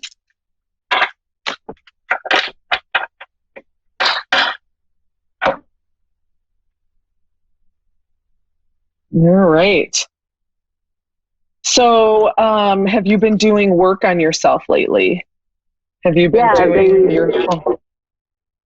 Trying to do self-help. Oh, great. Woo, awesome. Well, it's working. It's working. So tell me what you're doing. Just trying to figure out like who I am. I love it. Did you figure it out? No, I'm still working on that. I know. I think we're always sort of working on that, so don't feel bad about it. It'll be a never-ending process. Yes, it's a lifelong experience, right? Yeah. Just when we think we figure it out, it changes. Exactly. So you're good. So, well, anyway, all of the good work that you're doing, it's opening the doors for you. So you have support, more support, and solutions. So whatever you're looking to do, they should be dropping in if they haven't already. They will soon. Those ideas, the guidance. So when we do self-care, we connect more deeply, obviously, with ourselves, right? And we kind of clear out the negative and make room for messages. And I have a program where I teach people how to become a channel. So what happens is when you start doing the self-help and taking care of yourself is like I said, you start clearing stuff out, which allows the universe to begin a relationship with you and to begin to download information that you'll need in the form of ideas, or you might hear a song and the lyrics are, have a message for you. It can be in a dream. It can just be like a sudden thought that comes into your mind. It can be anything, but you're going to start to notice that as you clear out your brain a little bit more through caring for yourself, right? By letting go of that old stuff, that you're going to be more connected to your intuition. Are you feeling that? A little bit. Okay. So I'm getting that there's still some stress reduction to do. So some de-stressing still? Yeah? Yeah. Now, would you say it's anxiety, depression? A little both. Okay. So tell me about your self-care regimen. What are you doing? Just doing some counseling and medication. Okay, good. Yeah. Are you meditating or anything? I listen to music at night. Was it 423? I don't know. Band or something, or? No, just the meditation music. Oh, okay. To like lift your vibrations and stuff. I love it. Great. So are you laying down in bed, or are you just listening to them with your earbuds? Yeah, just lay down in bed to, go to sleep. Perfect. So keep that up. Also, I want you to look at your negative self-talk. Do you know what that is? Yeah. Okay. I try to keep that under control. Yeah. Well, and let's just to become aware of it. The more you become aware of it, the more you will be able to shift your mind onto something else. So we want to be really gentle with ourselves. So that includes being kind to ourselves. So when you find yourself negative talking to yourself, you don't want to continue to be negative by being like, oh, why are you, getting mad at yourself because you're negative self-talking. Do you get what I'm saying? Yeah. So it's important for you to, I teach my clients that everyone has an internal pause button within themselves. Mm-hmm. And throughout the day, you can just pause. Sorry. Oh, you have a little one. Yeah, my daughter just had a baby. Oh, so cute. How old? She'll be 2 months on the 15th. Oh my gosh, she's little. Oh, I love it. Well, taking care of an infant is also good self-care as well, just connecting with that energy, because you have to be calm and relaxed and, so that's actually,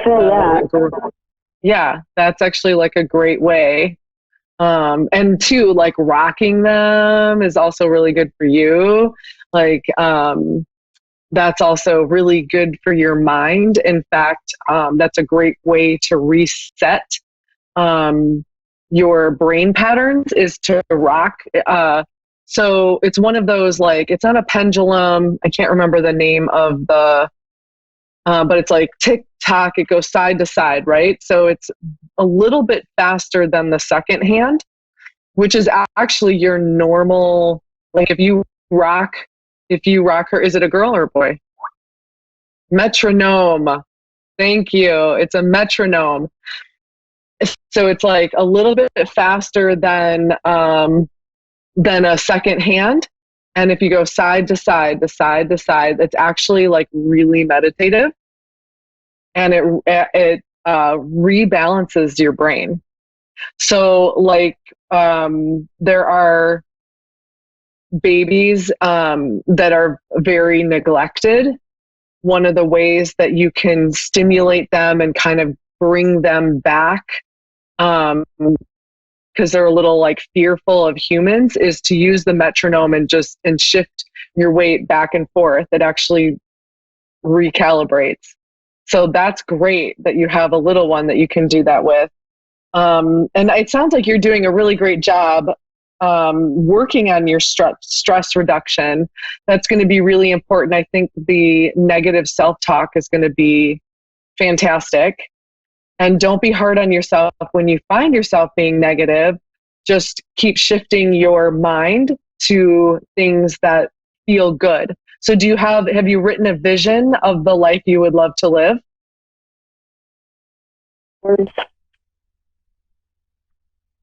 Do you have maybe spend some time journaling what you would love in your life? Okay. Right? I have to do that. Do you want to share a couple things with me that you would love in your life? I love more stability and some more happiness.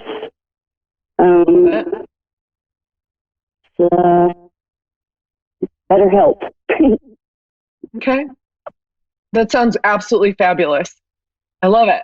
So those 3 little things, I want you to write them down in a journal, and I want you to think about those often. And even if you can expand upon that vision.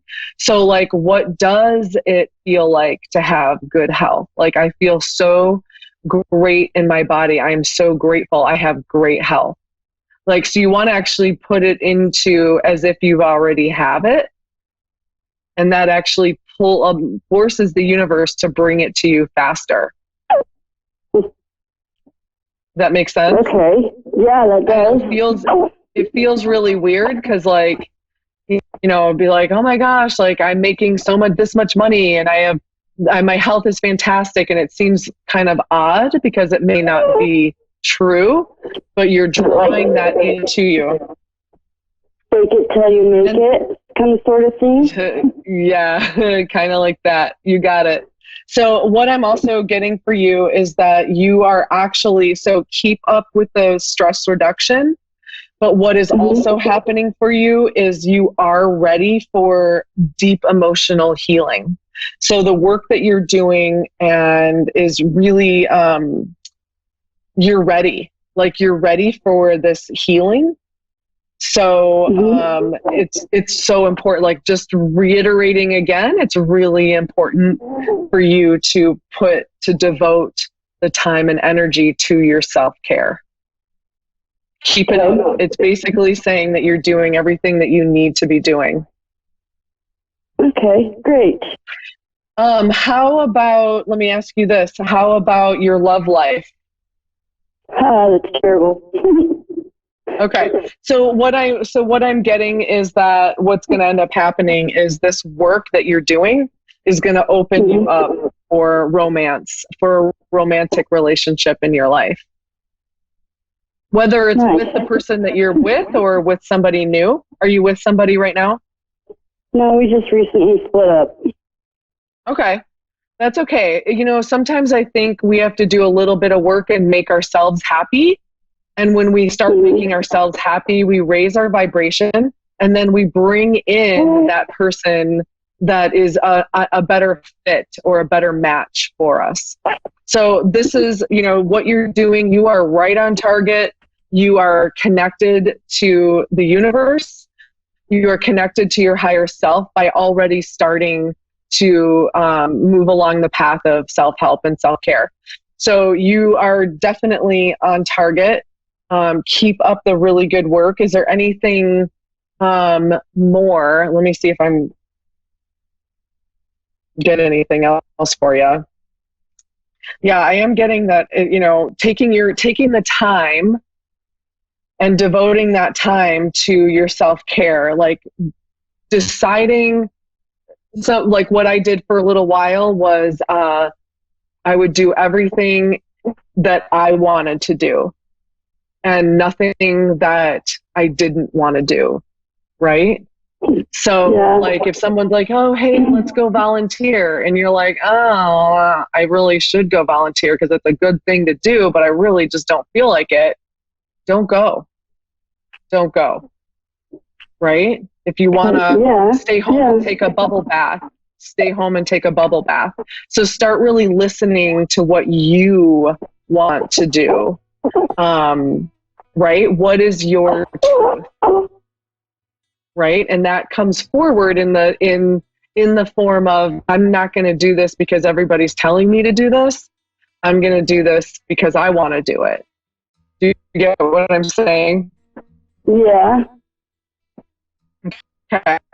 So the lecture that I had right before you and I got on the call was, what is your truth? What is your truth, right? So it's deciding what that is. And you're in the exploratory phase of it. And that's a cool place to be, because you can just be like, do I want to do it or do I not want to do it? Like, where am I? You know, so it's like, oh, and I'm going to say no because I don't want to, or yes, because I do want to, or oops, I said yes when I really meant to say no. And, you know, just be lighthearted with yourself. Be kind and gentle as you're learning what your truth is. Okay. Does that sound good? Yeah, that sounds excellent. Thank you. Yeah, you are so welcome. Thank you, Crystal, for coming on today. I appreciate you coming. Thank you. Have a good night. Thanks. I sure will. You too. Take care. Bye-bye. Bye-bye. And thank you, Crystal. That was awesome. My name is Rebecca Urich.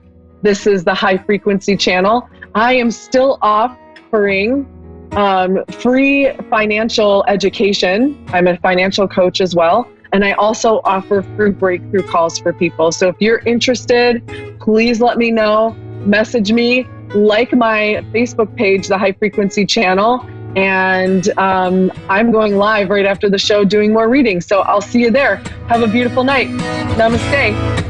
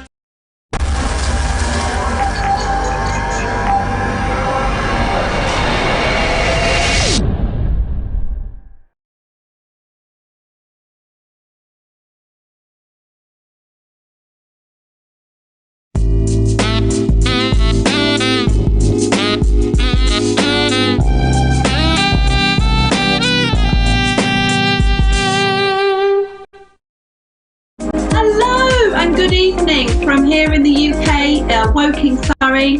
This is the Modern Day Medium, and I'm really, really excited to be here this evening. This is my first broadcast working with Moonstruck TV and Air Radio. I have done a lot of Facebook Lives, so thoroughly enjoyed it. So I thought, seeing as though this is my first time, I'd introduce myself to you and let you know a little bit about me, my background, what I do, and how I spend my days.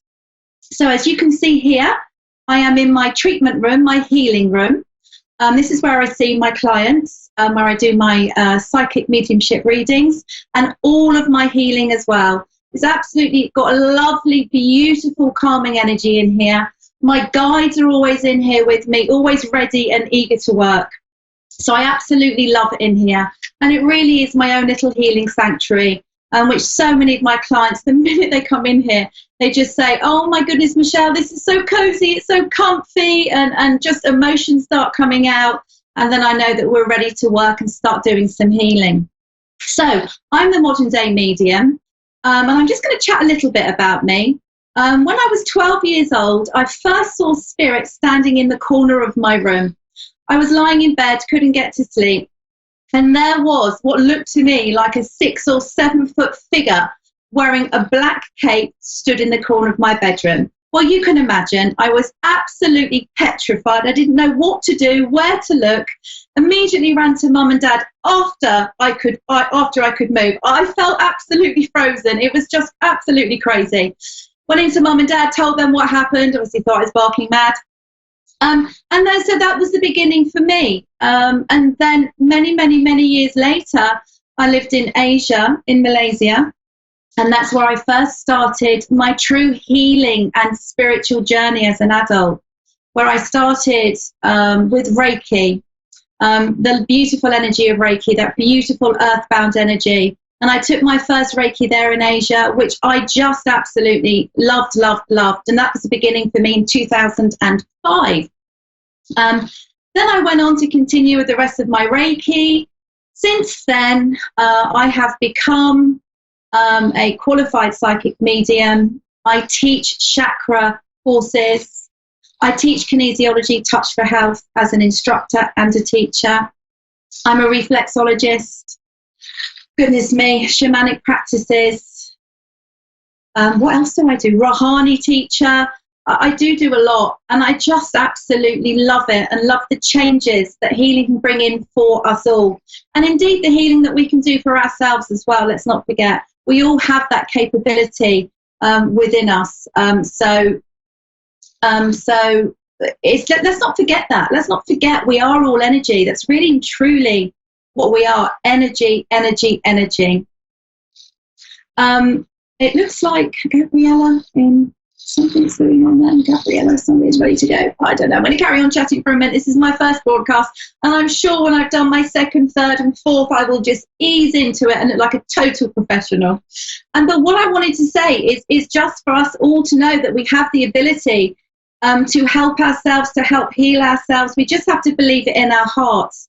And as the 4 bodies that we have emotionally, physically, mentally, and spiritually, we do have that ability to allow things to go, to allow emotions to go, meditations, connecting with ourselves, connecting with our higher selves, and just really take a look and feel at what it is that's blocking me. What's this repeated behavior?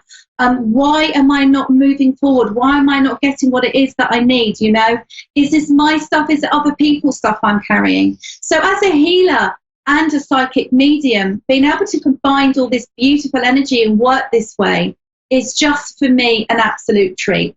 I absolutely love it. It's my full-time job and profession. I've also been in a national newspaper as well with my sisters. Both my sisters are psychic mediums and healers as well, so it runs in the family. And we've also been in quite a few magazines and written several articles as well, which has just been an amazing journey. And here I am now on the lovely Moonstruck TV and Air Radio, going live to you wherever you may be watching. And I honestly, from my heart to all of your hearts, I wish you much love and health and wellness. And as we now come into the festive season, the wonderful season of sharing love and being charitable for as many people as we possibly can be, I would just say, just not to forget, please, that the people that are less fortunate, the people that don't have what we have, family, and just loved ones around us, so just to spare a thought for those as well. Now, I believe I've got a caller coming through for me. Gabriella, is it from Tennessee? Yes, ma'am. Hi, honey. How are you, my darling? How lovely. Good. How are you? I'm good, my darling. I'm good. It's late evening here, and it must be daytime over there for you, my lovely. Yeah, it's getting dark. Yeah, but it's still daytime. So how can I help you? If you can just speak up a little bit, my sweetheart, just a tiny bit, and then I can hear you a little bit better. Yeah, I was just wanting to get a reading over me losing my boyfriend. Okay. So you want me to do a reading for you and your other half, my lovely? Yes. Okay, that's fine. Right, now, as immediately as I first come into you, the first feeling I would get is a little bit like you've been out of sync with each other. You're not quite in rhythm. You've lost that boom and that little bit of spark at the moment, if you can understand that, my love. I need to say to you that it feels there's a lot of stress and a lot of pressure around the both of you at the moment. Can you understand that, my love? Yes. Perfect. Now, I feel with you, you're so sensitive, and you come from such a good place. You've got a really lovely heart, a very, very caring heart. I also feel with you that you are very spiritual yourself. I know you're on here, but I feel you have a very strong spiritual following and belief as well, please, my darling. And that sometimes I feel that with you, the world can be just a little bit confusing, a little bit hard, and a little bit too much pressure on you. And I feel with you, you're going through times of change at the moment, please, and you're going through onto bigger and better things for yourself, for who you are and how you feel around yourself, please, my darling. I feel a little bit like your partner, please, my love, is a little bit in the doldrums at the moment. I feel he's a little bit lost, not quite sure what direction he's taken, and I'm feeling a little bit of impatience between you and him, please. Like I almost like I want to give him a little bit of a gentle push and say, come on, let's get going, because I feel that you are becoming impatient. Does that make sense to you, my darling? Yes, ma'am. Okay, that's good, sweetheart. Now, I just want to say to you, I also feel with your partner some emotional issues, sweetheart, some emotional loss. Some in his head, he's very, very dizzy. I'm feeling he's a little bit low and a little bit down as well, my darling. And it just makes me feel he just also needs, despite he needs that gentle push, he also needs some nurturing, some understanding, and some love as well at the moment, please, my love. Now, I've got somebody that's wanting to connect with me from the spirit world, please, my darling. Can I ask, is your mum in the world of spirit, please, sweetheart? I'm sorry, what did you say? Is your mum, I've got a mother-like figure connecting with me here for you, please, my darling. No, I don't know. Okay, can we go with grandmother, please, darling? Can you get what? With grandmother, your grandmother, darling? Yes. Okay, that's fine. Now, this lady comes in and connects with you. This is on mum's side, please, sweetheart, if you can understand. Now, she is a very, she feels like a biggish lady, a big personality, and she wants you to know that she's very much around you at the moment and supporting you. And the reason that she's coming forward is for you to draw on her strength and her support, please. I feel things between you and your partner are going to improve. There's going to be that reconnection, and things are going to get a lot better for both of you.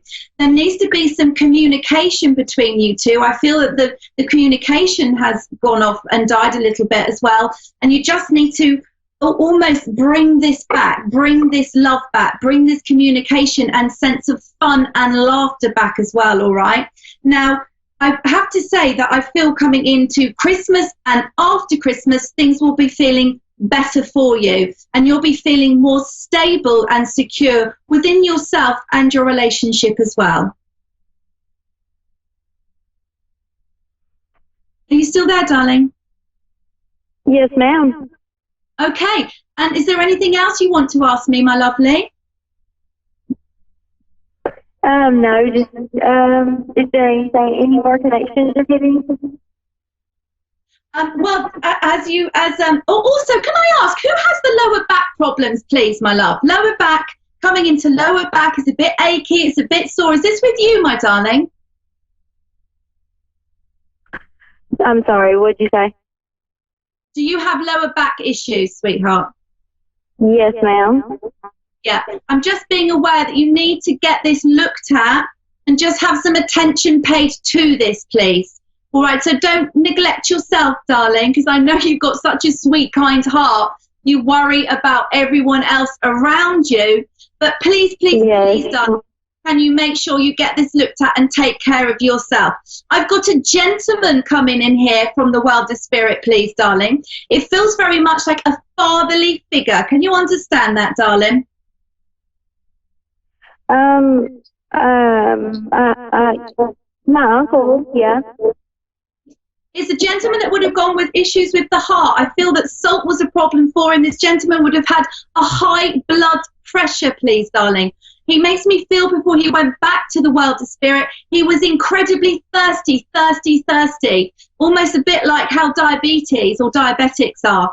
He's very big energy. He's got a wonderful personality, very, very funny. He stands, despite the fact I'm sat down, my sweetheart, he stands quite above me. He feels quite tall and quite a powerhouse.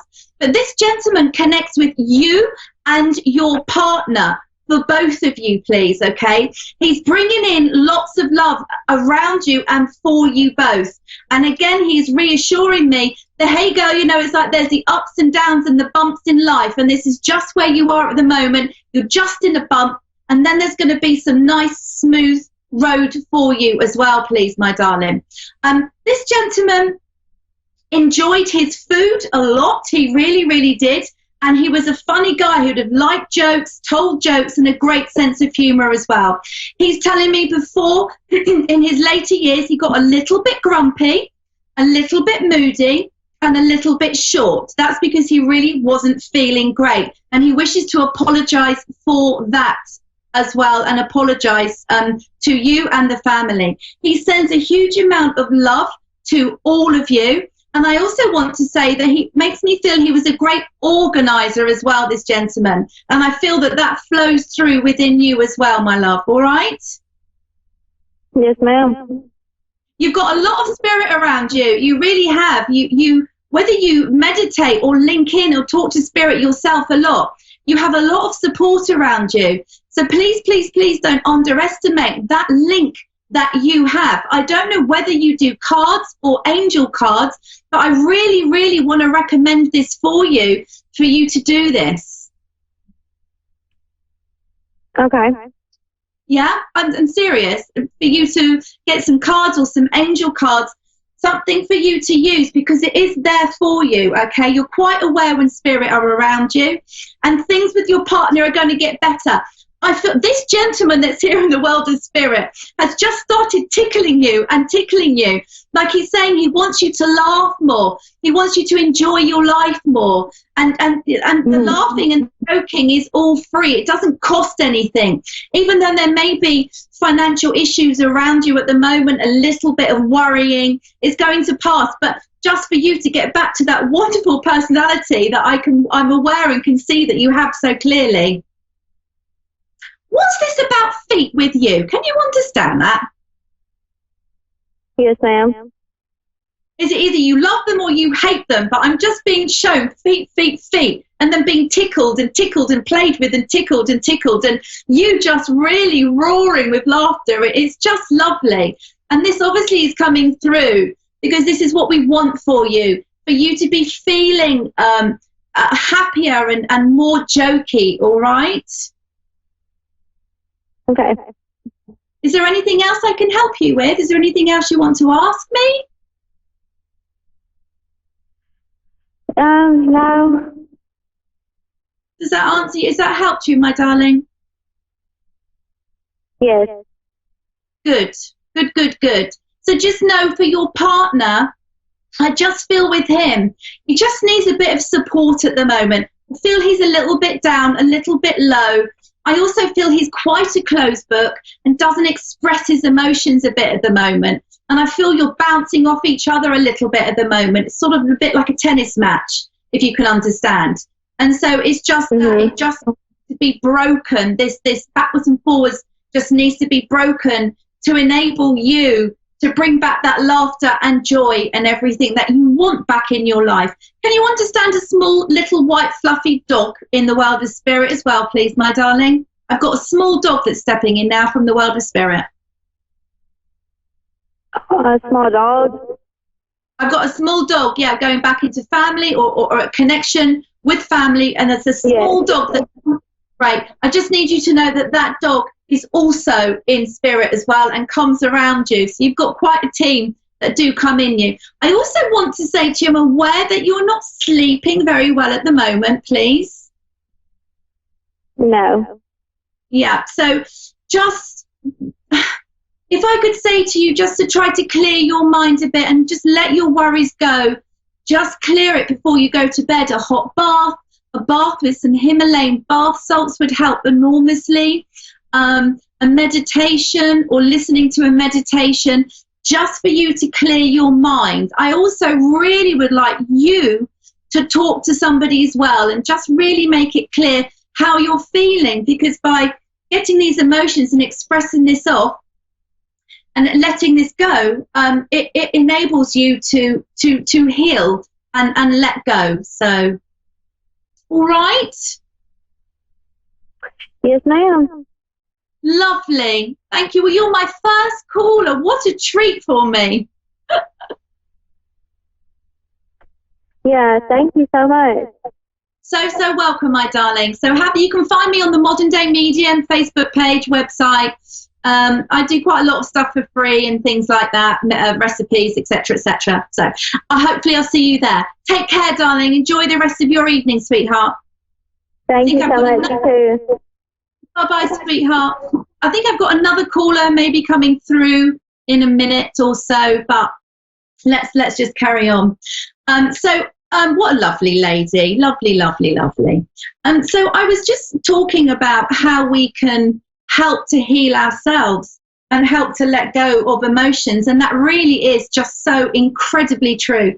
Just even being out in nature and standing amongst the trees, standing in nature, allowing these emotions just to release and let us be free. We can almost see them. If we're having problems in our heart, we're upset, or in our solar plexus, well, there's too much going on in our heads. Just going for a walk with intention of, okay, look, I know I'm overloaded. I need to release this. I need to let this go. I need to get a breath of fresh air. And I need just to relax, just connect with myself and listen to what my higher self is saying. A meditative walk can be incredibly healing. And again, it doesn't cost anything, you know, just going out. If you can, even you go to some woods, if there's woods near you anywhere, a park, or even if you can't get out, if you're not feeling well, just to imagine or see yourself in that environment is incredibly, incredibly healthy and just so good for us, so good for our mental health and our mindfulness as well. So that's a really, really good thing to do. So, well, here I am, the Modern Day Medium. You can find me on my Facebook page. Also, I'm on Instagram, I'm on Twitter, and I have a beautiful website, the Modern Day Medium. I've been doing so much the last couple of weeks. It's been crazy. I run a couple of circles where I'm teaching psychic mediums. One is here at home. One is at a lovely yurt that I go to. It's just absolutely beautiful. And I've been writing some lovely courses as well for next year, which have come written by my own fair hand from all my years of experience and training. I've combined it all together for a true spiritual intervention. It's a 6-week course, which is just lovely, just to help so many people, whether you be practitioners or not, or just really looking forward to stepping into and going into a spiritual journey or finding out more about your energy. It could just be you want to know about your auras, your chakras, your meridians, and how does that all work? How can you help clear that? Or how do you clear energy in your home? I mean, let's face it, we all sit in our homes. We all have down days. We all have arguments. We all have children that might drive us a bit mad, or don't have children, might have pets that drive us mad, or feel angry, or feel tearful. And all of these energies literally do stay in our home. They do, because we're all vibration, right? So as we're giving out these vibrations, it's just staying in our home. So so there's food for thought there, isn't it? I think I've got somebody coming through now. Laurie, I think it is. Hello, Hello. Hello, honey. Hello. How are you? How are you? How lovely. Could be better, could be worse. Can you hear me okay? Yes, can you hear me all right? I can hear you just beautifully, thank you. Good evening from England. Whereabouts are you in America? Gerardville, Pennsylvania. Oh, wow, amazing. Lovely, lovely. How can I help you this evening, my darling? I'd like some advice about how to make sure I end up doing the right things to make sure my future goes right. To make sure your future goes right. Yes. Fine. All right, my darling. So this is independent future for you, just you on your own, standing in your own strength and in your own power, correct? Yeah, or if there's anybody in my, pictured in my future with me, that'd be fine too.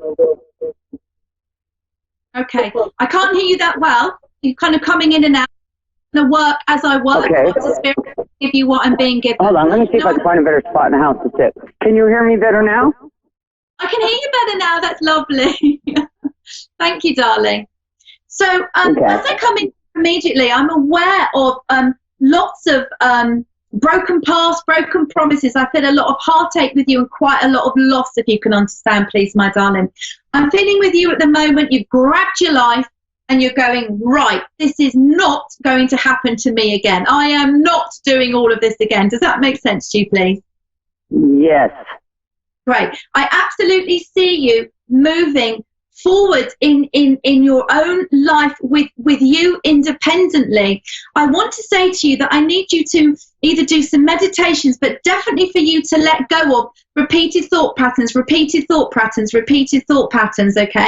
I do need to say to you, I don't know whether you know anybody where you can get a little bit of healing just for you to lift some stuff that I feel very strongly in your solar plexus and in your heart chakra, where we just need to let go of past hurt and pain, so it's not repeat. Does that make sense to you, please? Like, I want to give you a spring clean. Yeah?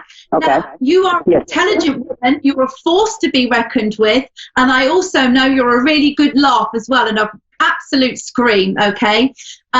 But I feel with you that there's been a little bit lost, a little bit not too sure where you're going. And I have to say, I'm being told a little bit of insecurity and a little bit kind of looking at the biological clock. Does that make sense to you, sweetheart?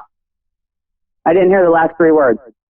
And a little bit like you're looking at your biological clock. You're kind of thinking, right, I'm going to grab life now yeah, okay, fine. Now, I feel that you've been isolating yourself a little bit. You haven't been going out and socializing quite as much as you used to. You just haven't quite been feeling it, not quite been up to it. But that is absolutely what I need you to start doing. Going out, enjoying yourself, having some fun, and really, really having a wonderful time, okay? Making yourself known, making yourself lifting your vibration up, making you feel happier and happier and happier. I have to say that I'm aware of a move coming in for you as well, please, my darling.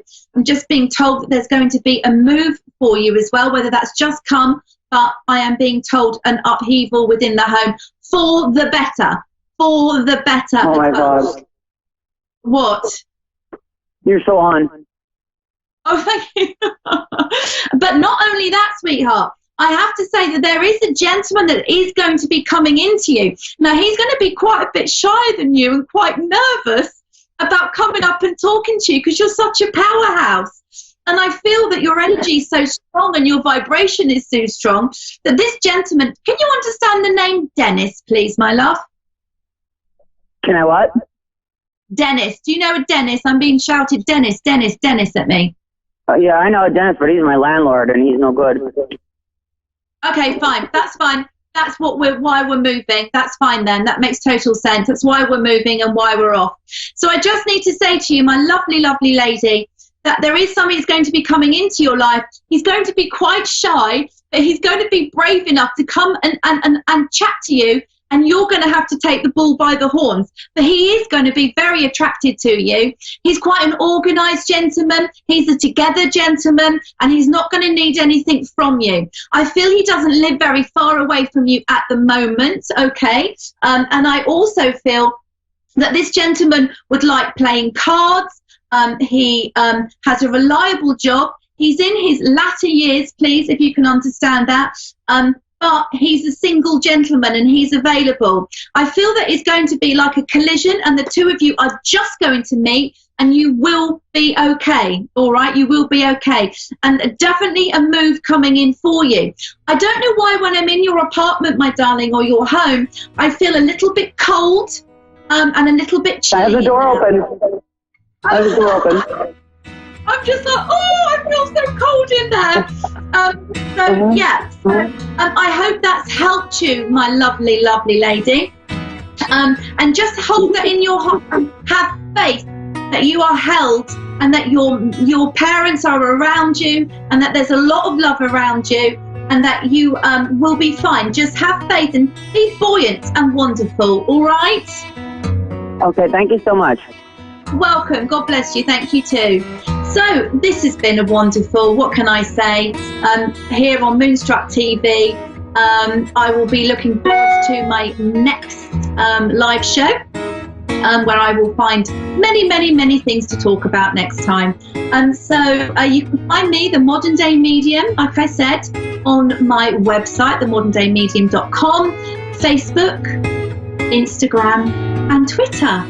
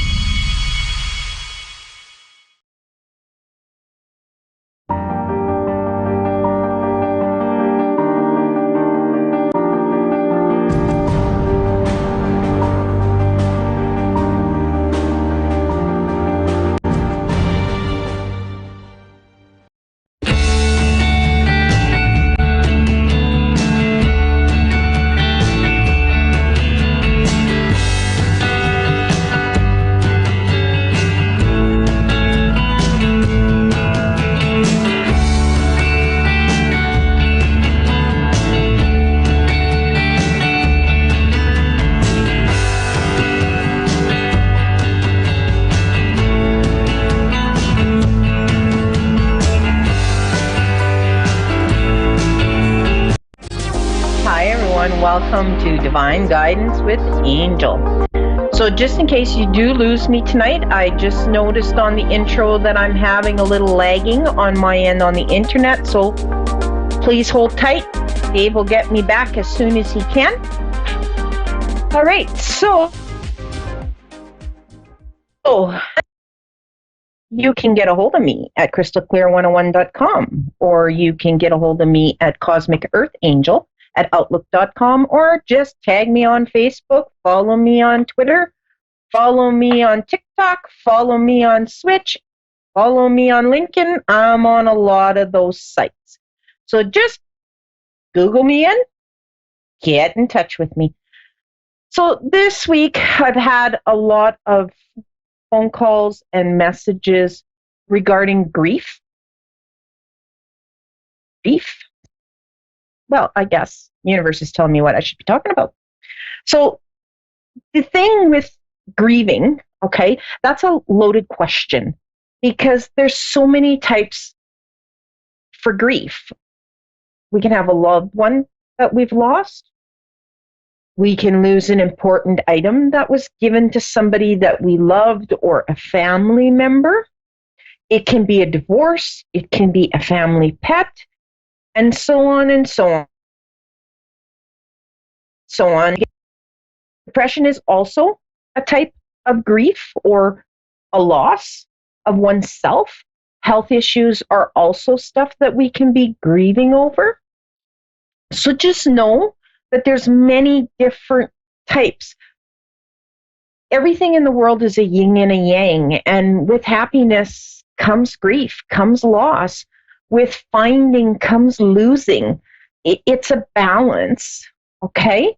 And there's no right or wrong way to grieve. There's no set time to grieve. just know that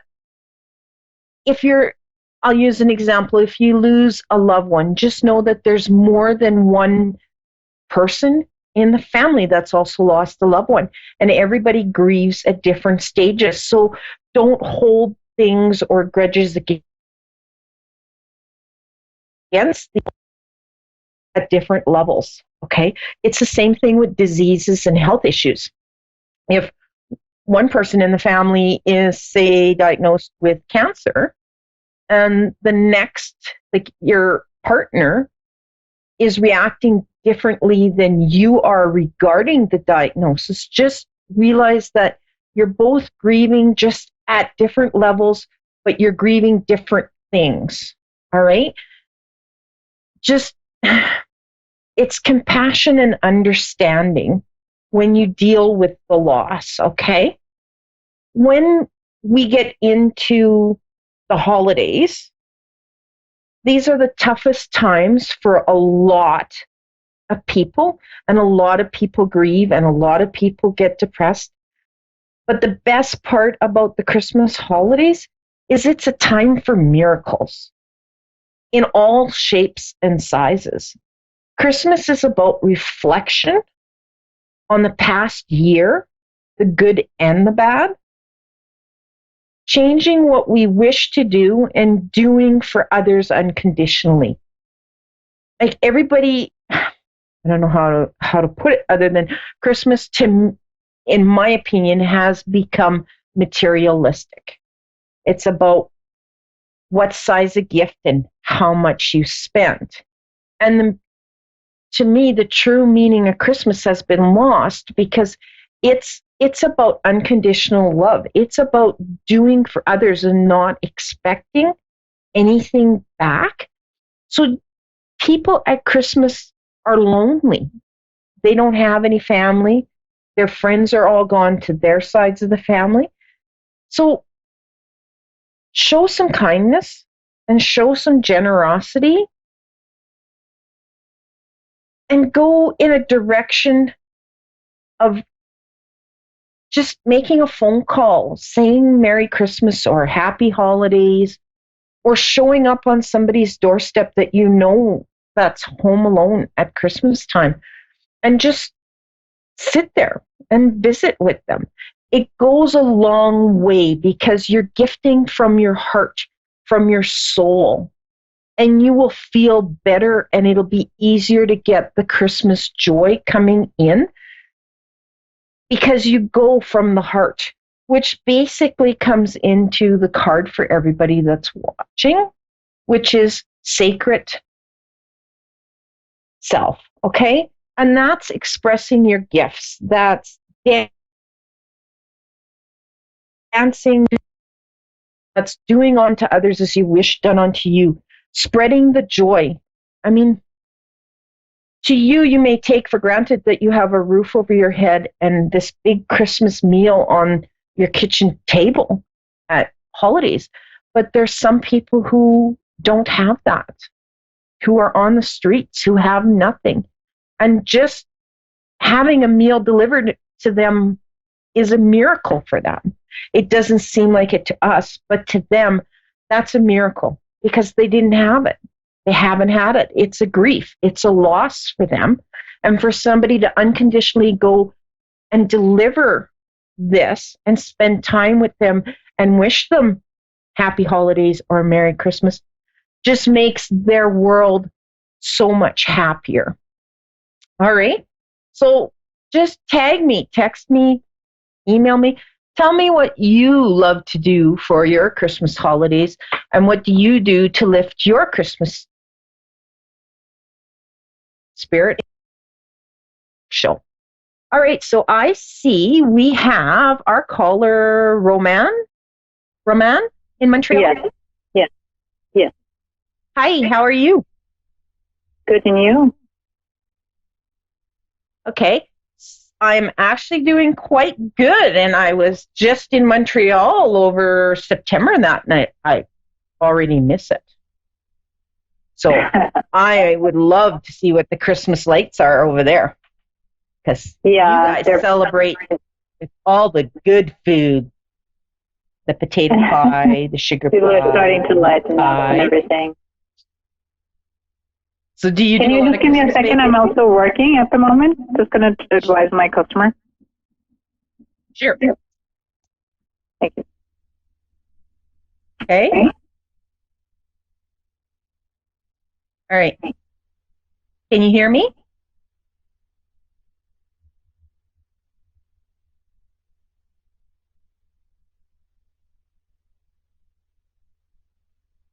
Okay. So let's just keep talking about the grieving and the Christmas joy and the decorating until she's able to come back. So, like I was saying, text me, email me, let me know what you do. I love hearing Christmas stories and I love hearing the miracles that happen on Christmas Day and Christmas Eve. The things that we do for other people and things that other people do for us always brings joy.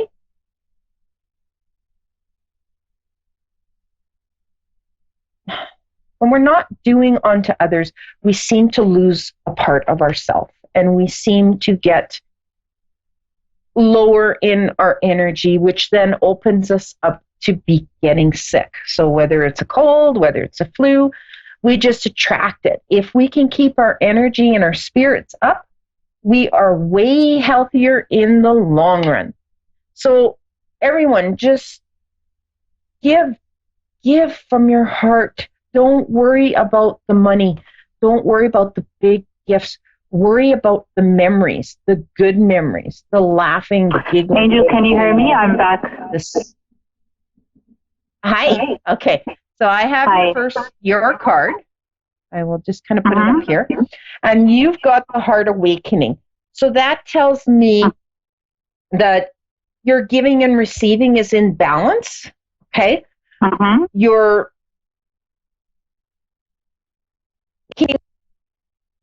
of self-love. Does that make sense for you? Sorry? Does that make sense to you? You're cutting off. I can't hear you.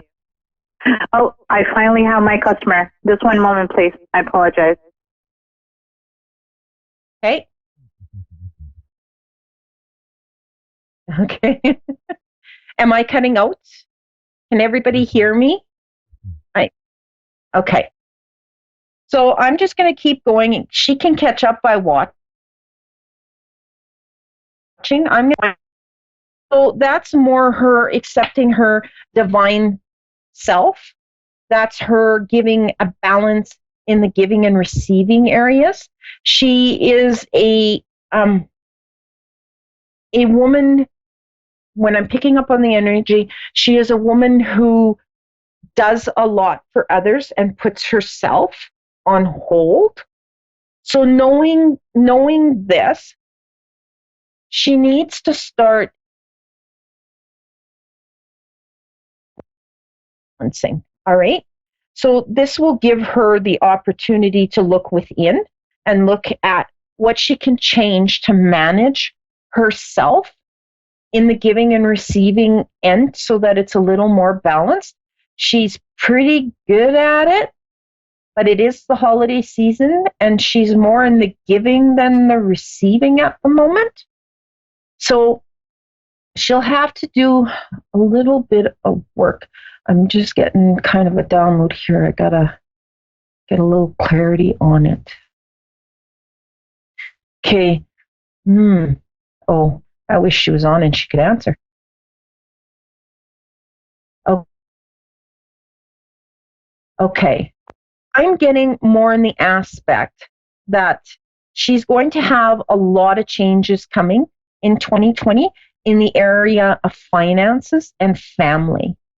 So when you get to see this video, if you still need to get a hold of me, you can just email me at cosmicearthangel@outlook.com, or you can go to my Facebook page, which is Crystal Clear 101 Holistic Healing and Products, and you can message me in depth on it. considering the time and the clock that we have, I'm just going to move on to my next caller, who is Jenny in Houston. Hello. Hi, how are you? Good. How are you? I'm doing good. Am I cutting out? Can you hear me okay? I could hear you. Yes, ma'am. Okay. So I've got your card, which is the call to action card. Okay. So this is a take charge and lead by example. So it's a walk the talk type of card. This tells me that you've had I'd say a colorful life, but you've had a lot of life experience, and you can help a lot of people because you're able to walk the talk because you've been there, done that. Does that make sense to you? Yes, ma'am, it does. Okay. Is there anything in particular, or I would like to know about working.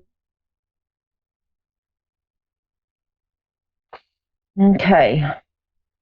Well, there's definitely something in the pipeline. If you're not working right now, there is an opportunity coming.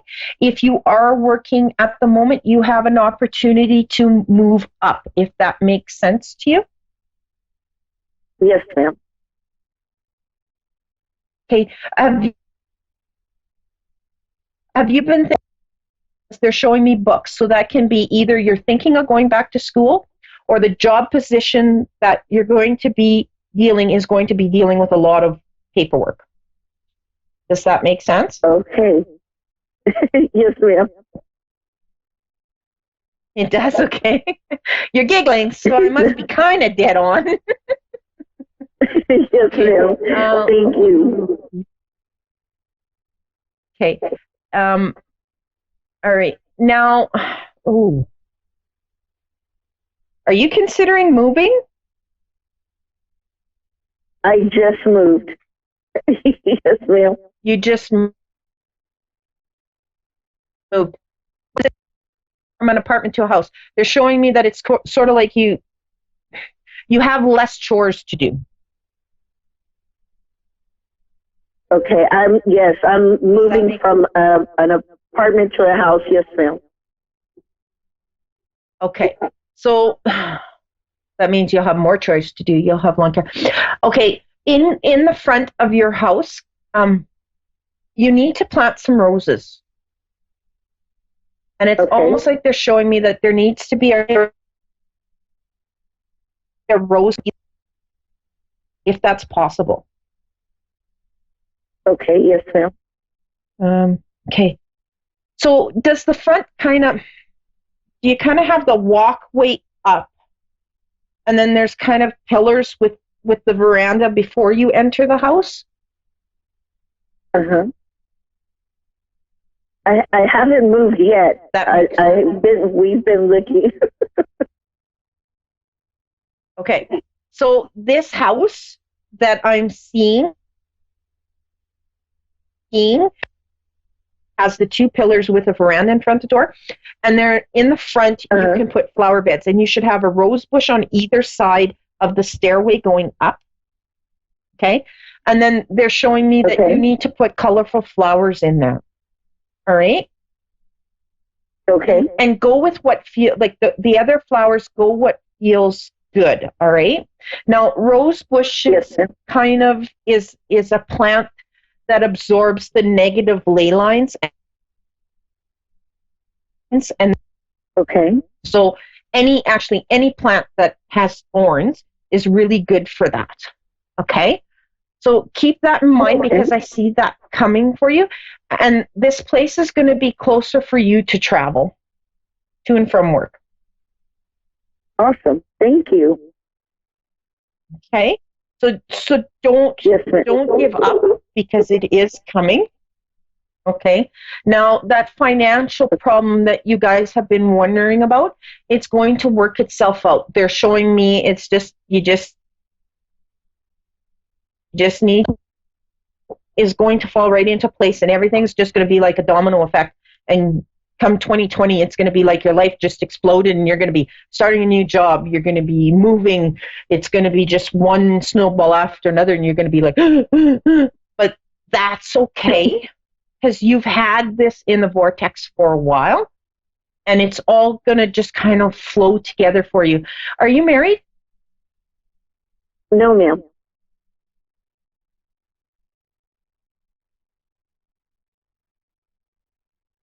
Well, you're going to be soon. They're showing me a commitment. So whether it's actually in a church or in front of whomever to say I do, or there will be a commitment where you're living together, but there is going to be a solid consistency for you in that area of your life. Do you have a boyfriend right now?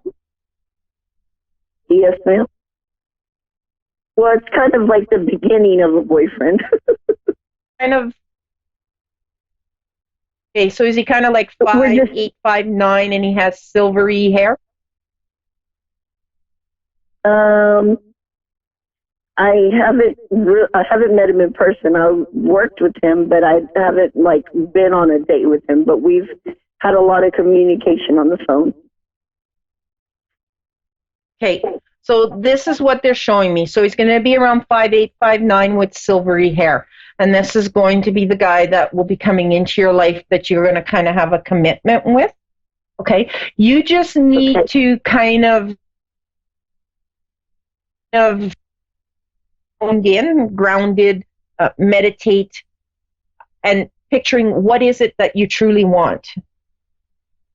Okay, because they're kind of showing me in an aspect of you have a lot of things out in the universe, the vortex, whatever you wish to call it, that you've asked for, and they're kind of wanting to know, what do you want them to hone in on? What do you truly want? Does that make sense? Yes, ma'am. That goes the same with work. You've got to get a little more specific in the area. It's coming. They show me. They're not going into the in-depth of what it is. So you need to get a little more centered on what is it that you truly, truly want. Okay? Now, did somebody in your family hurt their lower back? Lower back, kind of right hip? Yes, ma'am. Okay. My mother.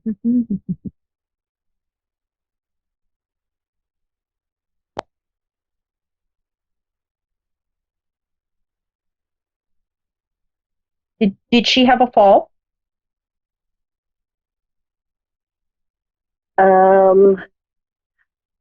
It's been a while, yes, ma'am. Okay. Well. Oh, my grandmother, she just fell. That's who it is. My grandmother, she just fell and got a shiner on her eye. I was going to say, well, she may want to go back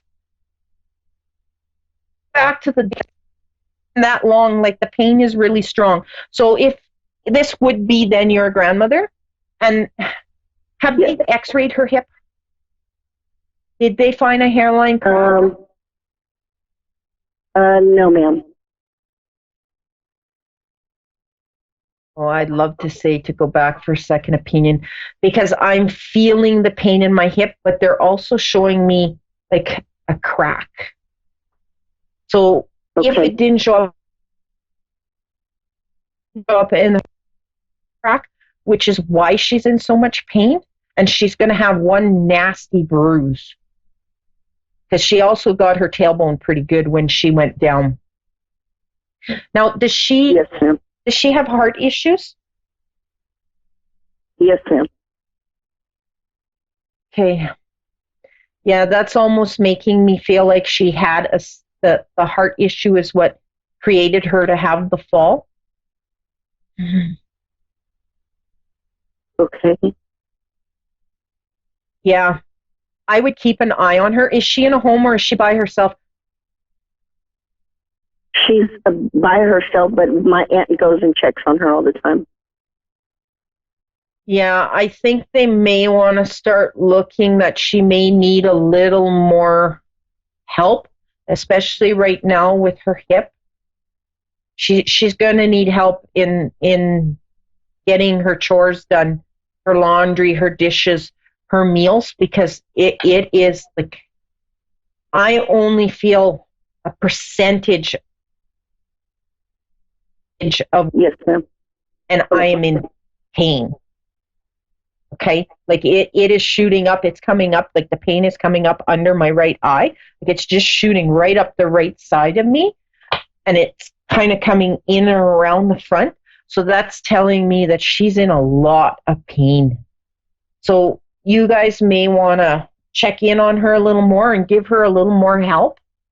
Now, yes, ma'am. Is your grandfather on the other side? Yes, ma'am.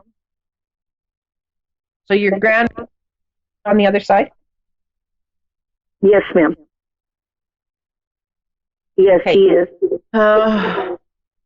Yeah, he's kind of he's a chatter. He loves to talk. Yes, he is. Yeah. So he's like giving me a list of to tell you guys that you need to do for Grandma.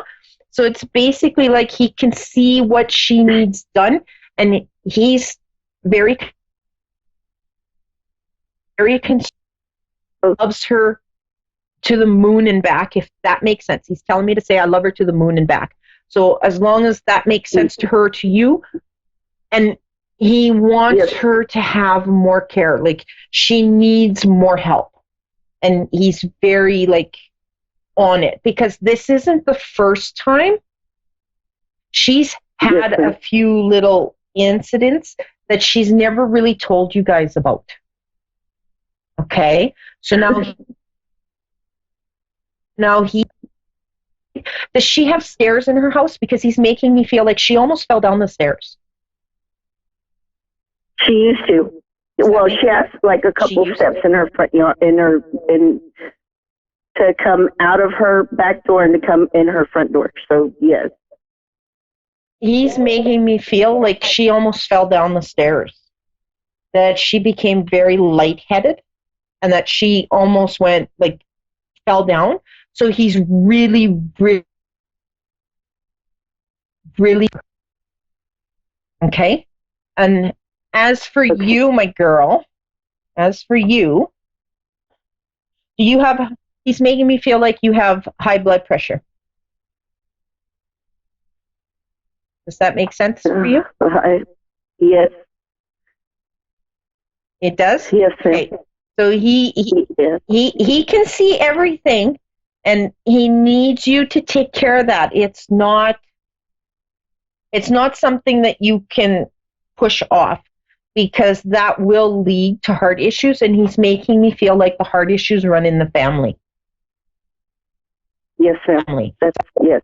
Homicide. Does that make sense? Okay. Yes, ma'am.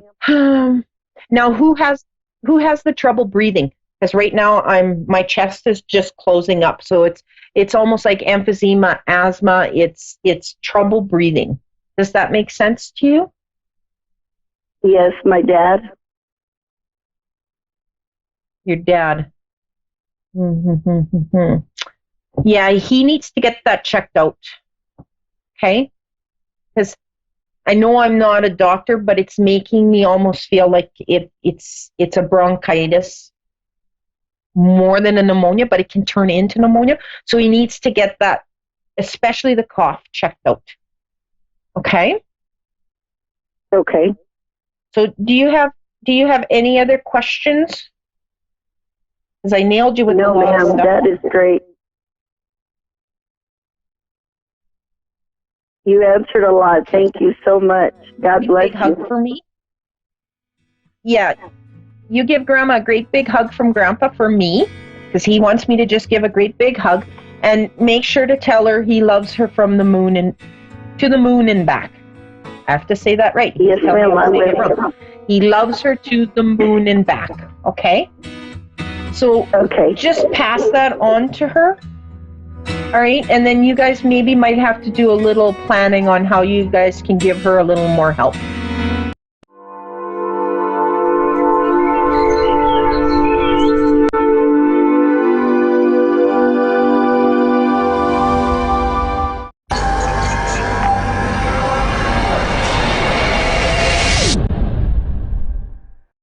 Hi, I'm Tracy, and thanks for watching Moonstruck. And now, back to A1R on the air. Psychic Talk Radio now on Moonstruck TV, enlightening television. Woohoo! G'day! Sonia Reeves, Australia's Psychic Cowgirl, coming at you from Sunday Creek this week. I am at home and the sun is out. It is summer here, even though we've had snow and not necessarily snow here, but snow on the mountains that where it does get cold. And yeah, it's crazy considering, we've started summer, but it's a nice warm day out there today. So that's pretty cool. So anyway, in the lead up to, we've got a new moon happening, which I think will be next week around the 12th here in Australia. We've got a lot of action happening. So we're a bit excited. We're feeding into the energy of wrapping up this year. For those that haven't already, don't forget to do a review of this year and what it's been for you and what it's meant to you.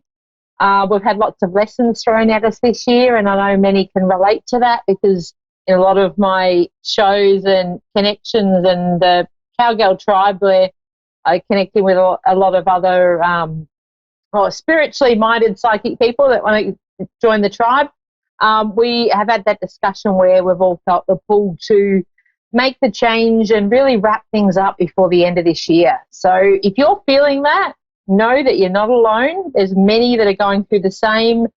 And there still has been a little bit of an element of a challenge. For some of us, we just feel like we're treading water. And then for others, it's been a little bit of pulling back and reviewing what we need to release before the beginning of next year. So I do feel like energetically we're getting like a real nudge, and it's been a bit of more than just a push, really. It's like a shove to go, you know what? You want to get into 2020 and really take action. It's a real powerful year for many that I see coming up, but we also need to remember to let go of what no longer serves us. So if that's you, time to let it go and move forward with things. So for a lot of you, intuitively, you're releasing things. We're letting go of relationships, careers, material things, furniture, cars, things that we just have changed our mind on. So if you're finding yourself in that situation and feeling it, don't worry, because it's just basically energetically how the energy is working at the moment. So we're all a little bit, I say we're all interconnected. So what the group or the collective tend to feel, it's that sort of ripple effect, connects us all, and also how I suppose we all relate to what others are going through.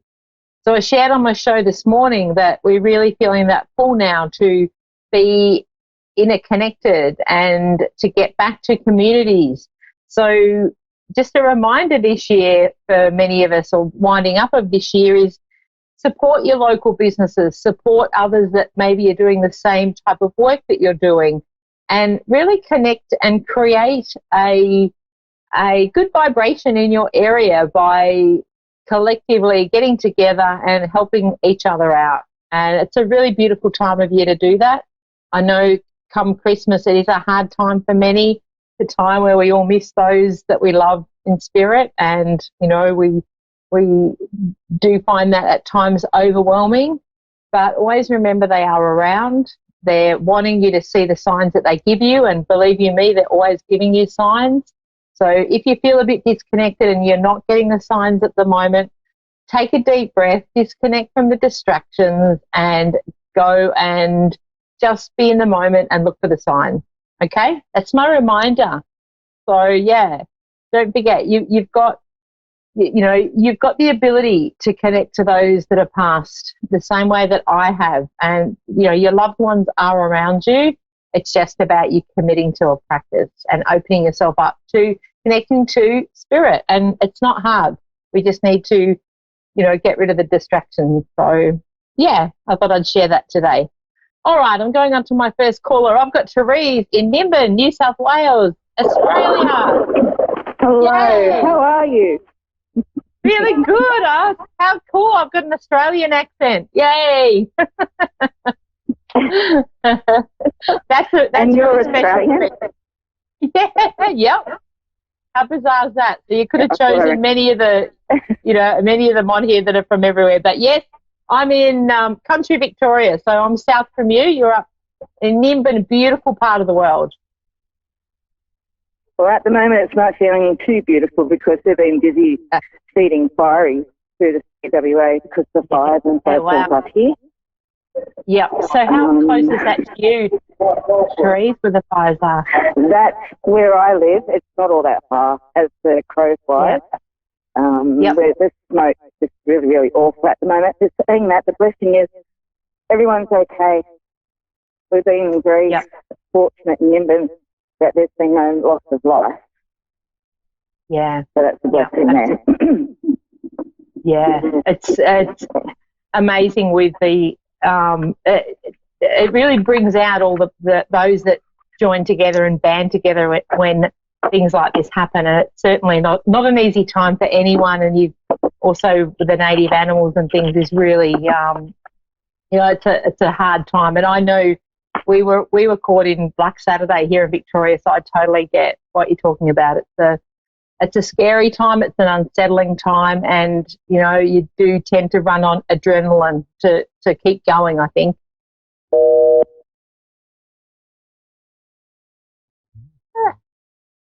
Okay.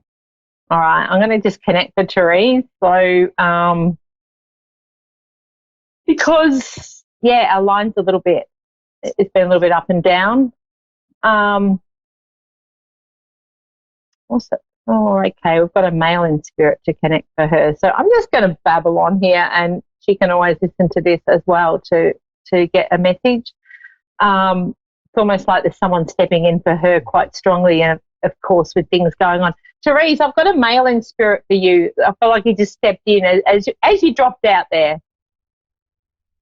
Oh, bless. Yeah. So is it your father in spirit? He's very fatherly. He's very protective of you. Protective? Probably my brother. I do have a brother and a father in spirit. Yep. Because it's like he's stepping. More connected. Okay, to your brother. Because you're quite spiritual, and being around Nimbin, it's such a spiritual area, so, it sort of goes without saying. But it's almost like he's stepping in to go, I'm the strong one here, and I feel like he's got the blanket around him. So it's like, I'm here to be of assistance and, connect and give you the strength to keep going forward. So very relevant. Let me see, getting a bit more information on him. So was he your only brother, or was he the brother that you had the connection with the strongest?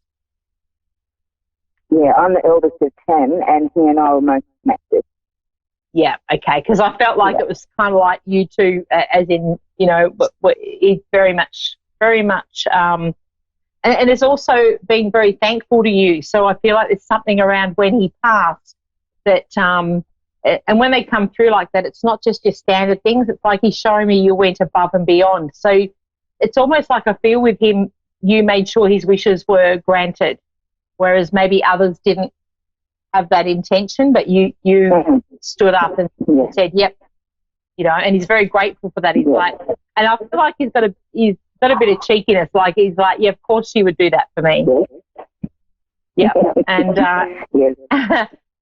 he's also showing me, because he's quite excited to connect with you. And I know, like you just said before, you connect with him, but it's like he's also around because there's some changes coming up for you. And it's like, I want to get a bit excited about opportunities and things that are presenting themselves. And I feel like you can feel this, or there's been I feel like you were already in it. So it's not, I'm not just connected with something in the future. It's like he's showing me, get excited because there's opportunity there that's going to take you. It's almost like I want to say your soul purpose is waiting. You're stepping into it. Yeah. And it's like he's got your back. It's almost like don't fear stepping up into this, because he wants to enjoy the ride with you, and it's like there's a lot of personal power around at the moment for you. Oh, wow. So 2020 is pretty big, and I mean it is for a lot of people that are stepping into their power. It is going to be a stepping forward, but I feel like for you, I'm really changing things up. So I'm really, it's like almost like as soon as you open up to this, there's going to be a ripple effect, and that will be changing up things even around. Like I want to go to where I'm located. There's something around you've been tossing up with moving, or now, don't necessarily it's far, but I feel like there's definitely a move in the process, and it's almost like if there's something around you've been looking and haven't found what you're after, or there's a question mark around this. Yeah, there is a big question mark because I really don't know where to go. Yeah, okay. It's almost like he's there to guide you. So it's like he's your Archangel Michael, which is a real, that's the person that has your back covered all the time. And he's going to guide you. But I want to say what he's showing me is it's going to be a little bit different to what you're thinking. So when they come through like that, I want to say you might have a couple of options you're weighing up. You need to look further. There's something else that's going to come in. Oh, okay. Yeah. So, when you say you're not sure. Relationship. Sorry? Yeah. This is more about where you're moving to. It's like I want to be open a little bit more to where I'm moving. As far as relationships go, it's out. I want to say out with the old and in with the new. So it's kind of like if things aren't getting renewed in a current relationship, then there's going to be decisions around that, and there's moving forward. So I feel like for you, there's an aspect of things being sorted out or reviewed and decisions being made, but I want to say it's onward and upward for you. So we're not, and I feel like I'm on repeat, I've said this for so many readings of late, but if it's not for your highest good, it's not for you, and you're moving forward through that. Yeah. Okay, so be excited. It's like you've got this, and I do want to say to you, it's like your brother's saying, you're strong, like as in don't get into your head about, oh, can I do it, or is that going to work, or how am I going to work things out? Don't worry about it. And he's also showing me that you've manifested a lot of great stuff in your life, and you can still do it moving forward. So don't forget that. Yeah. Right? You don't need to rely on anybody else, I have to say. Yeah. Yeah. All right. Any other questions before I go on to my next caller that you'd like me to cover while you're here? No, I was just wanting to know when Troy has brought this new apparent. Just my relationship as well. Yeah. It's a little bit of a slight delay I'm getting through. But, yeah, I think it's almost like know that your brother's there. He gives you the signs, and, that's reciprocated. So you are guided. So if you're looking at something and a red flag comes up, follow that, because trust me, he's very strong around you. Yeah. Okay? Thank you so very You've much. got this. My pleasure. If you need any more info, Therese, connect to me on Facebook. Australia's Psychic Cowgirl is my Facebook page. So, yeah, jump on, send me a message. Okay. Thank you so very much. My pleasure. Thank you. Sorry about the little bit of a dodgy connection there. So, yeah, I hope, whatever I haven't covered, shoot me a message. All right. Take care, my dear. Thank you very much. Thinking of sending much love to all of you around the fires. We're all thinking of you over here. All right, I'm going to go on to my second caller, Misty in Cornwall, Ontario, Canada. Misty, how are you? Hi, I'm good. How are you? Good. We often get told over here in Australia that we're very much like Canadians, so I think that's a pretty cool thing. Now, let me see, do you want me to focus on something specific or just connect in for you today? Possibly career and love, if that's okay, please. Yeah, of course. Now, with, right, let me see. All right, I want to go to a question mark around the love. Is there somebody that's in, well, are you in a type of relationship at the moment, or it's like I feel like we're hot and cold a little bit as far as love interest goes? No, I'm not with anybody. Okay, all right. Is there somebody around there? Because I feel like I want to go to somebody's around. I've rekindled with an old friend recently. Yeah. Maybe a 10. Has that been, yeah, has that been a little bit hot and cold? Like you connect and then you have that bit of a break and then reconnect again? A little bit. Yeah. Okay. Okay, I'm just connecting with what they're showing me. There's a reason that you've reconnected again, but I also want to keep in mind, or what they're showing me is, this is about you getting pleased. How can I put this? It's the relationship side of things. It's about time for you to honour what you feel, and whoever you're connecting with in a relationship needs to be mindful of your needs, because I feel like you're always the one to make everything right. And, you know, as far as the relationship goes, we're not sacrificing. You're not putting yourself second. I want to see you put first, Misty, really big time. Okay. All right? So it's like I'm not compromising. If they're not giving me 100%, I'm just going to go next. Yeah. Right? Because there is, love is definitely on the cards for you, and there is somebody that will be stepping in.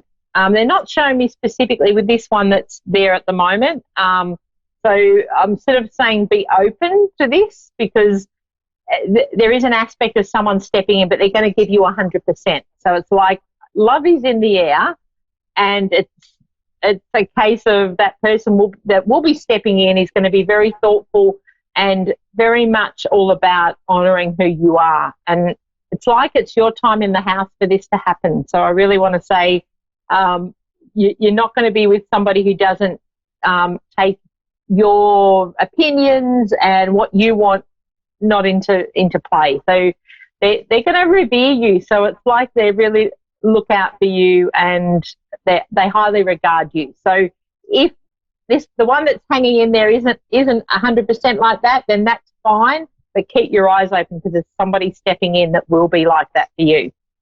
As far as career goes, let me have a look there. So with your career, have you been doing something for a little while and you've just started either training or studying for something else? Because I feel like there's something else you're going to be doing that's totally different to what you have done in the past.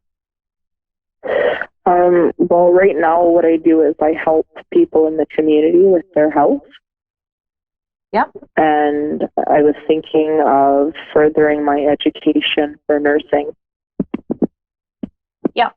Well, that's what I see, like there's study around that there's further training that you're going to be doing. And it's like, but it'll be different to what you are doing now. So are you doing a lot of one-on-one? Yes. Yeah. So I feel like there's something where you're going to be addressing groups, so not just one-on-one. I'm addressing others in a group situation. So because I feel like for you give up, you don't give up, but you give out so much to others, and sometimes one-on-one can be very taking up all of your, it's almost like I feel a bit depleted after I've finished doing a lot of one-on-ones for you. Yeah.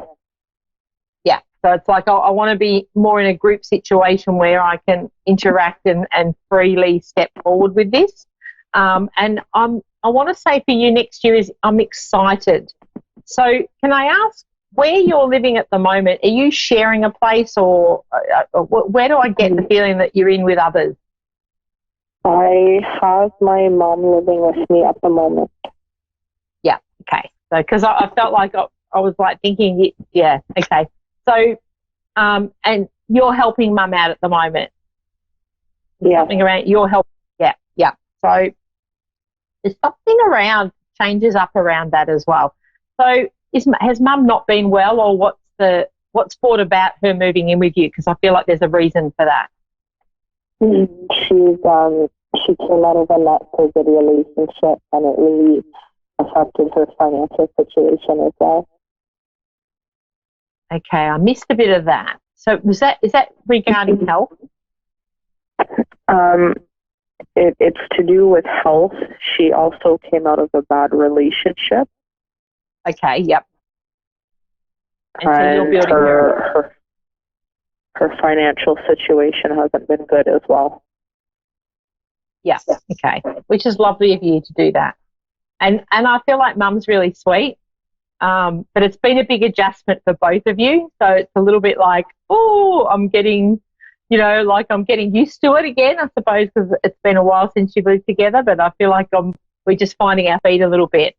There's something around, I feel like the next year you're going to, I feel like I want to say for you, the same as my last caller, but something around movement. So I feel like when you get the career path, like you decide what you're going to be doing, there's something about getting set up in a place that's a little bit more, how can you put it, that works better with the two of you, or that gives you more options and freedom. Okay. All right. So just be open to that, because I feel like, is there some aspect where you are now it's a little bit hard with Mum being there? Is it not very big, or I feel like I'm restricted a bit? Yeah, it's small. It's on the small side. Yeah. So just there's something around, I feel like you'll be guided to somewhere that will just work in a bit better and give you both a bit more space. But I do see Mum getting back on her feet. So I don't feel like Mum's going to be there long term. I feel like once she gets on her feet, because I feel like she's independent. It's like sometimes we go through these things and then bring us in preparation to meet that when I say perfect person, that person that is for your highest good, that is on the same page. And I feel like for the both of you, there's something about you and Mum being in alignment. So I don't know whether you've both been through similar things, like within a 12-month time frame, or you've experienced the same situations, but it's like you're both learning a bit from each other. Yes, we have been. Yeah. So it's like, because the two of you, it's almost like I feel like your role in this lifetime's been we're reconnecting again, and there's certain mirroring things that have been happening. But it's like, I want to say that as an encouragement, because it's like the spirit coming through for you very much about you both will inspire each other, and you're both very inspiring ladies, I want to say. So I feel like in what you do, you're very highly regarded, and Mum's a bit of Mum's the best. I want to say Mum can reinvent herself like snapping fingers. She's pretty amazing. So even though she's been through what she has, she'll be snapping out of that and onto her next adventure, I want to say. So tell Mum that. I see her traveling. She's having an adventure. And I do feel with Mum, now that she's got rid of the ball and chain, I want to say, the health issues will start to fade into the background. So please tell her that. Thank you. Yeah. So and it really, for the two of you, it's like you've come together, you've gorgeous souls, and we're ready for a break. So I feel like 2020 is going to be your break, and the opportunity come in. And I know it has been hard last couple of years, what I'm being shown, but it's like you'll start to see the light at the end of the tunnel. And I do want to say over the next few weeks or towards the end of this year, you're really starting to see that there's light here. The green light, and they're having the speed humps and the red lights and being held back. No more holding back, and that's for the two of you. Thank you. Is it okay if I ask you something else? Absolutely, please do. Are you able to answer questions about legal matters? Yeah, you just give me a generalization so that we're not too specific, being the fact that we're on radio. So yeah, so is it, let me, oh, that's interesting, I'm getting a bit of stuff. Okay, so is there something that's, is it at the courts now, can I ask? as we speak? It's going to be started soon. Yeah. Okay. There's a bit of a process there. I feel like I want to say something around being a bit dragged out. It's really important to get the right person on the job. So have you already, are we on to the second person that's helping you through this? The professional person, I mean? Sorry, can you repeat what you said? Are you on to the second person that's helping you? So when I say that, like over here we have like a solicitor or like a professional that is just a lawyer for right now. Yeah, okay. So with your lawyer, do you, because I feel like I want to go to, there's a number two. So have you already seen one and you're on to now another one? There's something around that. Yeah, great. Because I was like, you're going to be, the second one is the good one. Like, I don't mean that the first one wasn't, but it's like we need somebody that's 100% on your page. Can I also get you to write down, it's almost like the outcome is something around finances, write down what it is you want and just, I don't care whether you just put it in a drawer or something, but let's be clear to the universe and say, this is what I want. I'm not doing this for nothing. This is the end result. So that we can bring that and not only bring it to you as you need, but in the right timing. There's something about this being dragged out, but I do want to say to you, don't worry about it because it will be in your favour. It's just a case of you're going to have to do this bit of a dance at the moment with it. Okay, it's to do with my my child. Yep. So there's, okay, so I felt like also I wanted to go to money. So is this about maintenance as well? Because I feel like there's something around money that hasn't been paid that needs to be paid, right? Yep. So we're getting, the money is coming through and the ruling will be in your favour. Hold your stance and keep your power and there'll be no question on the outcome of this. And I feel like I want to say to you, there is no question. I don't feel it's going to be an issue. So keep the faith. You've got this. Thank you. Okay. I'm going to have to go because I'm being wound up now, but thank you so much for connecting. Australia Psychic Cowgirl, connect with me on Facebook for any more questions, Misty. More than happy to help. Thank you, everyone. See you again, same time, same place. Woohoo!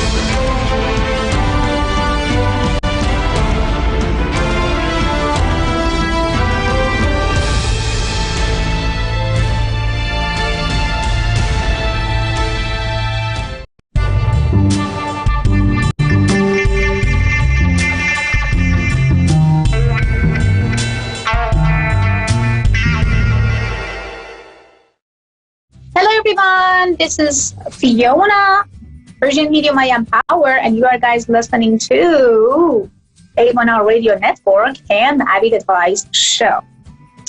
So before I take any callers, let's talk about a couple things. Number one, I received a tons of emails, and also you guys DM me on my Instagram that I do date some guy for almost 6 months. I do date somebody for almost 1 year. And every time when I'm trying to communicate with him about our future, every time when I'm trying to ask him about where are we, do we have any future together, then he's going to act as, what are you talking about? You know, let's just talk later. You know, I'm kind of tired. And you know what? It's just too early. You know, I have to financially be independent. I do have a plan financially. I can't give you the ring right now, and this and that. So your questions was about, was almost 450 questions, exactly the same. That do you really think, Fiona, this guy is serious or not? Number one, if you and him together, and somehow, almost after 6 months, not even one single time, when you're trying to talk about future, he's not reacting to it, or he's still kind of like, well, let's talk later, that is super fishy. That means that this guy just wants to have fun with you and is still looking for another girl to just have fun, or having maybe better greener grasser somewhere else. And also could be that this person really loves you and really wants to be with you, but at the same time, he may have some finance trouble and finance issues, which he really wants to get rid of it. Well, you have to judge by yourself. Number one, if he always answering your phone and texts you, even when he's busy, that means he's real. When he's around you and really want to help you, when you ask him for something and he's there and he kind of like calling you a couple times because you got cold, you had some bad day at your work, and then like you're texting him, he says, oh my God, my boss was this and that, and he kind of like texting you 3-4 times, even when he had a lot to do at his own work, that means that he's real. But if he just calling you when he wants, when he asks for, when he needs you, or when he would love to have or take you to the dinner, or a movie, or have to, take you in bed or whatever, having sex with you, that means that this guy is definitely a user, would love to spend time with you because he feels lonely, and directly when he finds someone better, he will dump you like a hot potato and say, bye-bye, move on. You do not good for each other, and thank you so much. So this is the big warning for each of you. After 6 months, if the guy still says, I don't know what I want, and maybe I'm not ready for a relationship, means that this guy never been ready for a relationship and wants to just have fun. So don't dream and don't try to be in some sort of fake connection with your own soul and lie to yourself that everything is going to be all right. So basically, if this guy never spent time with you when you wanted him to do, and he never ever called you back when he saw the missed call from you, that means that this guy doesn't care about you as a person. He would love to be with you just because he wants to take you for the dinner, have somebody to sitting in front of him and eat dinner together with as well, go to a movie and not going alone, and at the same time, having fun in bed. So why not? We can actually meet each other 1 time or 2 times a week and have fun with each other. So this is super important for you guys to not fall into people who, or especially guys that trying to just use, abuse, and then dump you and then say goodbye. So get out from the relationship right now. If you have any sort that he ignoring, he never cares about, and he always asks you for something. And if you are not giving something that he wants, then he will stop calling, communicating, texting, just because you are not listening to him, what he wants. So basically, life and relationship is all about give and receive. If you are giving and you are not receiving, then goodbye that relationship. And if you feel that, oh my God, I can't do it, Fiona, I'm so in love with him, stop it right away. You know why? there is no such thing as a love that you can get out. It's the neediness. You are super needy, and you have to find why you are needy at going after people, or especially staying in an abusive relationship that you know that this guy would never take you anywhere. So my advice to all of you, get up, don't be needy, and just stop saying, I am in love. You are not in love. You're just needy. You're scared to be alone. You're scared to not finding any other guy or new guy. That's why you can't handle if this guy is going to go away. That's why you said yes to all things that he said. That's why he will absolutely use and abuse you in many situations to get what he wants. So remember that if someone loves you, will do everything to make you happy. If someone really loves you, will absolutely go to the moon and come back and give you anything and everything you desire for. If someone really loves you, will always make a time. If your boyfriend says, I don't have time, I can't do it this week, I don't have time, I have my mom to do, I have my dad to do, that are red flags, big, big, big, big red flags. So that means it's not good. So back to studio, I want to talk about also Consciousness Life Expo 2019 in LA. I'm representing Avid Advice. I heard that there's a lot of people coming. It's all about energy, metaphysical, quantum, spiritualities, mediumship, psychic. Oh my God, God knows. A to Z. So that's why for those who really want to come around with those, object and subject in their life, like when it comes to spiritualities, stones, crystals, healings, Reiki, any type of things that is had to do with the unknown energies, then come to Consciousness Life Expo 2019. And we are there. Avid Advice is there.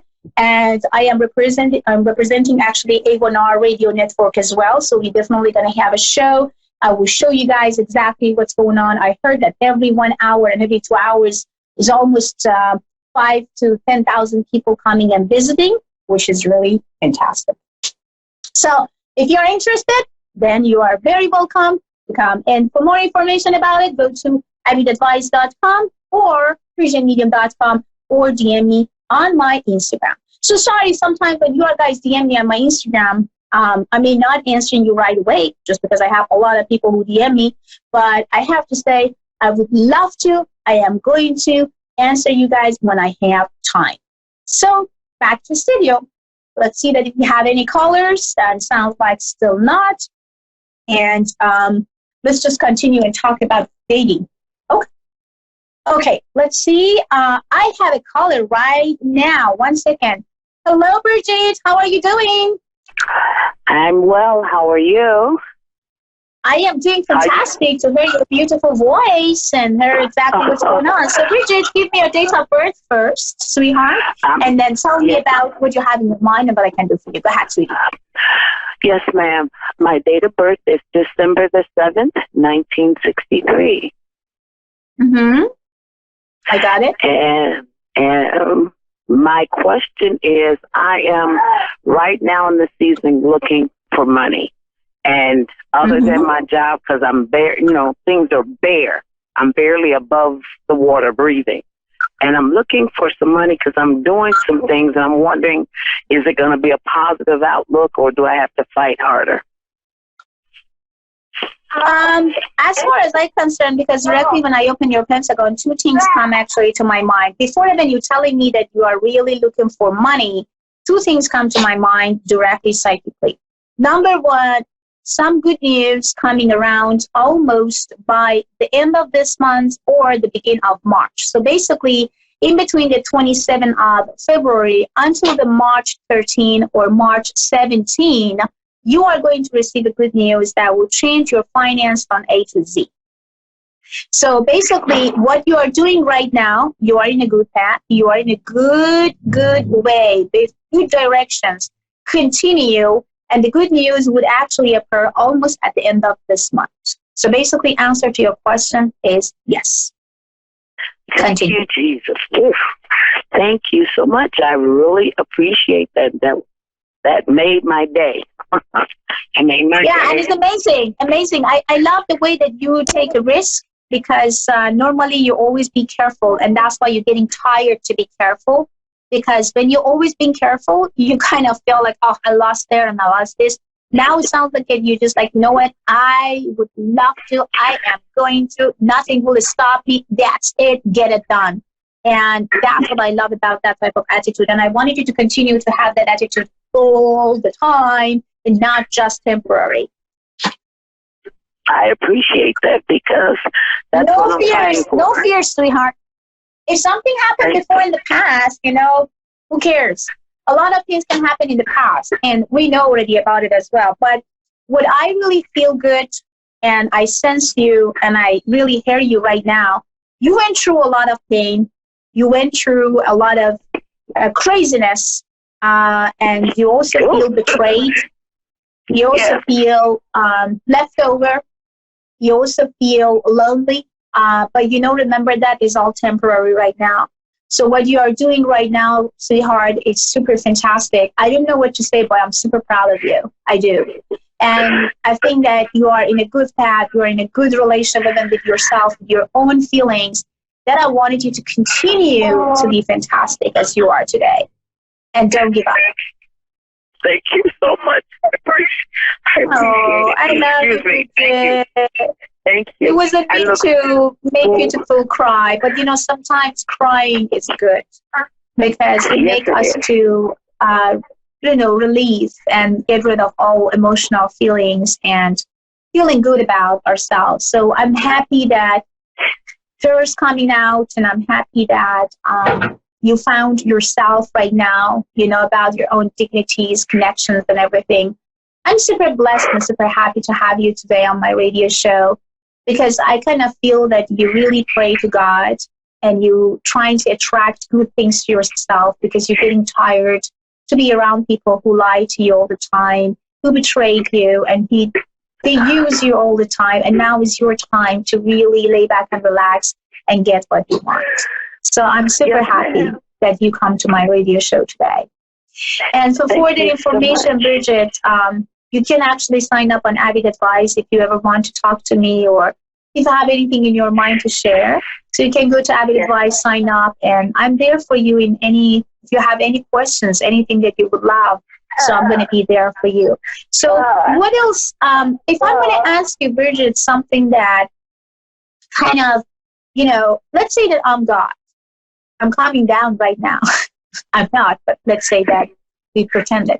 If I'm going to ask you that I'm here to try to give you the best ever answer to one of your burning questions, what will be that question? What do you want to know? Is my husband faithful to me? Because I don't feel he's faithful. You don't feel that he's faithful, correct? You don't feel that he's cheating. You feel that he may cheating or he may have some fishy things behind, correct? Yeah, because of the way he treats me. Well, let me give you the good news, Bridget. He is not cheating on you, but he's super depressed. And he's the guy that never talk about his emotional feelings.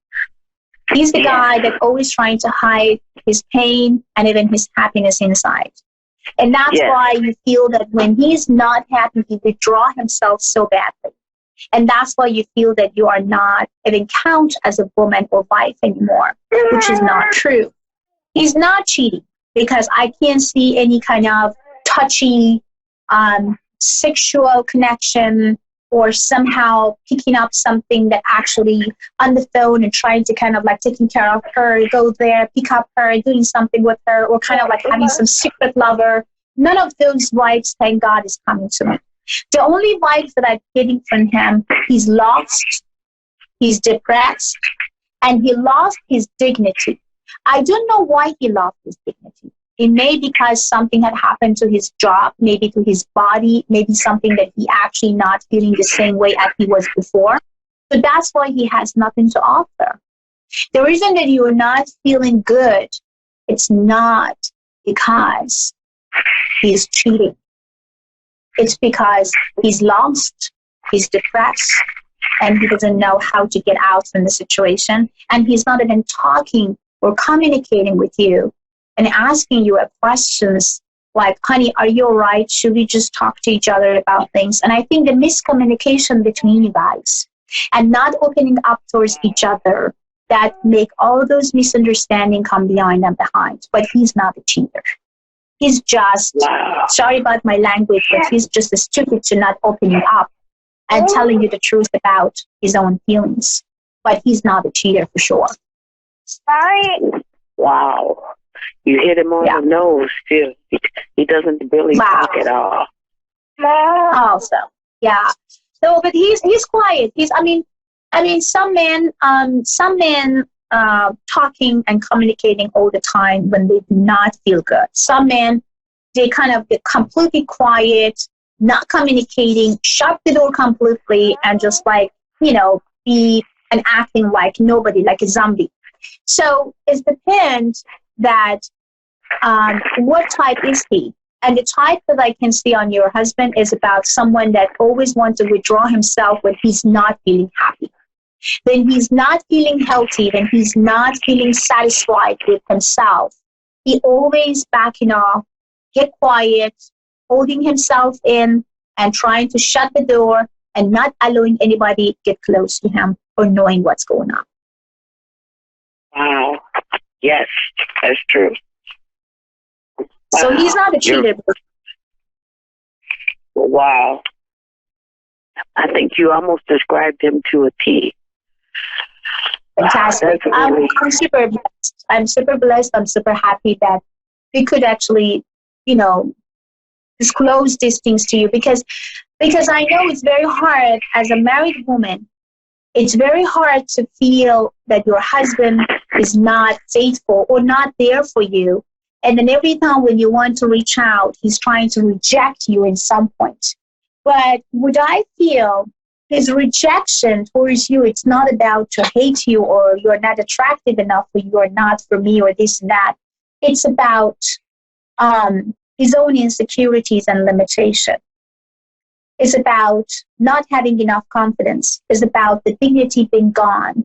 It's about that he's acting like a zombie right now and he's not acting like a human anymore.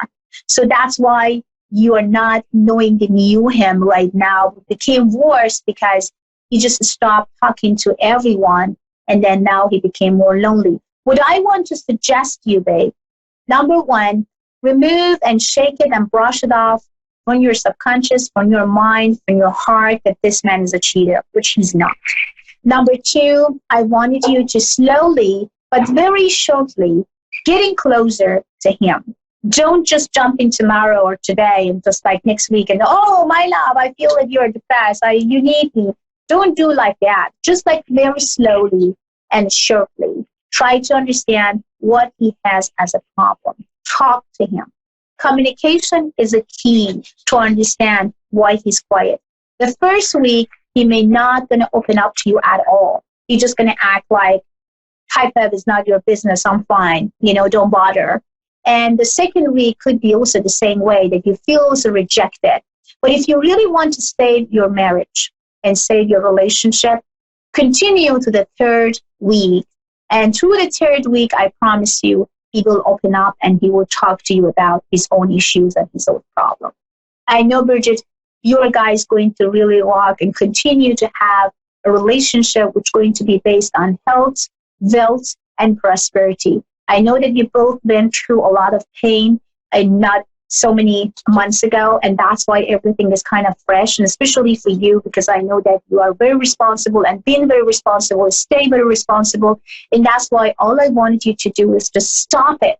I mean, say no. You have to kind of like teach as well to say no to people, and you should not always, sacrifice yourself just because of others, okay? So make sure that you came first as well. Make sure that you do love yourself first before anybody else. Thank you. Thank you. Very sound wisdom. I truly am grateful and blessed for the information you gave me.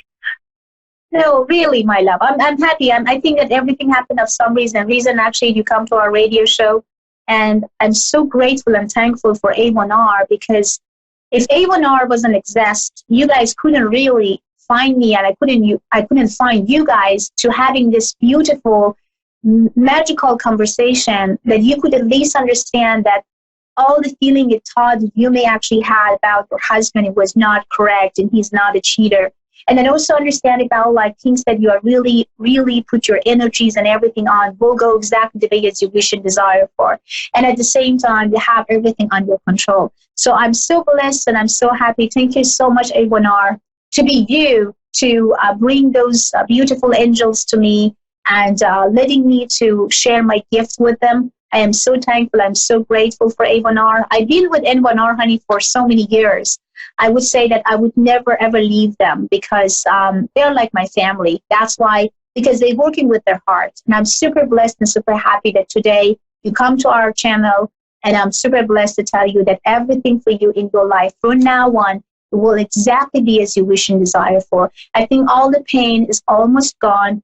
All the dark situation that you've been and went through maybe about a couple months ago is almost gone. So now the light, the shine, the sun, the energies, the power, the light, and the love is absolutely on your way.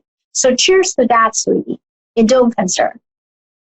Thank you so much. I just want to thank them as well because I'm the real thing. This is not made up, and everything that you told and shared with me was the 100% truth. I thank them for connecting because this weighed so heavy on me. I really appreciate them in the radio show. This is my first time ever. And most of the time, I don't believe psychics. I don't believe people with these gifts because they only always ask, give me money, give me money, give me more money. No, you need to do this with money. And you just poured out. Bad. You poured out the truth. I'm happy. I'm happy that you brought up. Before we cut off, I want to tell you, Bridget, please don't listen to people who actually come after you and says, if you are not paying me money, then the curse is going to come after. The negative energy is after. And you're not there. Please don't listen to those things. It's not real.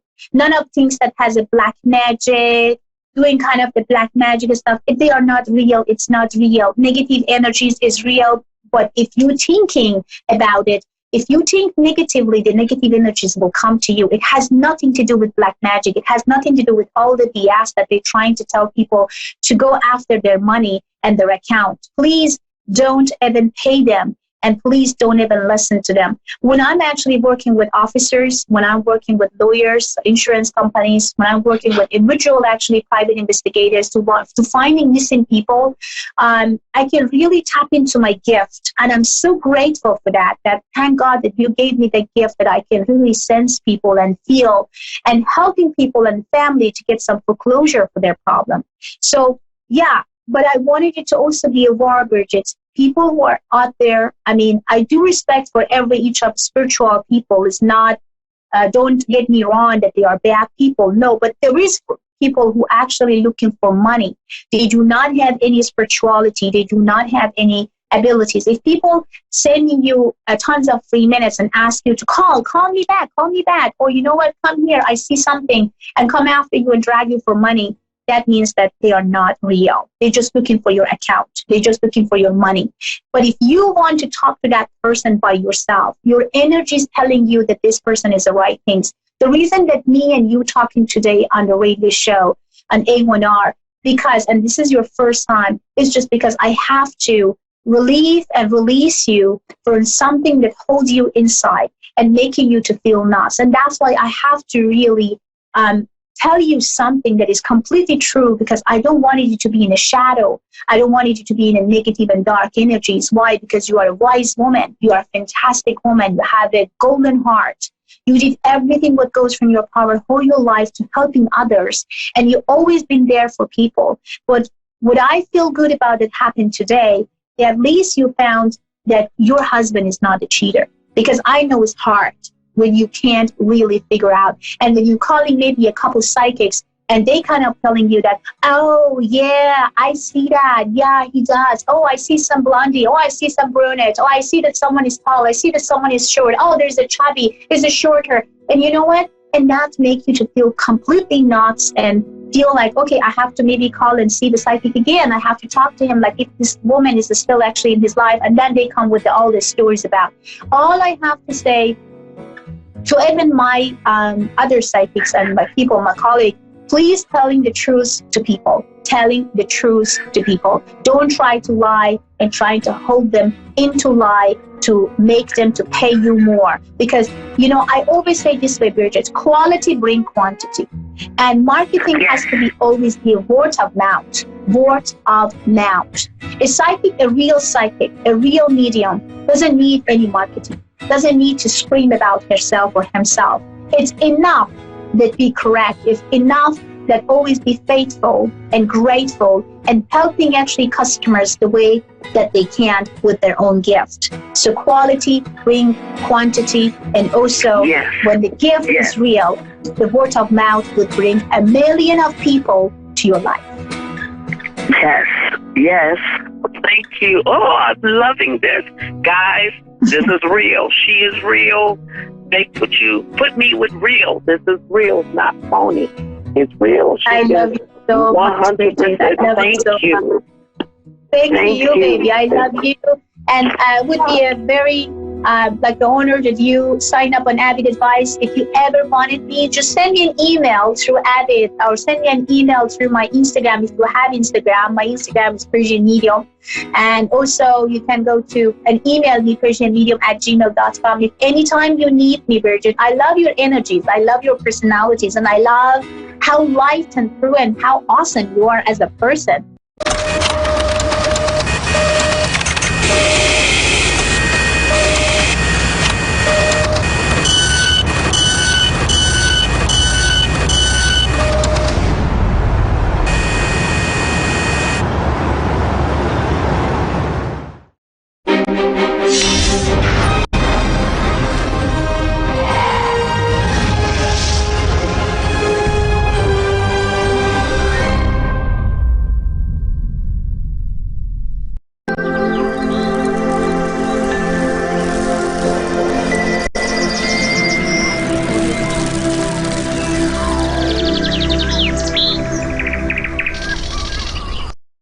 Welcome to Amanda Hall Psychic here on A1R Psychic Radio, here on Moonstruck TV. It's a magical time of the year as we head towards Christmas, but let's sort of get a few other things out of the road before we really kick the show off. It's been a tragic week around the world, particularly with the earthquake and the loss of life we've had in New Zealand at Mount White, I think it was, in the last couple of days. And look, our hearts go out to those families that have lost people and people that are still missing and uncertain of what the future brings with that. We really do sympathise and empathise with those families, and probably even more so as we head towards Christmas.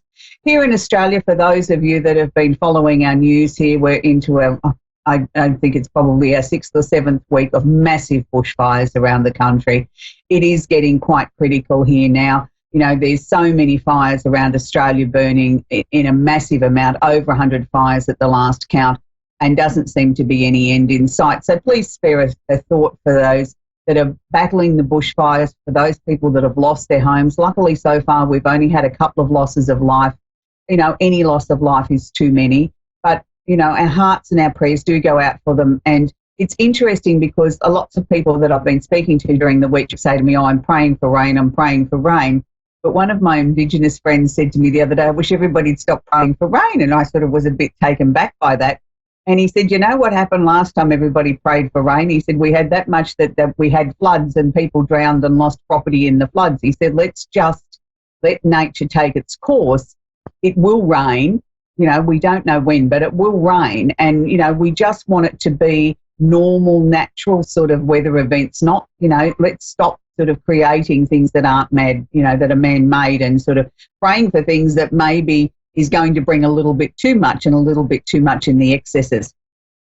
So let's move the show along to Christmas now, because I think it's a very magical time of the year, and it's a time of the year where I think we should all really understand the essence of Christmas. It's not always about the gifts that you receive or the things under the Christmas tree. I think it's more about being kind to each other and enjoying the time with people that we mightn't have had a lot of time to catch up with during the year.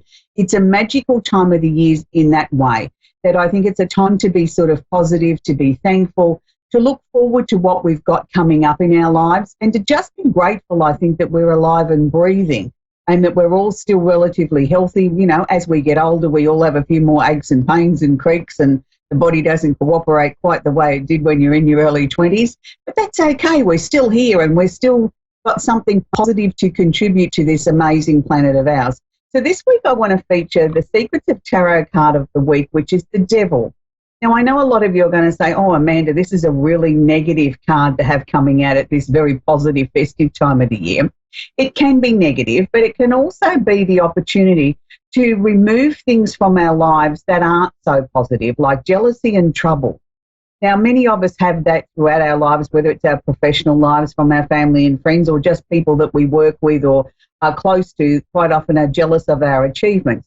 So this is the opportunity to remove that from our lives, jealousy or trouble, able to break the chains that have been holding you back or binding you.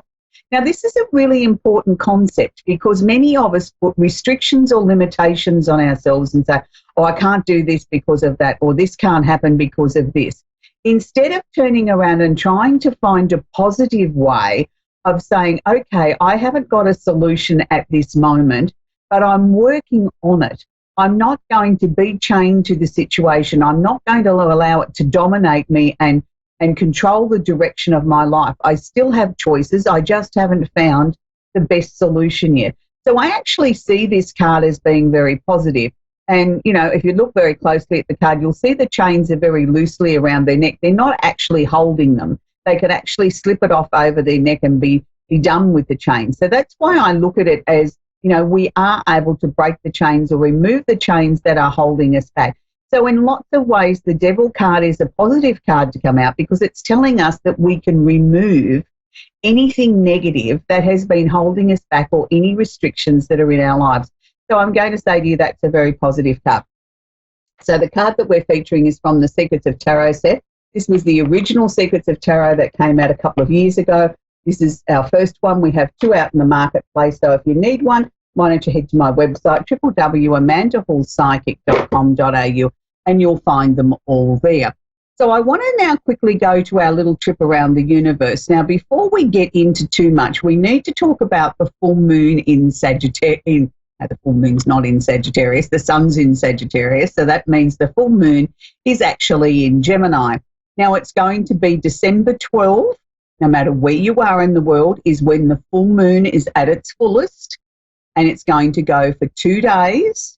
So you're going to need to be aware from any time now, and I think anything from now on in, be aware that your emotions might be all over the place. You might be a little bit emotional. You might be sort of a bit scattered in the things that you're thinking about.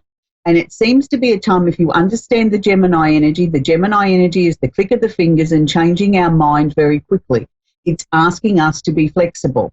So when the full moon is in Gemini, it's asking us to be flexible with our emotions, with our thought patterns, and probably more importantly with the people around us as we head into this very busy time of the year. And a lot of you are attending parties and functions and shopping and out and about and running around like a lunatic. And it's sort of time to sort of just stop, breathe, consider the people around you, and don't be in a bad temper if something doesn't quite go your way when you first wanted to. For many of us, it's a time when we peel off lots of emotions. We go through and say, flick, flick, flick, flick, flick. We don't need that anymore. And it's a time we have an emotional clear out. So I actually think it's a very positive time to have a full moon in Gemini. Now, the other planetary configurations that are really influencing each and every one of us at the moment is we have a plethora of planets sitting in Capricorn. But the 3 that I really want to focus on besides Jupiter is the fact that we have Venus, Saturn and Pluto all holding hands or conjunct together in Capricorn. So what this is asking us to do is to make sure the things that we are passionate about, the things that we love, the things that put a smile on our face are really what we want them to be. Let's be very careful that when we start to talk about things, whether it's climate change or whether it's that new outfit or that new present we want for Christmas, that we really have thought this through, that this is something that we really are passionate about, something that's going to enhance our lives or make us feel better. Because at the moment there seems to be a lot of controversy out there, particularly when we look at world events of all the catastrophic things that are happening, weather events around the world. Some people are blaming it on climate change. Other people are saying, don't be so silly. And everybody seems to be pointing the finger at everybody else. But nobody's really trying to find solutions. Now, I think that's the important thing here. Yes, it's great to be passionate about things and to have a very strong or firm stand on something, but we need to also get up off the couch and do something about it and make our voices heard. And, you know, if you're really passionate about that, you believe that climate change is causing all these weather events, then write to your local politician and say, hey, listen to me. This is what I think. What are you going to do about it? We all need to collectively, as a group of people, start to get together, get some class actions together. You know, one little voice holding hands with another little voice and another little voice and another little voice is what makes changes in the world. So, you know, I'm a firm believer in climate change, and I truly do believe that a lot of the tragic weather events that are happening around the world are a direct link to that. And not just because I believe in that, but I also believe in it from an astrological point of view, because I also am aware of where the planets are. And I know we have the planet Uranus sitting in Taurus at the moment, going retrograde or backwards. Now, Uranus is the planet of the unusual and the unexpected, sitting in an earth sign. So it's saying I'm creating havoc with the earth. And with that making aspects back to the stuff in Capricorn, it's saying it's time now that we all have to work together to find solutions. And we have to find solutions on a global level. We have to transform. We have to look at the old ways of doing things are not working anymore, and we have to find new solutions moving forward. So on a very logical, practical, astrological level, I can see why the globe is in such a state. And this comes right across the board to all the political arenas and, you know, politicians ignoring things and sort of going about things in their own way as if they haven't got, you know, they're not switching on and listening to what the public's saying because they're so far removed from real reality. So these sort of things are going to come back to bite them. So it doesn't matter where you live in the world, who you vote for. I think everybody has an important opinion on this at the moment, and we need to be able to put our message across and stand up and be counted on these things. So we're going to quickly sort of talk about the candles of the week. So I've pulled out the Sagittarian candle because it is the Sagittarian or the Christmas time of the year. And I think it's a very important time of the year that we need to sort of acknowledge that and bring in some positivity. For those of you that work with the full moon candle, yes, we would have been burning our full moon candle now for a couple of days. I always like to work with 3 days on the approach before the full moon. So we're already 1 day into that. We're into the second day of the 3-day approach of the full moon. Then I burn it for 2 days for the full moon and then 3 days on the departure. So I'm going to say to you, we've still got another 5 or 6 days. There's a burning the full moon candle of releasing anything that we no longer want in our lives. So maybe we might release a few politicians while we're having our little full moon ceremony this year. That might be a great idea, mightn't it? Okay, so for those of you that might want a gift box that you see here, I've made it up with a full moon candle, I've made it up with a fire sign candle and a passion candle, just to show you that you can choose any candles from our 28 now range and to be able to make up a box that uniquely suits you. They're wonderful little candles. They burn for about 15 hours. I quite often work with these, you know, in my limited space that I have, even though I have candles everywhere. But I like to sort of burn, you know, a full moon candle and the energy of the full moon or the new moon at the same time. And quite often these are the ones that I burn. Because they are so small, I can make it that I use just one of these little mini candles for the duration of the 7 days of the full moon. And then I'm able to sort of, you know, say, well, that candle's finished and I've just absorbed that energy for that month. So anyway, we're going to sort of head now and take our first caller. And it's Kiana in Campsie in Quaker City in Ohio. Are you there, Kiana? Yeah. Yeah. Do you have a question for me, sweetheart?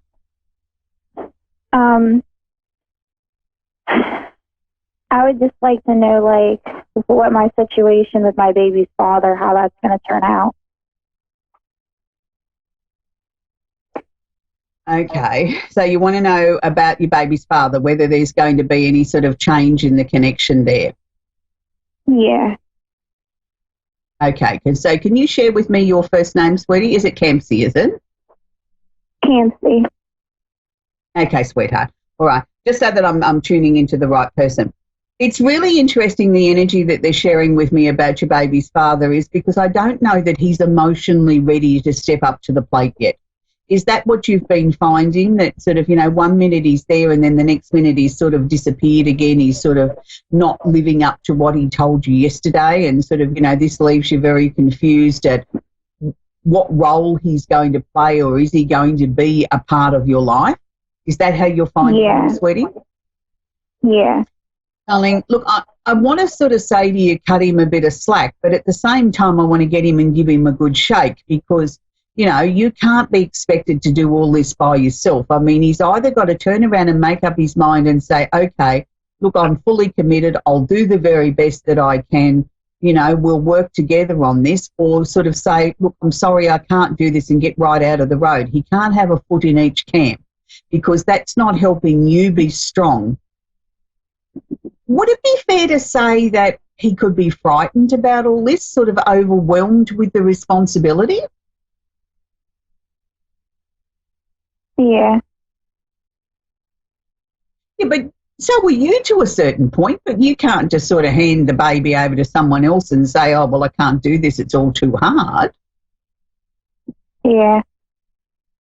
I know you might, we all think that at some stage or another. I mean, being a new mum is a very overwhelming experience, even if you have all the support under the sun. But, the fact that you've got a baby daddy here that sort of 1 minute he's there and he's fully supportive, and the next minute he's sort of like he's disappeared again, is not helping the situation. Darling, can I suggest to you that maybe you sort of focus on yourself and the baby, and that way then he mightn't feel as if he's being so pressurised to step up to the plate, that then he might then start to sort of gradually come back in a stronger way, in a more deliberate way, because he feels the pressure's off.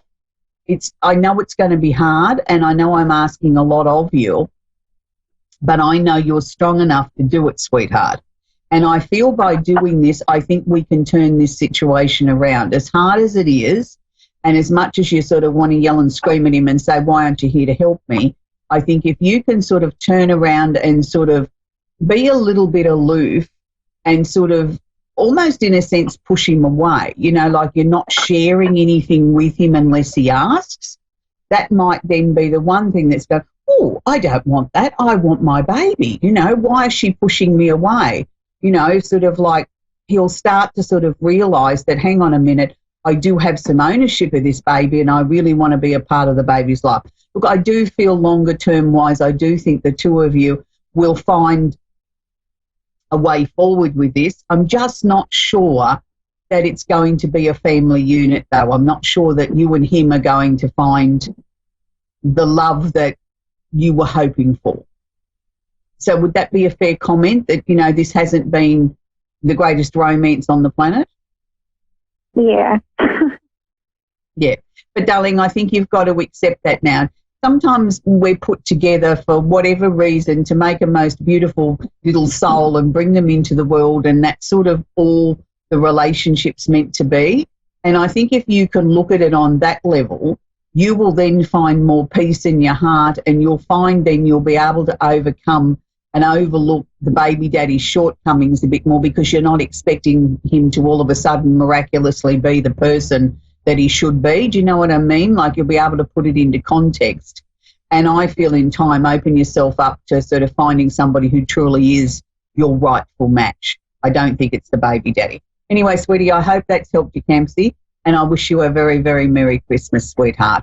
Now, we're going to go to Lonnie in Thief River Falls in Minnesota. Are you there, Lonnie? Hi. Hi, sweetheart. Do you have a question for me? I don't know what kind of questions I guess I'm allowed to ask. Well, there must be something that's going on in your life that you'd like some guidance on, sweetheart. Yeah. Basically, I just kind of wondering if my spirit guides try to contact me, like how do I know? Okay, if your spirit guides are trying to contact you. That's a really, really good question, Lonnie, because most of us sort of tend to sort of think, of spirit guides as, you know, lots of people have lots of different ideas, and this is my personal opinion. I'm not saying mine's right and everybody else is wrong. My personal opinion is that our spirit guides are usually passed over relatives. And the reasons why I feel that is because they have an emotional connection to us, that they sort of have a vested interest in us. You know, if it's your grandmother that's been gone for 20 years, well, of course she's going to have more of an emotional connection to you than she is to a total stranger. So this is why I believe that our spirit guides are relatives. And a lot of people say, oh, no, I've got a Native American Indian, or I've got this, or I've got that. Look, I'm not saying that they're wrong.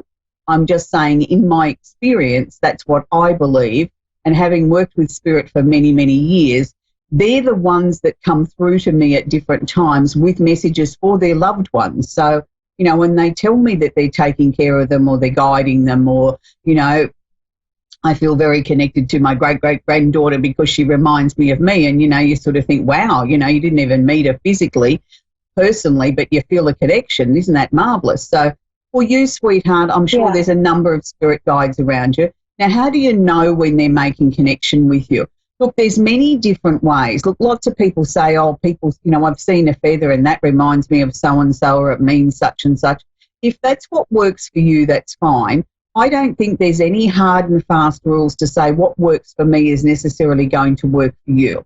What I can share with you is the things that I've noticed over my 40-odd years in this sort of work, and there's many different signs. Sometimes it can be as simple as a song coming on the radio and all of a sudden you'll get goosebumps and you'll think, wow, that really is the answer to a question that I had. Fancy that being in the words to that song that I'm singing along to. That's a connection from spirit. It can sometimes be the same sort of thing. You know, some lines jump out at a television show that you're watching and you sort of think, wow, there's the answer to, you know, what I was worrying about. Or the lights will flicker. Or you just get a feeling, or you can smell something. You smell perfume and then you go sniff, sniff, sniff, and there's nothing there. And you think, well, did I imagine that? No, you didn't.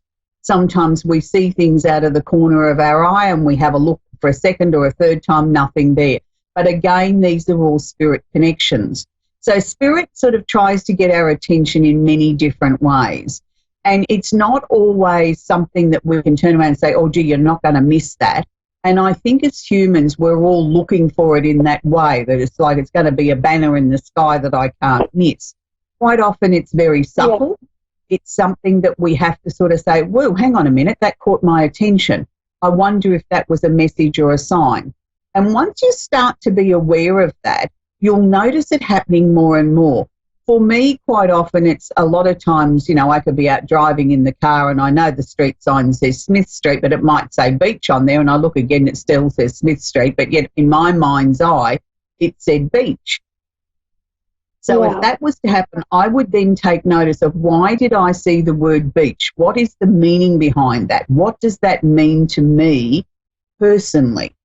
And that's how I tend to look at things from spirit. I mean, there's lots of different things that I can say to you. Again, for me personally, I usually find when I blow, you know, half a dozen light bulbs in the house in a matter of a couple of days, I know that spirit's sort of quite active, and what sort of message are they trying to share with me, good, bad, or indifferent. You know, yes, you can turn around and say that's coincidence, or your light bulbs blew at the same time because you replaced them all at the same time. But that's a little bit too coincidental to me. It's sort of like, you know, we might have one or two, but if you have six, that's, you know, who's trying to get a message to you. And, you know, people used to say to me, you know, I'd get up in the morning and all my photographs on the sideboard would be moved. And, you know, they might be people that are quite anal about them all being in a certain position. Again, that spirit, just sort of showing you that they're there.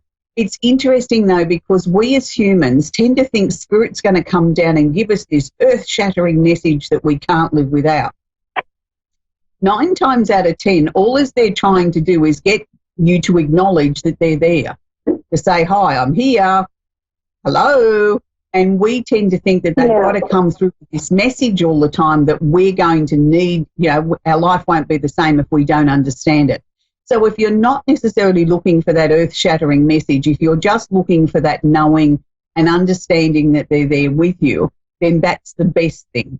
And that's the best way they can make connection with you, because then they sort of feel that that you know that they're there, that they're seeing everything that goes on in your day-to-day life, as mundane and as boring as it might be, but that's important to them because that's you. Sometimes if it's really important, they'll wake you at 2 o'clock in the morning and, you'll wake up from a deep sleep and you'll remember the dream that you were having, or you'll have a feeling. If that happens, can I suggest get out of bed and write it down, because that is something that they're really trying to get your attention for. But 9 times out of 10, it's just to say hello. I know you've got quite a bit of spirit activity around you. And I think the most important thing for you, Lonnie, is if you have something that you really, really, really need an answer to, say you want to know, should I change my job? Then I would suggest before you go to sleep of a night, ask the question out loud and ask them to put the answer into your mind first thing in the morning upon waking. Give them definite guidelines. Should I change my job? Yes or no? Give them something, as simple as a yes or no answer. So then first thing in the morning when you wake up, the first thing that comes into your mind will be the answer to that question. That's how we train them or organise them to work with us. And that's, something that we can all do, because they like to know when that they can be of service or when they can be of help.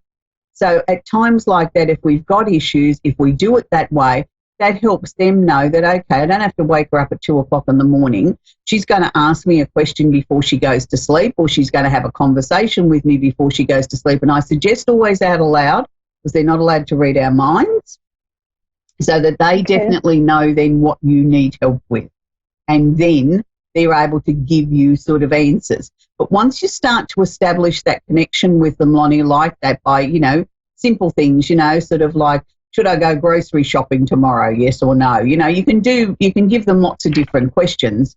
Then they start to be able to it builds up their strength or their energy on the other side, so that then they can come through in other ways. Then they can start with the smells or the moving of the pictures, or, giving you an answer in a song or whatever the case may be. So I hope that's helped you and answered that question for you, Lonnie. Yeah. Thank you so much. You're very, very welcome. Have a very Merry Christmas, sweetheart. We've come to the end of the show again.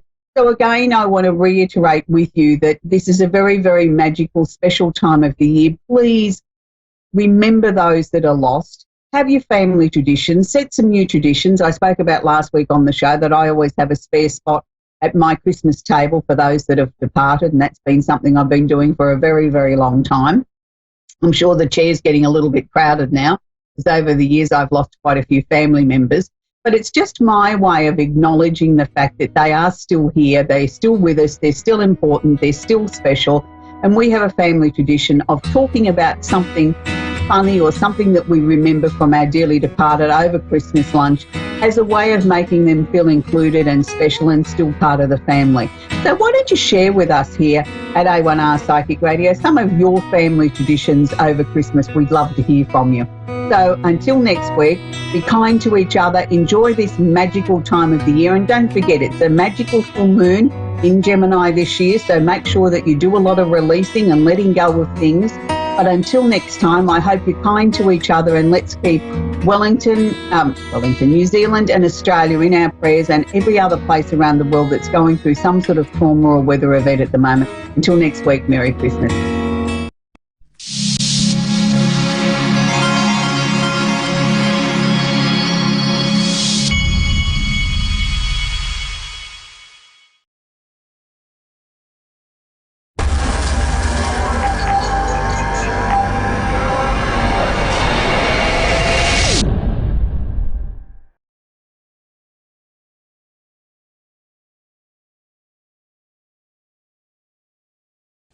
Hi, I'm Faye, and thanks for watching Moonstruck. And now, back to A1R on the air, Psychic Talk Radio, now on Moonstruck TV, enlightening television. Good morning, everyone. Welcome to the Aussie Goddess Show. I just want to say a quick shout out this morning because we've been undergoing some really severe bushfire stuff here in Australia. Where I live, we've been inundated with, we've had quite a few fires close, but it's been very smoky, and I know that there's a lot of people who've had to be evacuated and a lot of animals at the moment that need some help from us. I understand that probably it's happening in the States as well. It's been a very dry, hot year this year. So I just want to send my love out to those people who've had to leave their homes or, leave their pets or whatever they've had to do. It's very difficult. And I know that the other day the smoke was so bad where we live, and we're some 30 kilometres away from the fires. So please, my heart goes out to all of you. I hope that, you stay safe, and we see some rain soon. It's been a long time since we got good rain. So anyway, on to the show. So first off, I want to say thank you to all the people coming over from my YouTube channel to support me. And it's been lovely to have all your comments. I have a couple of people on some of the other social medias that say it's lovely to see me. And I think I'm not so comfortable about seeing myself, but that's okay. That's why you just don't see me much on YouTube. It's only my hands doing the readings. So I'm going to do a quick reading, and then we'll take a couple of callers this morning. So, okay. So let's see what's happening today. Let's have a little look. There's a lot of planetary movement at the moment. If you're a Capricorn, you're going to probably feel it most. I think that most of the planets are in Capricorn around our birthday. I think I've got a couple of planets returning on my birthday, so lots of changes. Okay, let's see what's happening. So today we have the Hanged Man coming out. So the Hanged Man talks about some sort of situation that you need to look at from a different perspective. The Hanged Man's sort of like the universe putting us in a bit of a holding pattern so that we can look around us and really understand, what's happening for us at the moment. I'm not sure whether to put that in front of my face or next to my face. So, but the Hanged Man's a really good card because this is giving us the opportunity to take a different perspective on something, which is so important sometimes. Okay, behind that I have the Star coming out. So this is really beautiful.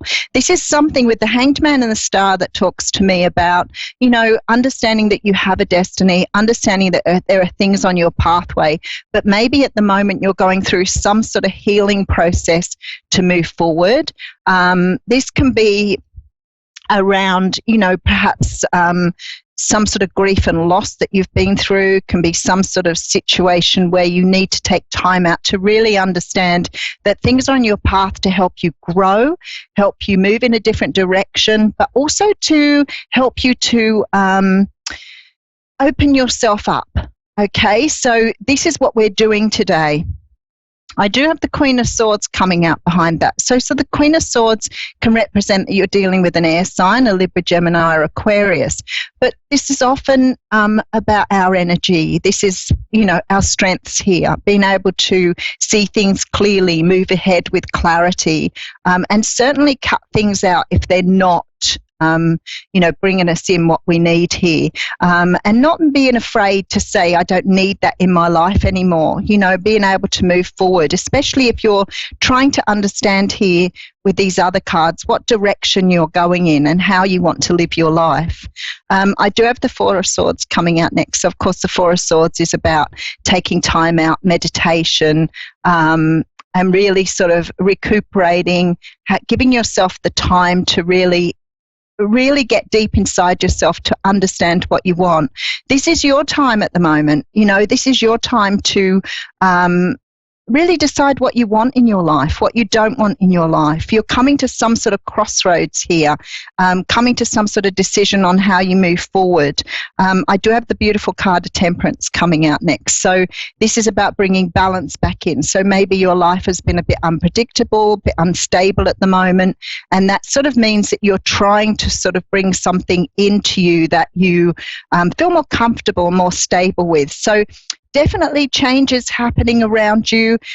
We do have the Tower card coming out here as well. So there's a bit of an upheaval. Now, I know a lot of people look at the Tower and they get a bit freaked out by it, but this is a chance for us to rebuild our foundations. This is a chance for us to, rebuild what we want in our lives. So very much today about being self-focused, understanding what you want to bring in, whether that's love, a job, but trying to work with the universe, trying to create with the universe something that's going to bring you a lot more balance and joy. I feel like this year's been a very tough year for many people. I've heard many people say that they'd be glad to see the back of this year. It's been a big year of loss for people, a lot of transitioning, and a lot more sort of spiritual understanding. So people are becoming a lot more aware of the power they have to co-create with the universe. So today is a day of self-reflection, going inside, having an understanding, being prepared to cut things out and move forward in a way you want to. Okay, so we have Dorothy in Pikeville, Kentucky, USA, ready to talk with us. So are you there, Dorothy? Yes, ma'am. How are you? I'm very well, thank you. How are you? I'm doing okay. Excellent. Okay, so what do you have a question for me, or can I help you with something today? I guess I just need some spiritual guidance. I don't, it's what I'm seeking. I don't know how to ask necessarily what I'm asking. Okay, so what would you like some help with? You tell me what's been going on for you. Relationship's been tough lately for a while due to some family issues. Once the family I was part of, now I'm not allowed around due to some circumstances. And made things really tough and strenuous between the two of us because it's caused a lot of anger between the two of us. So, and then I've had to lay back off school for a little while due to some health issues, and plus this as well. You know, it caused some moving, it caused a change of everything. Everything changed. Yeah, and this is a time for change. It seems that the universe is trying to shuffle us all back to our destined paths at the moment. So a lot of people experiencing quite a lot of change in their lives at the moment, which is emotionally very difficult to cope with. I do see things changing for you, probably coming up in February. There seems to be a bit of a time in between. So I'd say the universe is giving you a bit of time to sort of you're in a bit of a sort of a quiet space at the moment. Let's call it that. Because you're trying to, it's like you're trying to process. So you may be very much a processor, but it feels to me like you're trying to go through things to understand. Sometimes the energy is better if we just let it go and we just go with the flow rather than trying to fight it. But it's natural instinct to fight against things, which is very, very difficult, and that would make you very emotionally tired. So I would say, you need to sort of tackle one thing at a time at the moment. You're beautiful. I can see you trying to do too many things at once. So trying to perhaps sort out what is the most draining or straining for you and just work with that energy first. Otherwise you become very scattered, and that can bring you down a little bit and make you feel a bit sad. I feel like I'm already sad. You're sad, yeah, I can feel that energy. So maybe just picking out one of those things and just focus on one rather than trying to tackle too many. And I know that's your nature to do that, but you're spreading yourself too thinly and it's going to wear you out. Yeah, it's an exhaustion. I'm not able to sleep off. Yeah, and I can hear it in your voice, but I can feel it in your energy. Maybe concentrating on your sleep at the moment, trying to make sure you're getting enough sleep and rest, because your mind is just going 1,000 miles an hour. So, so you need to be kind to yourself. Remember, this is your life. This is what you're here for. And this is about looking after yourself first. Now, I always talk about being on the aeroplane when they say your mask drops, you put your own mask on first before you can help others. So try not to put others before your own. I feel that you've got a couple of people around you that expect a lot from you, and I think it's a time for you to learn to say no to that, and try to look after you, because if you're not around, they wouldn't have anybody anyway. So this is a time to really focus in on yourself. Self-care is really, really important where you are at the moment. A nice hot bath, go for a massage. What was that, sorry? I wanted to get back to my career. I was in beauty school, and I only have 4 months left. That's not much. Yeah. It's the time that I've already consumed. Yeah, and I do feel things getting sort of somewhat back to normal by around February. So you've just got to sort of plot out the next couple of months. So it's not even that. It's probably, maybe several weeks to get back into some sort of more stability for you, because it's very erratic at the moment. But I see things turning around for you in February, and I think it will be a slow turnaround, but I do see you getting results around about February next year. And then things will start to move back along again, because you're very sort of stuck at the moment, and that's why it feels like change is, quite overwhelming for you. But yeah, by February, I see you really starting to see things coming in. You may get a message you've been waiting on probably early in February that might give you a little bit more it might give you a little bit more insight as to why some of these things have happened. Okay. I've been looking for an answer, that's for sure. Yeah, and I think, by about the middle of next year, you'll be looking back at this time thinking, wow, that was a tough time, and I'm glad I've put it behind me. So, everything will be back in its place by then. But sometimes we get stuck in life, and the universe wants to move us in a different direction, and we can't see that, because when we're in amongst it all, it can be quite distressing and sad. But once we get into the new situation and we have all the beautiful things coming in, we look back and we think, that was a tough time, but wow, I had to go through that to really understand my own value and the direction I wanted to go in. And that's where you'll be in around about June. You will grow. You will grow dramatically from this. I can promise you that. And as long as you try really hard to go with the flow, don't fight it. Just understand that things are being put in place for your betterment. Okay. Thank you for your help. All right.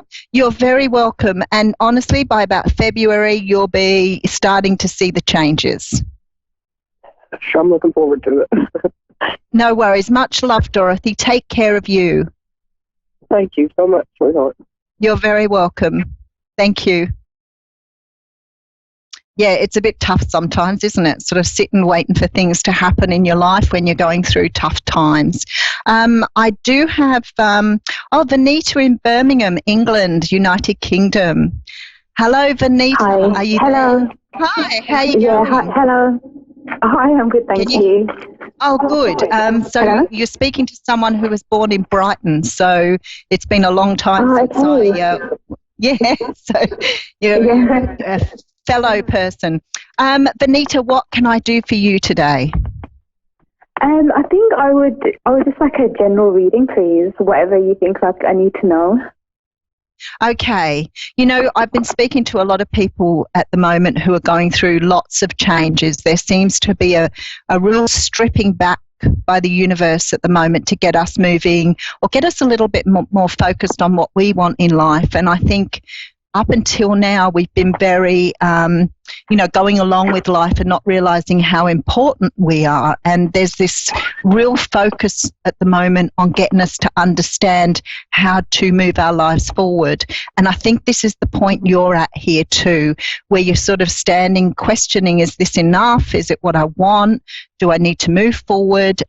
Do I need to manage my life differently? So I feel this sort of like, it's almost an excited energy with you, so good things are coming. I can feel it. And I have a lovely sort of warm feeling in my tummy. So I know that good things are coming to you. But it's like you want to sort of really sort of throw caution to the wind and get out there and bring new things in. So I want to say to you, don't try to do too much at once. I do see some changes coming around your home situation. So there seems to be changes for you. Either you're moving or you're going to just completely redecorate, like you're over looking at the same things. You could be even thinking about a change in your appearance. So I'm not sure. It's like you want this complete revamp. But you're trying to bring in a lot of new things, which is beautiful. And I love that you're manifesting because they're coming to you. But just be careful you put out there what you actually want. Otherwise, you're going to bring so much in, you won't know where you're at. So I love the fact you're manifesting. Do you have a young daughter? I don't know. I don't have any children. No children yet. Are you married? No. Have you been trying for children? You're not married yet. Okay. I'm not married now. All right. okay? Because you've got a lot of changes around you in the next 2 years. So I want to say to you that life is changing quite dramatically for you in the next 2 years. I just want to ask you if you're a Pisces. No. What's your star sign? I'm a Virgo. A Virgo, okay. You have a strong Pisces feel to you, and I tell you why that is. You have this dream thing going on. It's like you have very deep, big dreams for yourself. There's this feeling here that you're either a very deep thinker, and you do. Do you do spiritual work? Is that what I'm getting? I do. Yeah. Okay, and also radio. it's strange as well that all like my best friends and my sister who I'm really close to, they're all Pisces.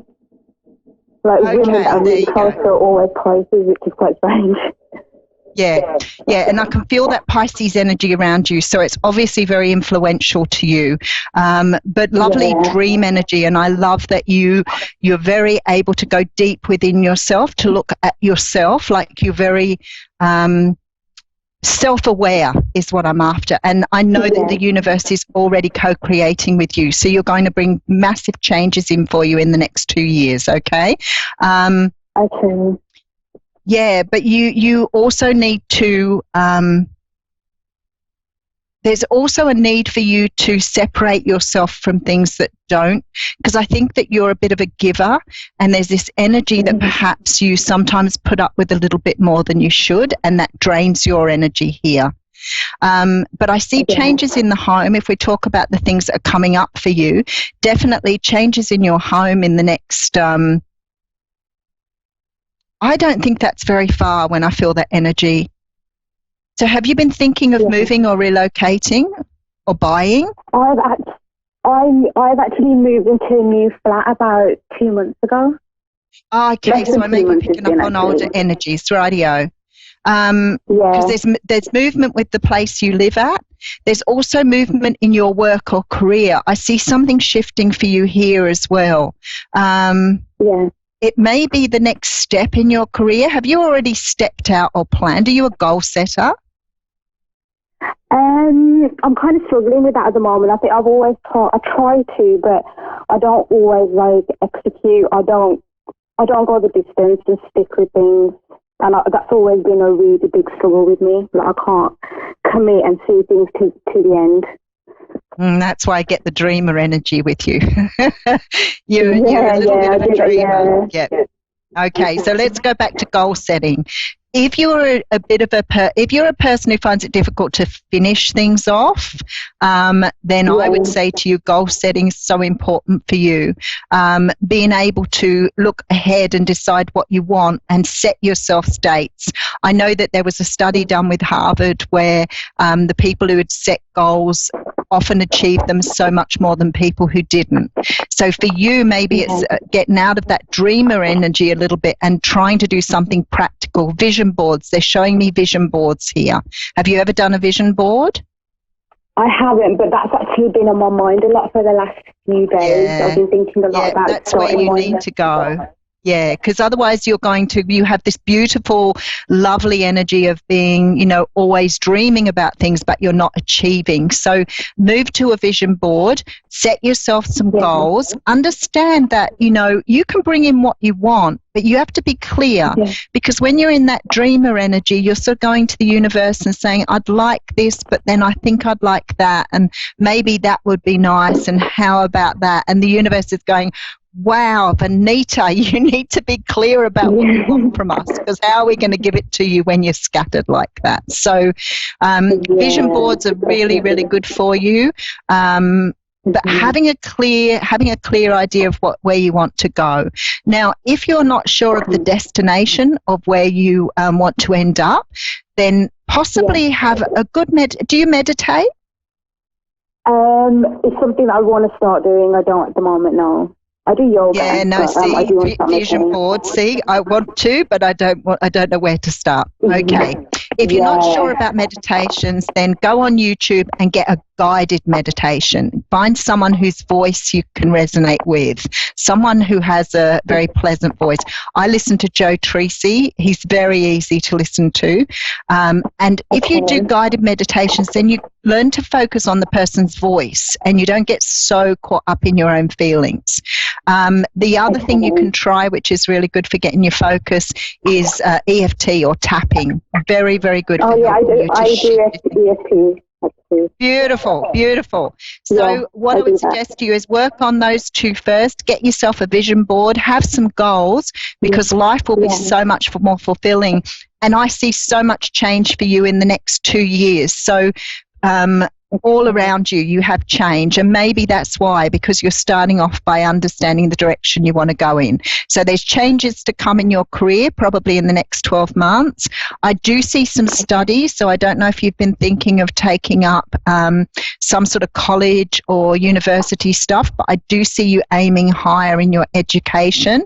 And I do see changes coming in your romance or your life in general. So lots of things to look forward to, but it's sort of starting to understand what you want. And once you've got that in your head, then you can start to proceed. Okay, thank you so much. All of it is so perfect. Everything you said is just so perfect. That's exactly where I am right now. There's a habit that I have, and I'm just got to this point where I know it's stopping me from going forward and stopping me from doing the things that I want. And today I have actually decided that I'm just going to change my habits. So you have the most beautiful energy. Don't lose your energy, though. You have the most loveliest, lightest. It's almost like flowers. You have this beautiful energy, so don't lose that. But just find that part of you that you can work with rather than sort of getting scattered, because then you get a little bit irritated and frustrated that you're not going in the right direction. So keep focused. Try and find a couple of those things to do, to put in place, and you will bring in everything you want in the next 2 years. Oh, brilliant. Thank you so much. You're very welcome, Vanessa. Exactly what I wanted to hear. Thank you. No worries. Thank you so much. No What's your name again, sorry? Yvonne. Hello, I'm the Aussie Goddess. Yeah, okay, my business is the Aussie Goddess. Thank you. Thank you so much. Thank you. Bye. You're very welcome. Bye-bye. Okay, so before we go today, I just want to, because somebody wants to know where I'm from, so I'll give you a little bit of a background and a few places you can find me. So in my day-to-day work, I work for the government. I work in disabilities. I've been working in disabilities for, I don't even know how long. I started off in youth homelessness, youth work. I moved. I kept trying to find what this thing was that I had, and I kept studying, and I got myself a bunch of degrees and a bunch of certificates, and I tried lots of different things, and all the time not realizing that my calling was around this type of work. So I got into life coaching. I also am a certified life coach.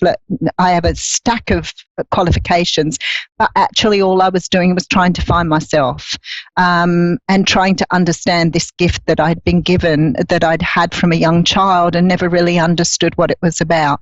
I read the tarot as soon as I read cards. I read playing cards as soon as I could understand what I was hearing, seeing, and feeling these feelings about people, and these always having these ideas of coincidence, what I thought was coincidence, because I was manifesting and didn't realize it. So I spent a long journey coming around to this side of myself. So now I have my own business. I've been doing this professionally for about 5 years. The last 2 years I've really taken it seriously. So you can find me on YouTube. I do daily readings. I've been doing it about 1.5 years on YouTube. I do dailies, weeklies and monthlies. I do a lot more personal readings now. So I do readings from my home if you're in the Sydney area. I do readings by phone, Skype, Messenger and WhatsApp, and I go all over the world with those. So I speak to people in a lot of different countries. I do fairs. So I get to do, and last year I did way too many fairs and it was just ridiculous. So this year I'm cutting back the fairs a little bit and just probably doing some, maybe one a month over the year. But I love fairs, but a lot of traveling for me. As a mother of 3 very grown-up children and 7 beautiful grandchildren and 1 beautiful great-grandson, my home life is busy too. So just recently I decided I wanted to have a move, so I'm moving closer to be with my family now going forward. Now everybody's getting a bit bigger and that I've still got 2 baby grandchildren. But anyway, if you want to find me, you can find me on YouTube. I have a Facebook page at The Aussie Goddess. TheAussieGoddess.com is my website. I'm also on Instagram, LinkedIn, Twitter, so all the social platforms. So please look out for me. Do come over and follow me on the Aussie Goddess Facebook page. I'm currently running a competition there, so if you'd like to have a chance at winning a half an hour reading, then you can come over and visit me there. Please say that you've seen me on Moonstruck Television so I know who you are and I know where you're coming from. I answer all of my emails. I answer all of the communications I get in. So please share the journey with me, join the community, love every time like the first time, and much love to you all in your day-to-day life. Mwah.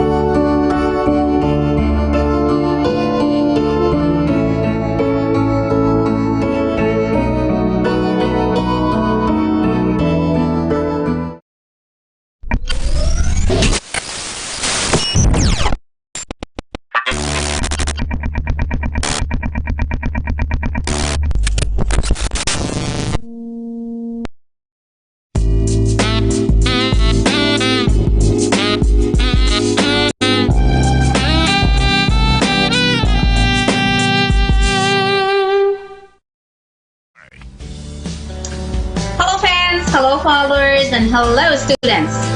This is Fiona, Christian medium I am Power. Another night, another amazing time, and of course, A1R Radio Network. So before I take any callers, would love to share a couple of my experience when it comes to I don't know if I can, I don't think so you can, I wouldn't suggest you to go for that. Oh, my experience is about that when I tried, really I couldn't succeed, so maybe you shouldn't. So there's tons of insecurities, limitations, and also a little bit of I don't know what to do, and can you please help me where I am and what kind of career I should change or found or whatever. So I want to tell you one thing. This is actually my own experience. I wanted you to not listening to anyone. Of course, you should listen to people with experiences and telling you exactly what to do or not to do when it comes to risk and investment and other stuff. But when it comes to you want to change and challenge yourself, and because your neighbor, because your parents, because your sister, because your brother, because your coworker, because your competitions couldn't make it, then maybe I can't do it either. So try to remove that type of feelings and philosophy that because others couldn't, that maybe I can't either. All I wanted you to do is like try it, believe it. And it also depends on how much you want that things will be the way as you want and the way as you wish. If you wish big, if you actually offer yourself a best ever timing of life to make yourself the happiest and the greatest and the wealthiest and the healthiest, then you are going to invest on your will. The willpower, the energy that you are going to spend, the feeling that how far you can go is all up to you. No one can tell you what to do or not to do. The only person can approve and tell you if you are going to and you can is you. I wanted you to believe in yourself. I wanted you to trust yourself. I wanted you to be brave and take opportunities even when you feel or felt that others told it's not going to happen. So the most amazing time in my life was when people told me I can't, and I proved that I can. So I know you're going to enjoy that timing as well. When people telling you, you can't, don't even go there, and then you show that you can. And you can, of course, go there and be the one that you want. So there is also another things that I would love to exchange with you guys is about the matter of timing. So sometimes we just like not in the right time. Kind of like if I taught like 2 years ago, maybe I couldn't even actually go there or try that type of things. Now I'm more mature. I know exactly what I want. I know my willpower. I know what kind of circumstances, opportunities, and other things I have. So it depends on what you want and how you want and how badly you want, and also timing. You can get what you want. So as I always say to my students and also to my clients, there is no impossibility. There is no impossible. Everything is possible. So we do not have any village of impossibility. We have a village of possibilities. So everything is possible. Just try it at least one time, and don't listen to those people who send negative energies and knows already that they would never ever try it because they are lazy, because they are not brave enough, because they do not invest in their life. So back to studio, and now I have Sarah. Hello, Sarah. How are you doing? From California. Hi, Sarah. Hi. Good. Sweetheart, welcome to A1R and welcome to Fiona's show. So it was so pleasure to talk to you, Sarah. Before I start my show and my reading for you, gorgeous, I need to know about your date of birth, and also I need to know what you have in your beautiful mind and what I can do for you tonight. Go ahead, sweetheart. My birthday is September 29th, 1980. Okay. And in my mind is a lot of confusion. Okay. On I see that. Where my journey in life is supposed to be. Okay. Sarah, my love. Mm-hmm. I want to ask you two questions. The first things that I can see in the Pentagon is about something that related to money and finance, which actually making you to feel very discomfort, not happy, a little bit mad, upset, lots of I didn't know exactly what to do. I didn't know where to go, and kind of blaming others. So I wanted you to first remove one thing immediate with me right now tonight. Stop blaming others, okay? I understand that people having a very strong impact in our life, especially when we talking about money and finance, because sometimes negative people can change our life completely to the nastiest way. Sometimes one positive person can change our life to the best ever way. But whatsoever and wherever you are today, I wanted you to change this type of the feelings and connection that, oh, if I did not listen to that person, if I wasn't really in that matter or that place, maybe I could be better now. So, done is done. Life, it's moving forward. Every day is a new day. Every minute of our life is a new minute and every second actually of our life. Every single actually second that we're just breathing is absolutely a new and fresh life. All I wanted you to do when it comes to blame, stop blaming others, because when you blame others, or especially blame yourself, because if you just could make that decision at that time, if you could just say yes to that or no to that, so maybe you just could be better right now or just like be in a better place. So all I wanted you to just drop the anxieties of, drop the stress and drop the craziness of if and maybe and if or maybe or should. Just let it go of all those words, okay? All I wanted you to do to connect yourself with money, and also, as you know, that money is energies. Energies is everywhere. It's just going back and forth. It's just starting somewhere. So that's what I wanted you to completely feel and sense and connect to that energies right now. And don't worry about future when it comes to, am I going to be, feel good? Am I going to have wealthy enough? Or am I going to have enough money in my account? Am I going to have the job that I want? Just stop asking. Now it's time for you to show action. Okay, Sarah? So this is very important, because I think the one block that is standing in front of your way and trying to not allow you to moving forward is about blocking your own energies to just say yes to life, yes to happiness, yes to wealth, yes to health. It's just because you're still afraid, you are kind of like confused and not know exactly what to do and where to go. So stop whatsoever had happened in the past. Past is past. Just yesterday was yesterday. Today is today. Tonight is tonight. Last night was last night. Whatsoever you couldn't do last night, you can do it tonight. Okay? So first step, you forget about what happened last night. You stop blaming yourself and stop blaming others. And what you need to do right now is just stand up and just tell to yourself that exactly what you want to be, where you want to go, and exactly what is your goals and desires is. That is exactly what I wanted you to write it down somewhere, to make yourself to understand exactly what you want of your life. Okay? That's the one thing. Okay.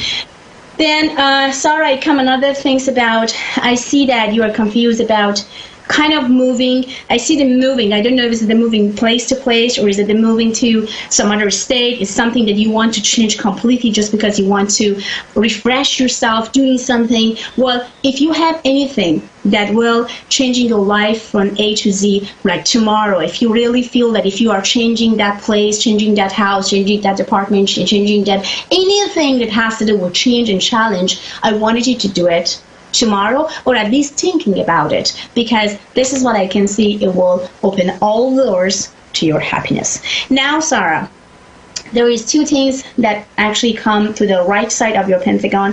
It's telling me about emotion and also feeling very down, depressed, and not happy. No desire of continuing, no desire to feel good. Now, Sarah, tell me what makes you to go there, what makes you to feel this way, and why you are so confused about your emotional feelings. I've been going through, I've been divorced now for 3 years, and the confusion of am I where I'm at, am I at where I'm supposed to be in life? And I actually am putting my house on the market tomorrow because I struggle with the emotional attachment that the house, the energy the house brings from my marriage. And this is where I started my marriage. We raised our kids, but then it's also the place where my marriage ended as well. And so I've had a lot of confusion with that part of making choices, and then as well as not being able to let go of the emotions of bitterness and the, I don't want to use hate, but the dissatisfaction from the place of where my marriage ended, and that I can't move forward from that. I'm still in a negative, I have a lot of negative energy towards him, and it affects our day-to-day lives, and we have children involved. So I understand. That makes it really hard.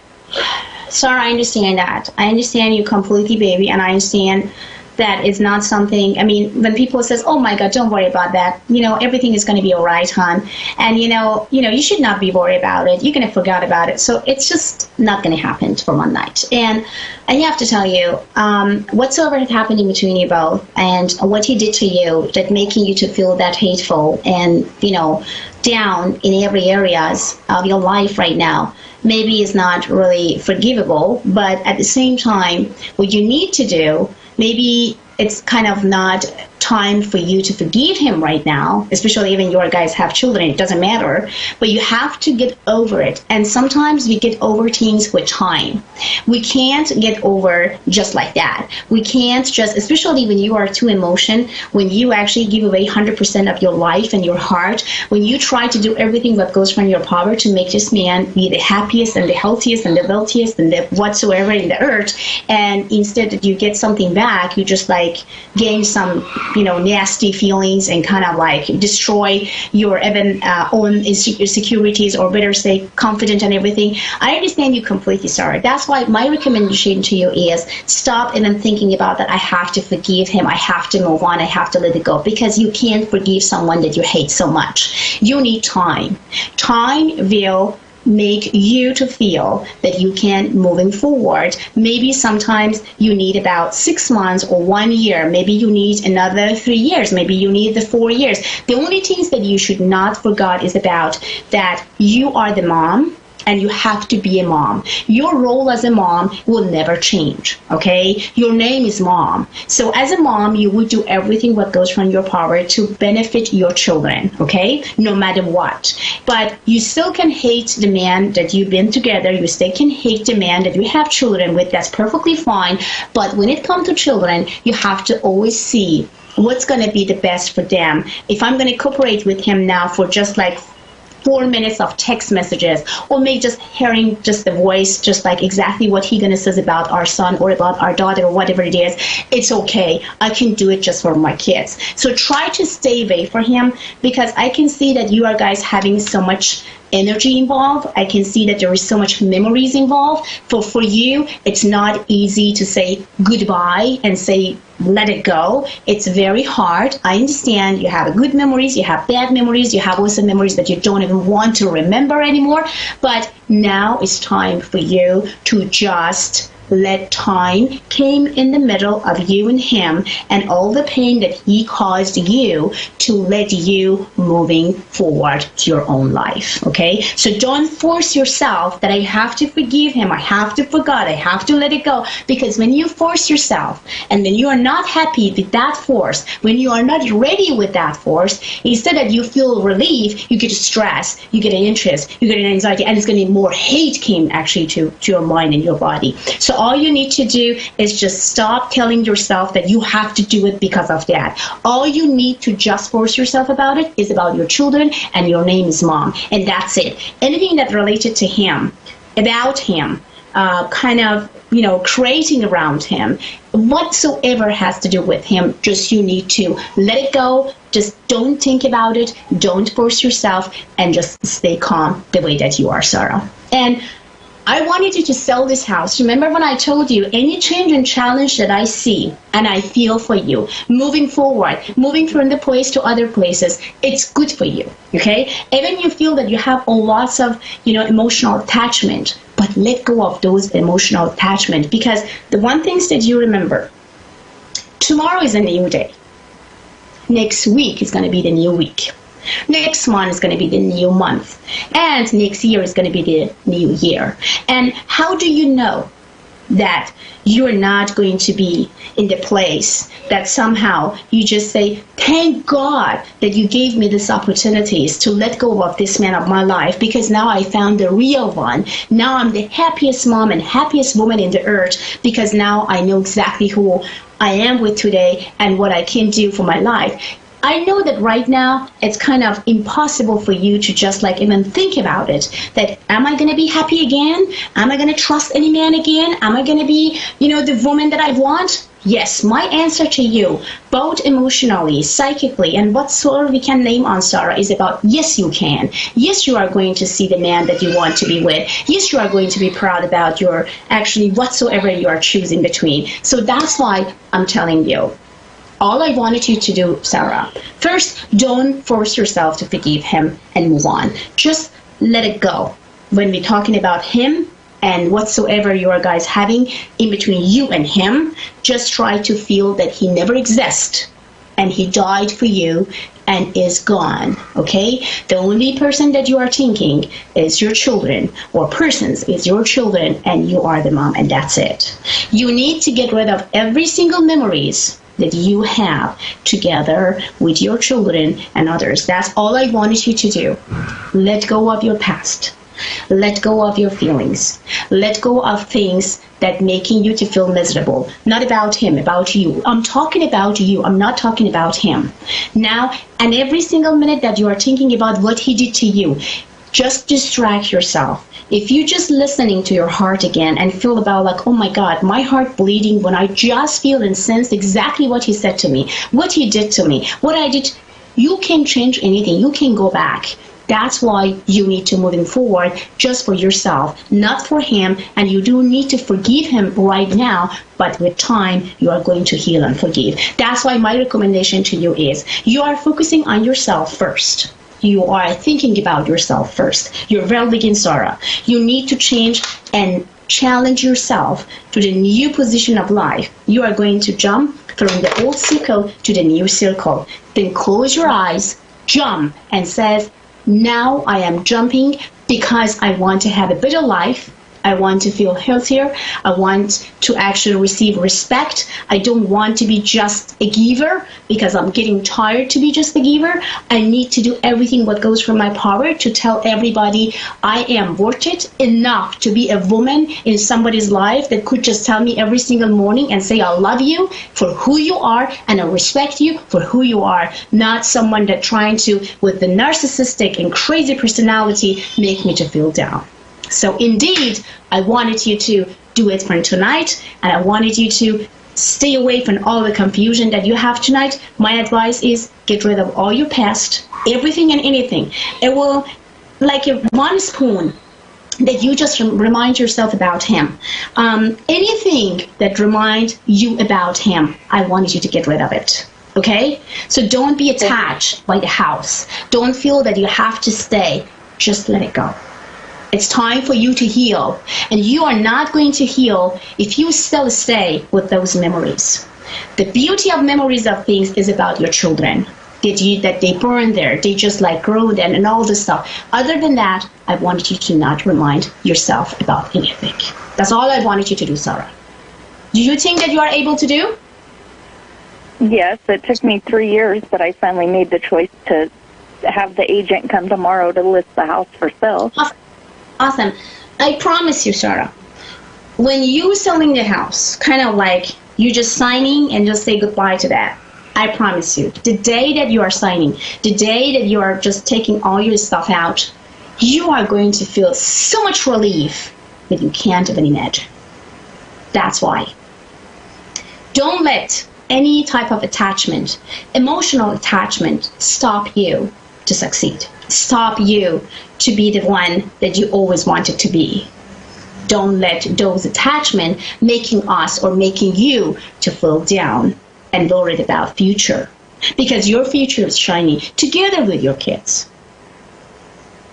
Without him, not with him. You should be happy that you really get rid of this man from your life. I don't know how you could deal with the narcissist man. I don't even understand how you could even deal with it. But I have to say congratulations, because you did great. but it's time for you to move on because your body and your brain needs rest and find a better way to communicate with yourself and the world. And you know you have a purpose that you came to this life. That's why choose that purpose and stop bugging yourself. Stop having crazy attachment to something that is not really worth it anymore. Life is changing every day, every single minute and moment. You need to follow. Other than that, life will follow you. And that may not going to make you to feel good. You need to follow life because when you follow life, you change your destiny by your own decision. But when you letting life follow you, the life will give you the most painful experience that you ever thought and imagined for. So follow life that you at least have a choice to choose in between. You got it, baby? Yep.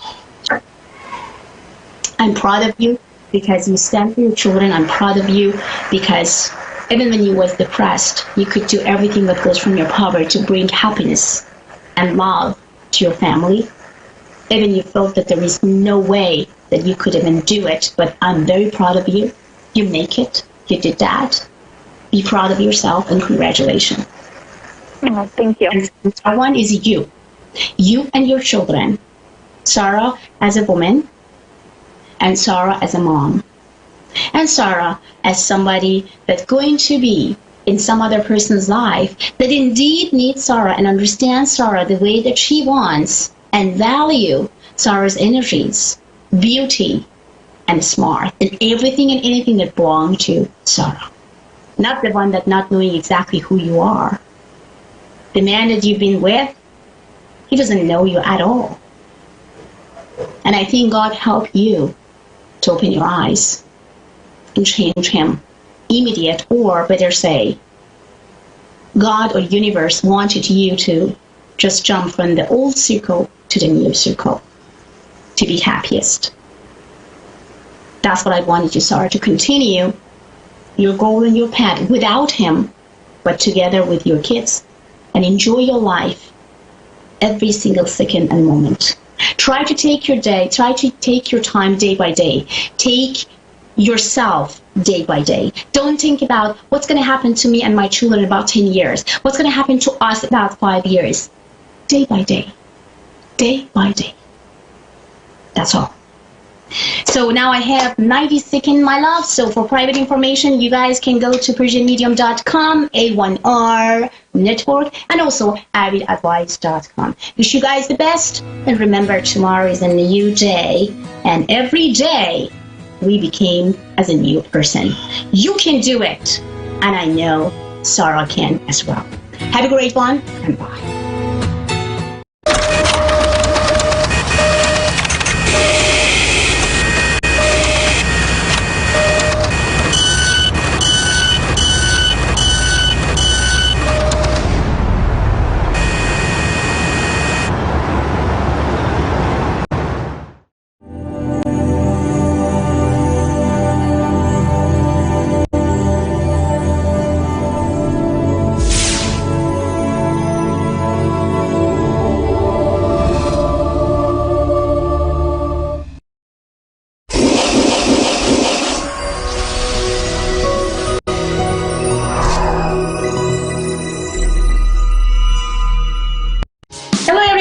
This is Fiona, Virgin Medium. I am Power, and of course, you are guys listening to A1R. And tonight is Avid Show with Psychic Bella Love. Hello, Bella. How are you doing? Hi, I'm good. How are you?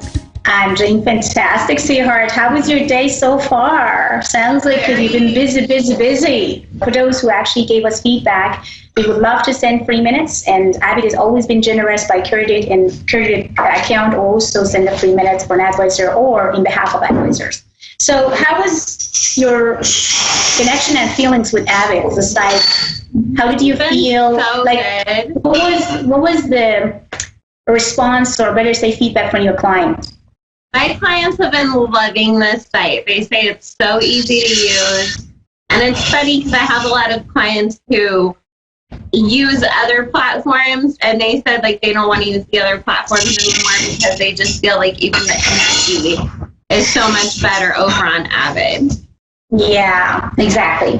So, and I kind of like feel good too when I feel and sense that there's tons of people that sending me an email and says, well, Fiona, we are so happy that we finally find you because we've been very sad in the past couple days and months or so because, you just been disappeared. And I says, well, I always, is around, and you guys can just like go and Google Virgin Medium I Am Power, and I am kind of everywhere.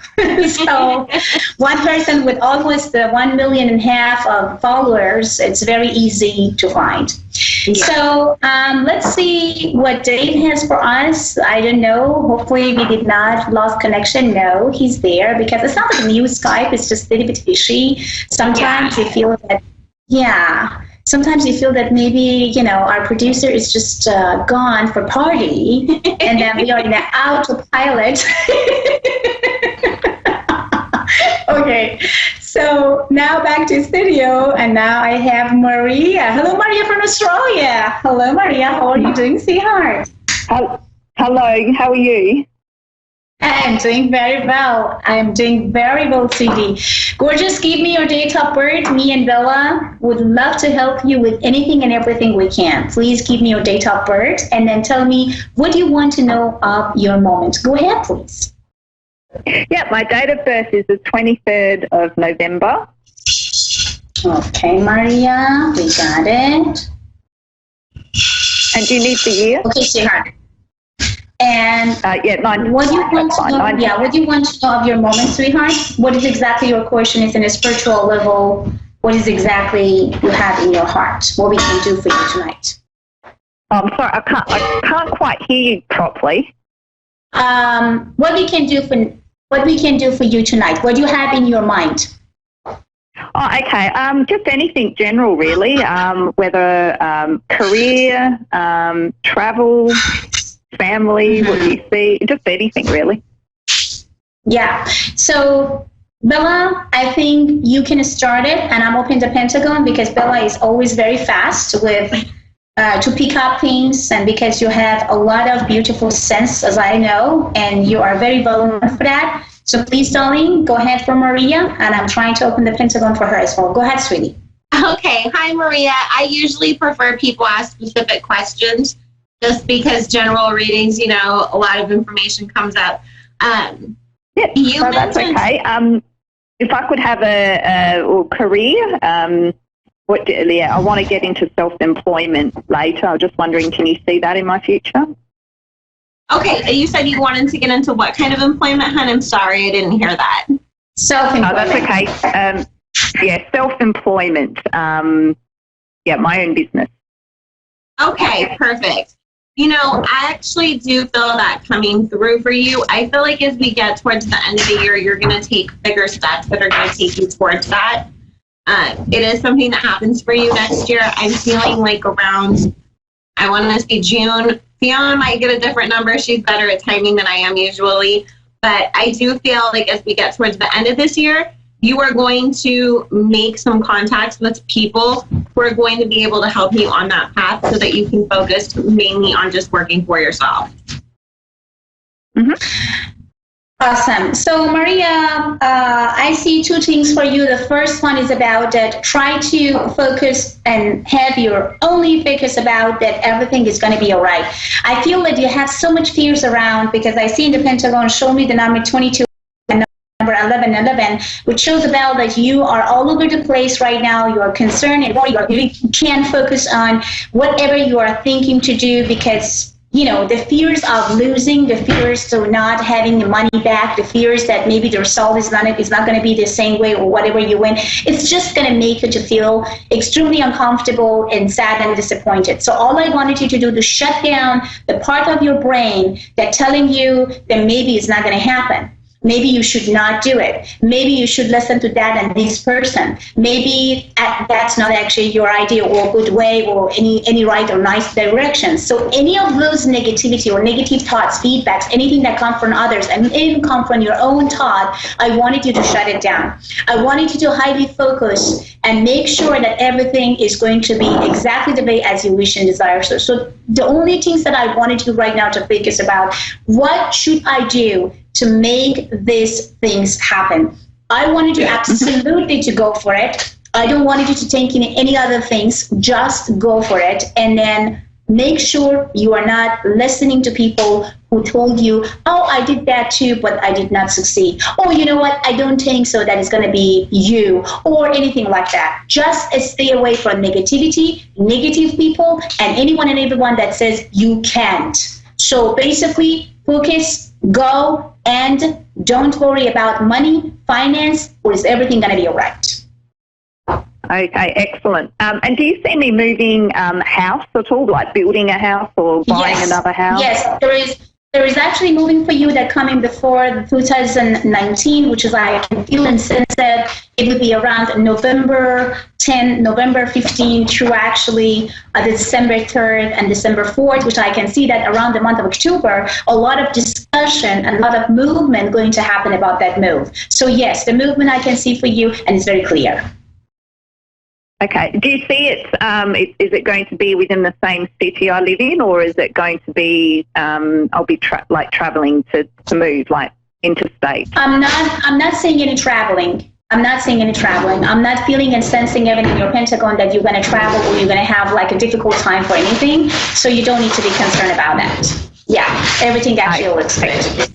Yeah. Okay. And is there any health issues coming up or anything else that you can see? I feel Bella, as far as I'm concerned in your Pentagon, your health is excellent. I don't have any problem with your health. Besides that, I can feel a little bit of your bone pain, kind of like maybe muscle pains, which is if you have time for yoga, example, if you have time for just walking, you need to do that. But it's not really serious, and I'm not really seeing any serious condition that you may indeed need medicine for to calm down and relax. So all I wanted you to do is just stop to be concerned and worried. You are that type of the person that you're always going to concern and worry about things. You double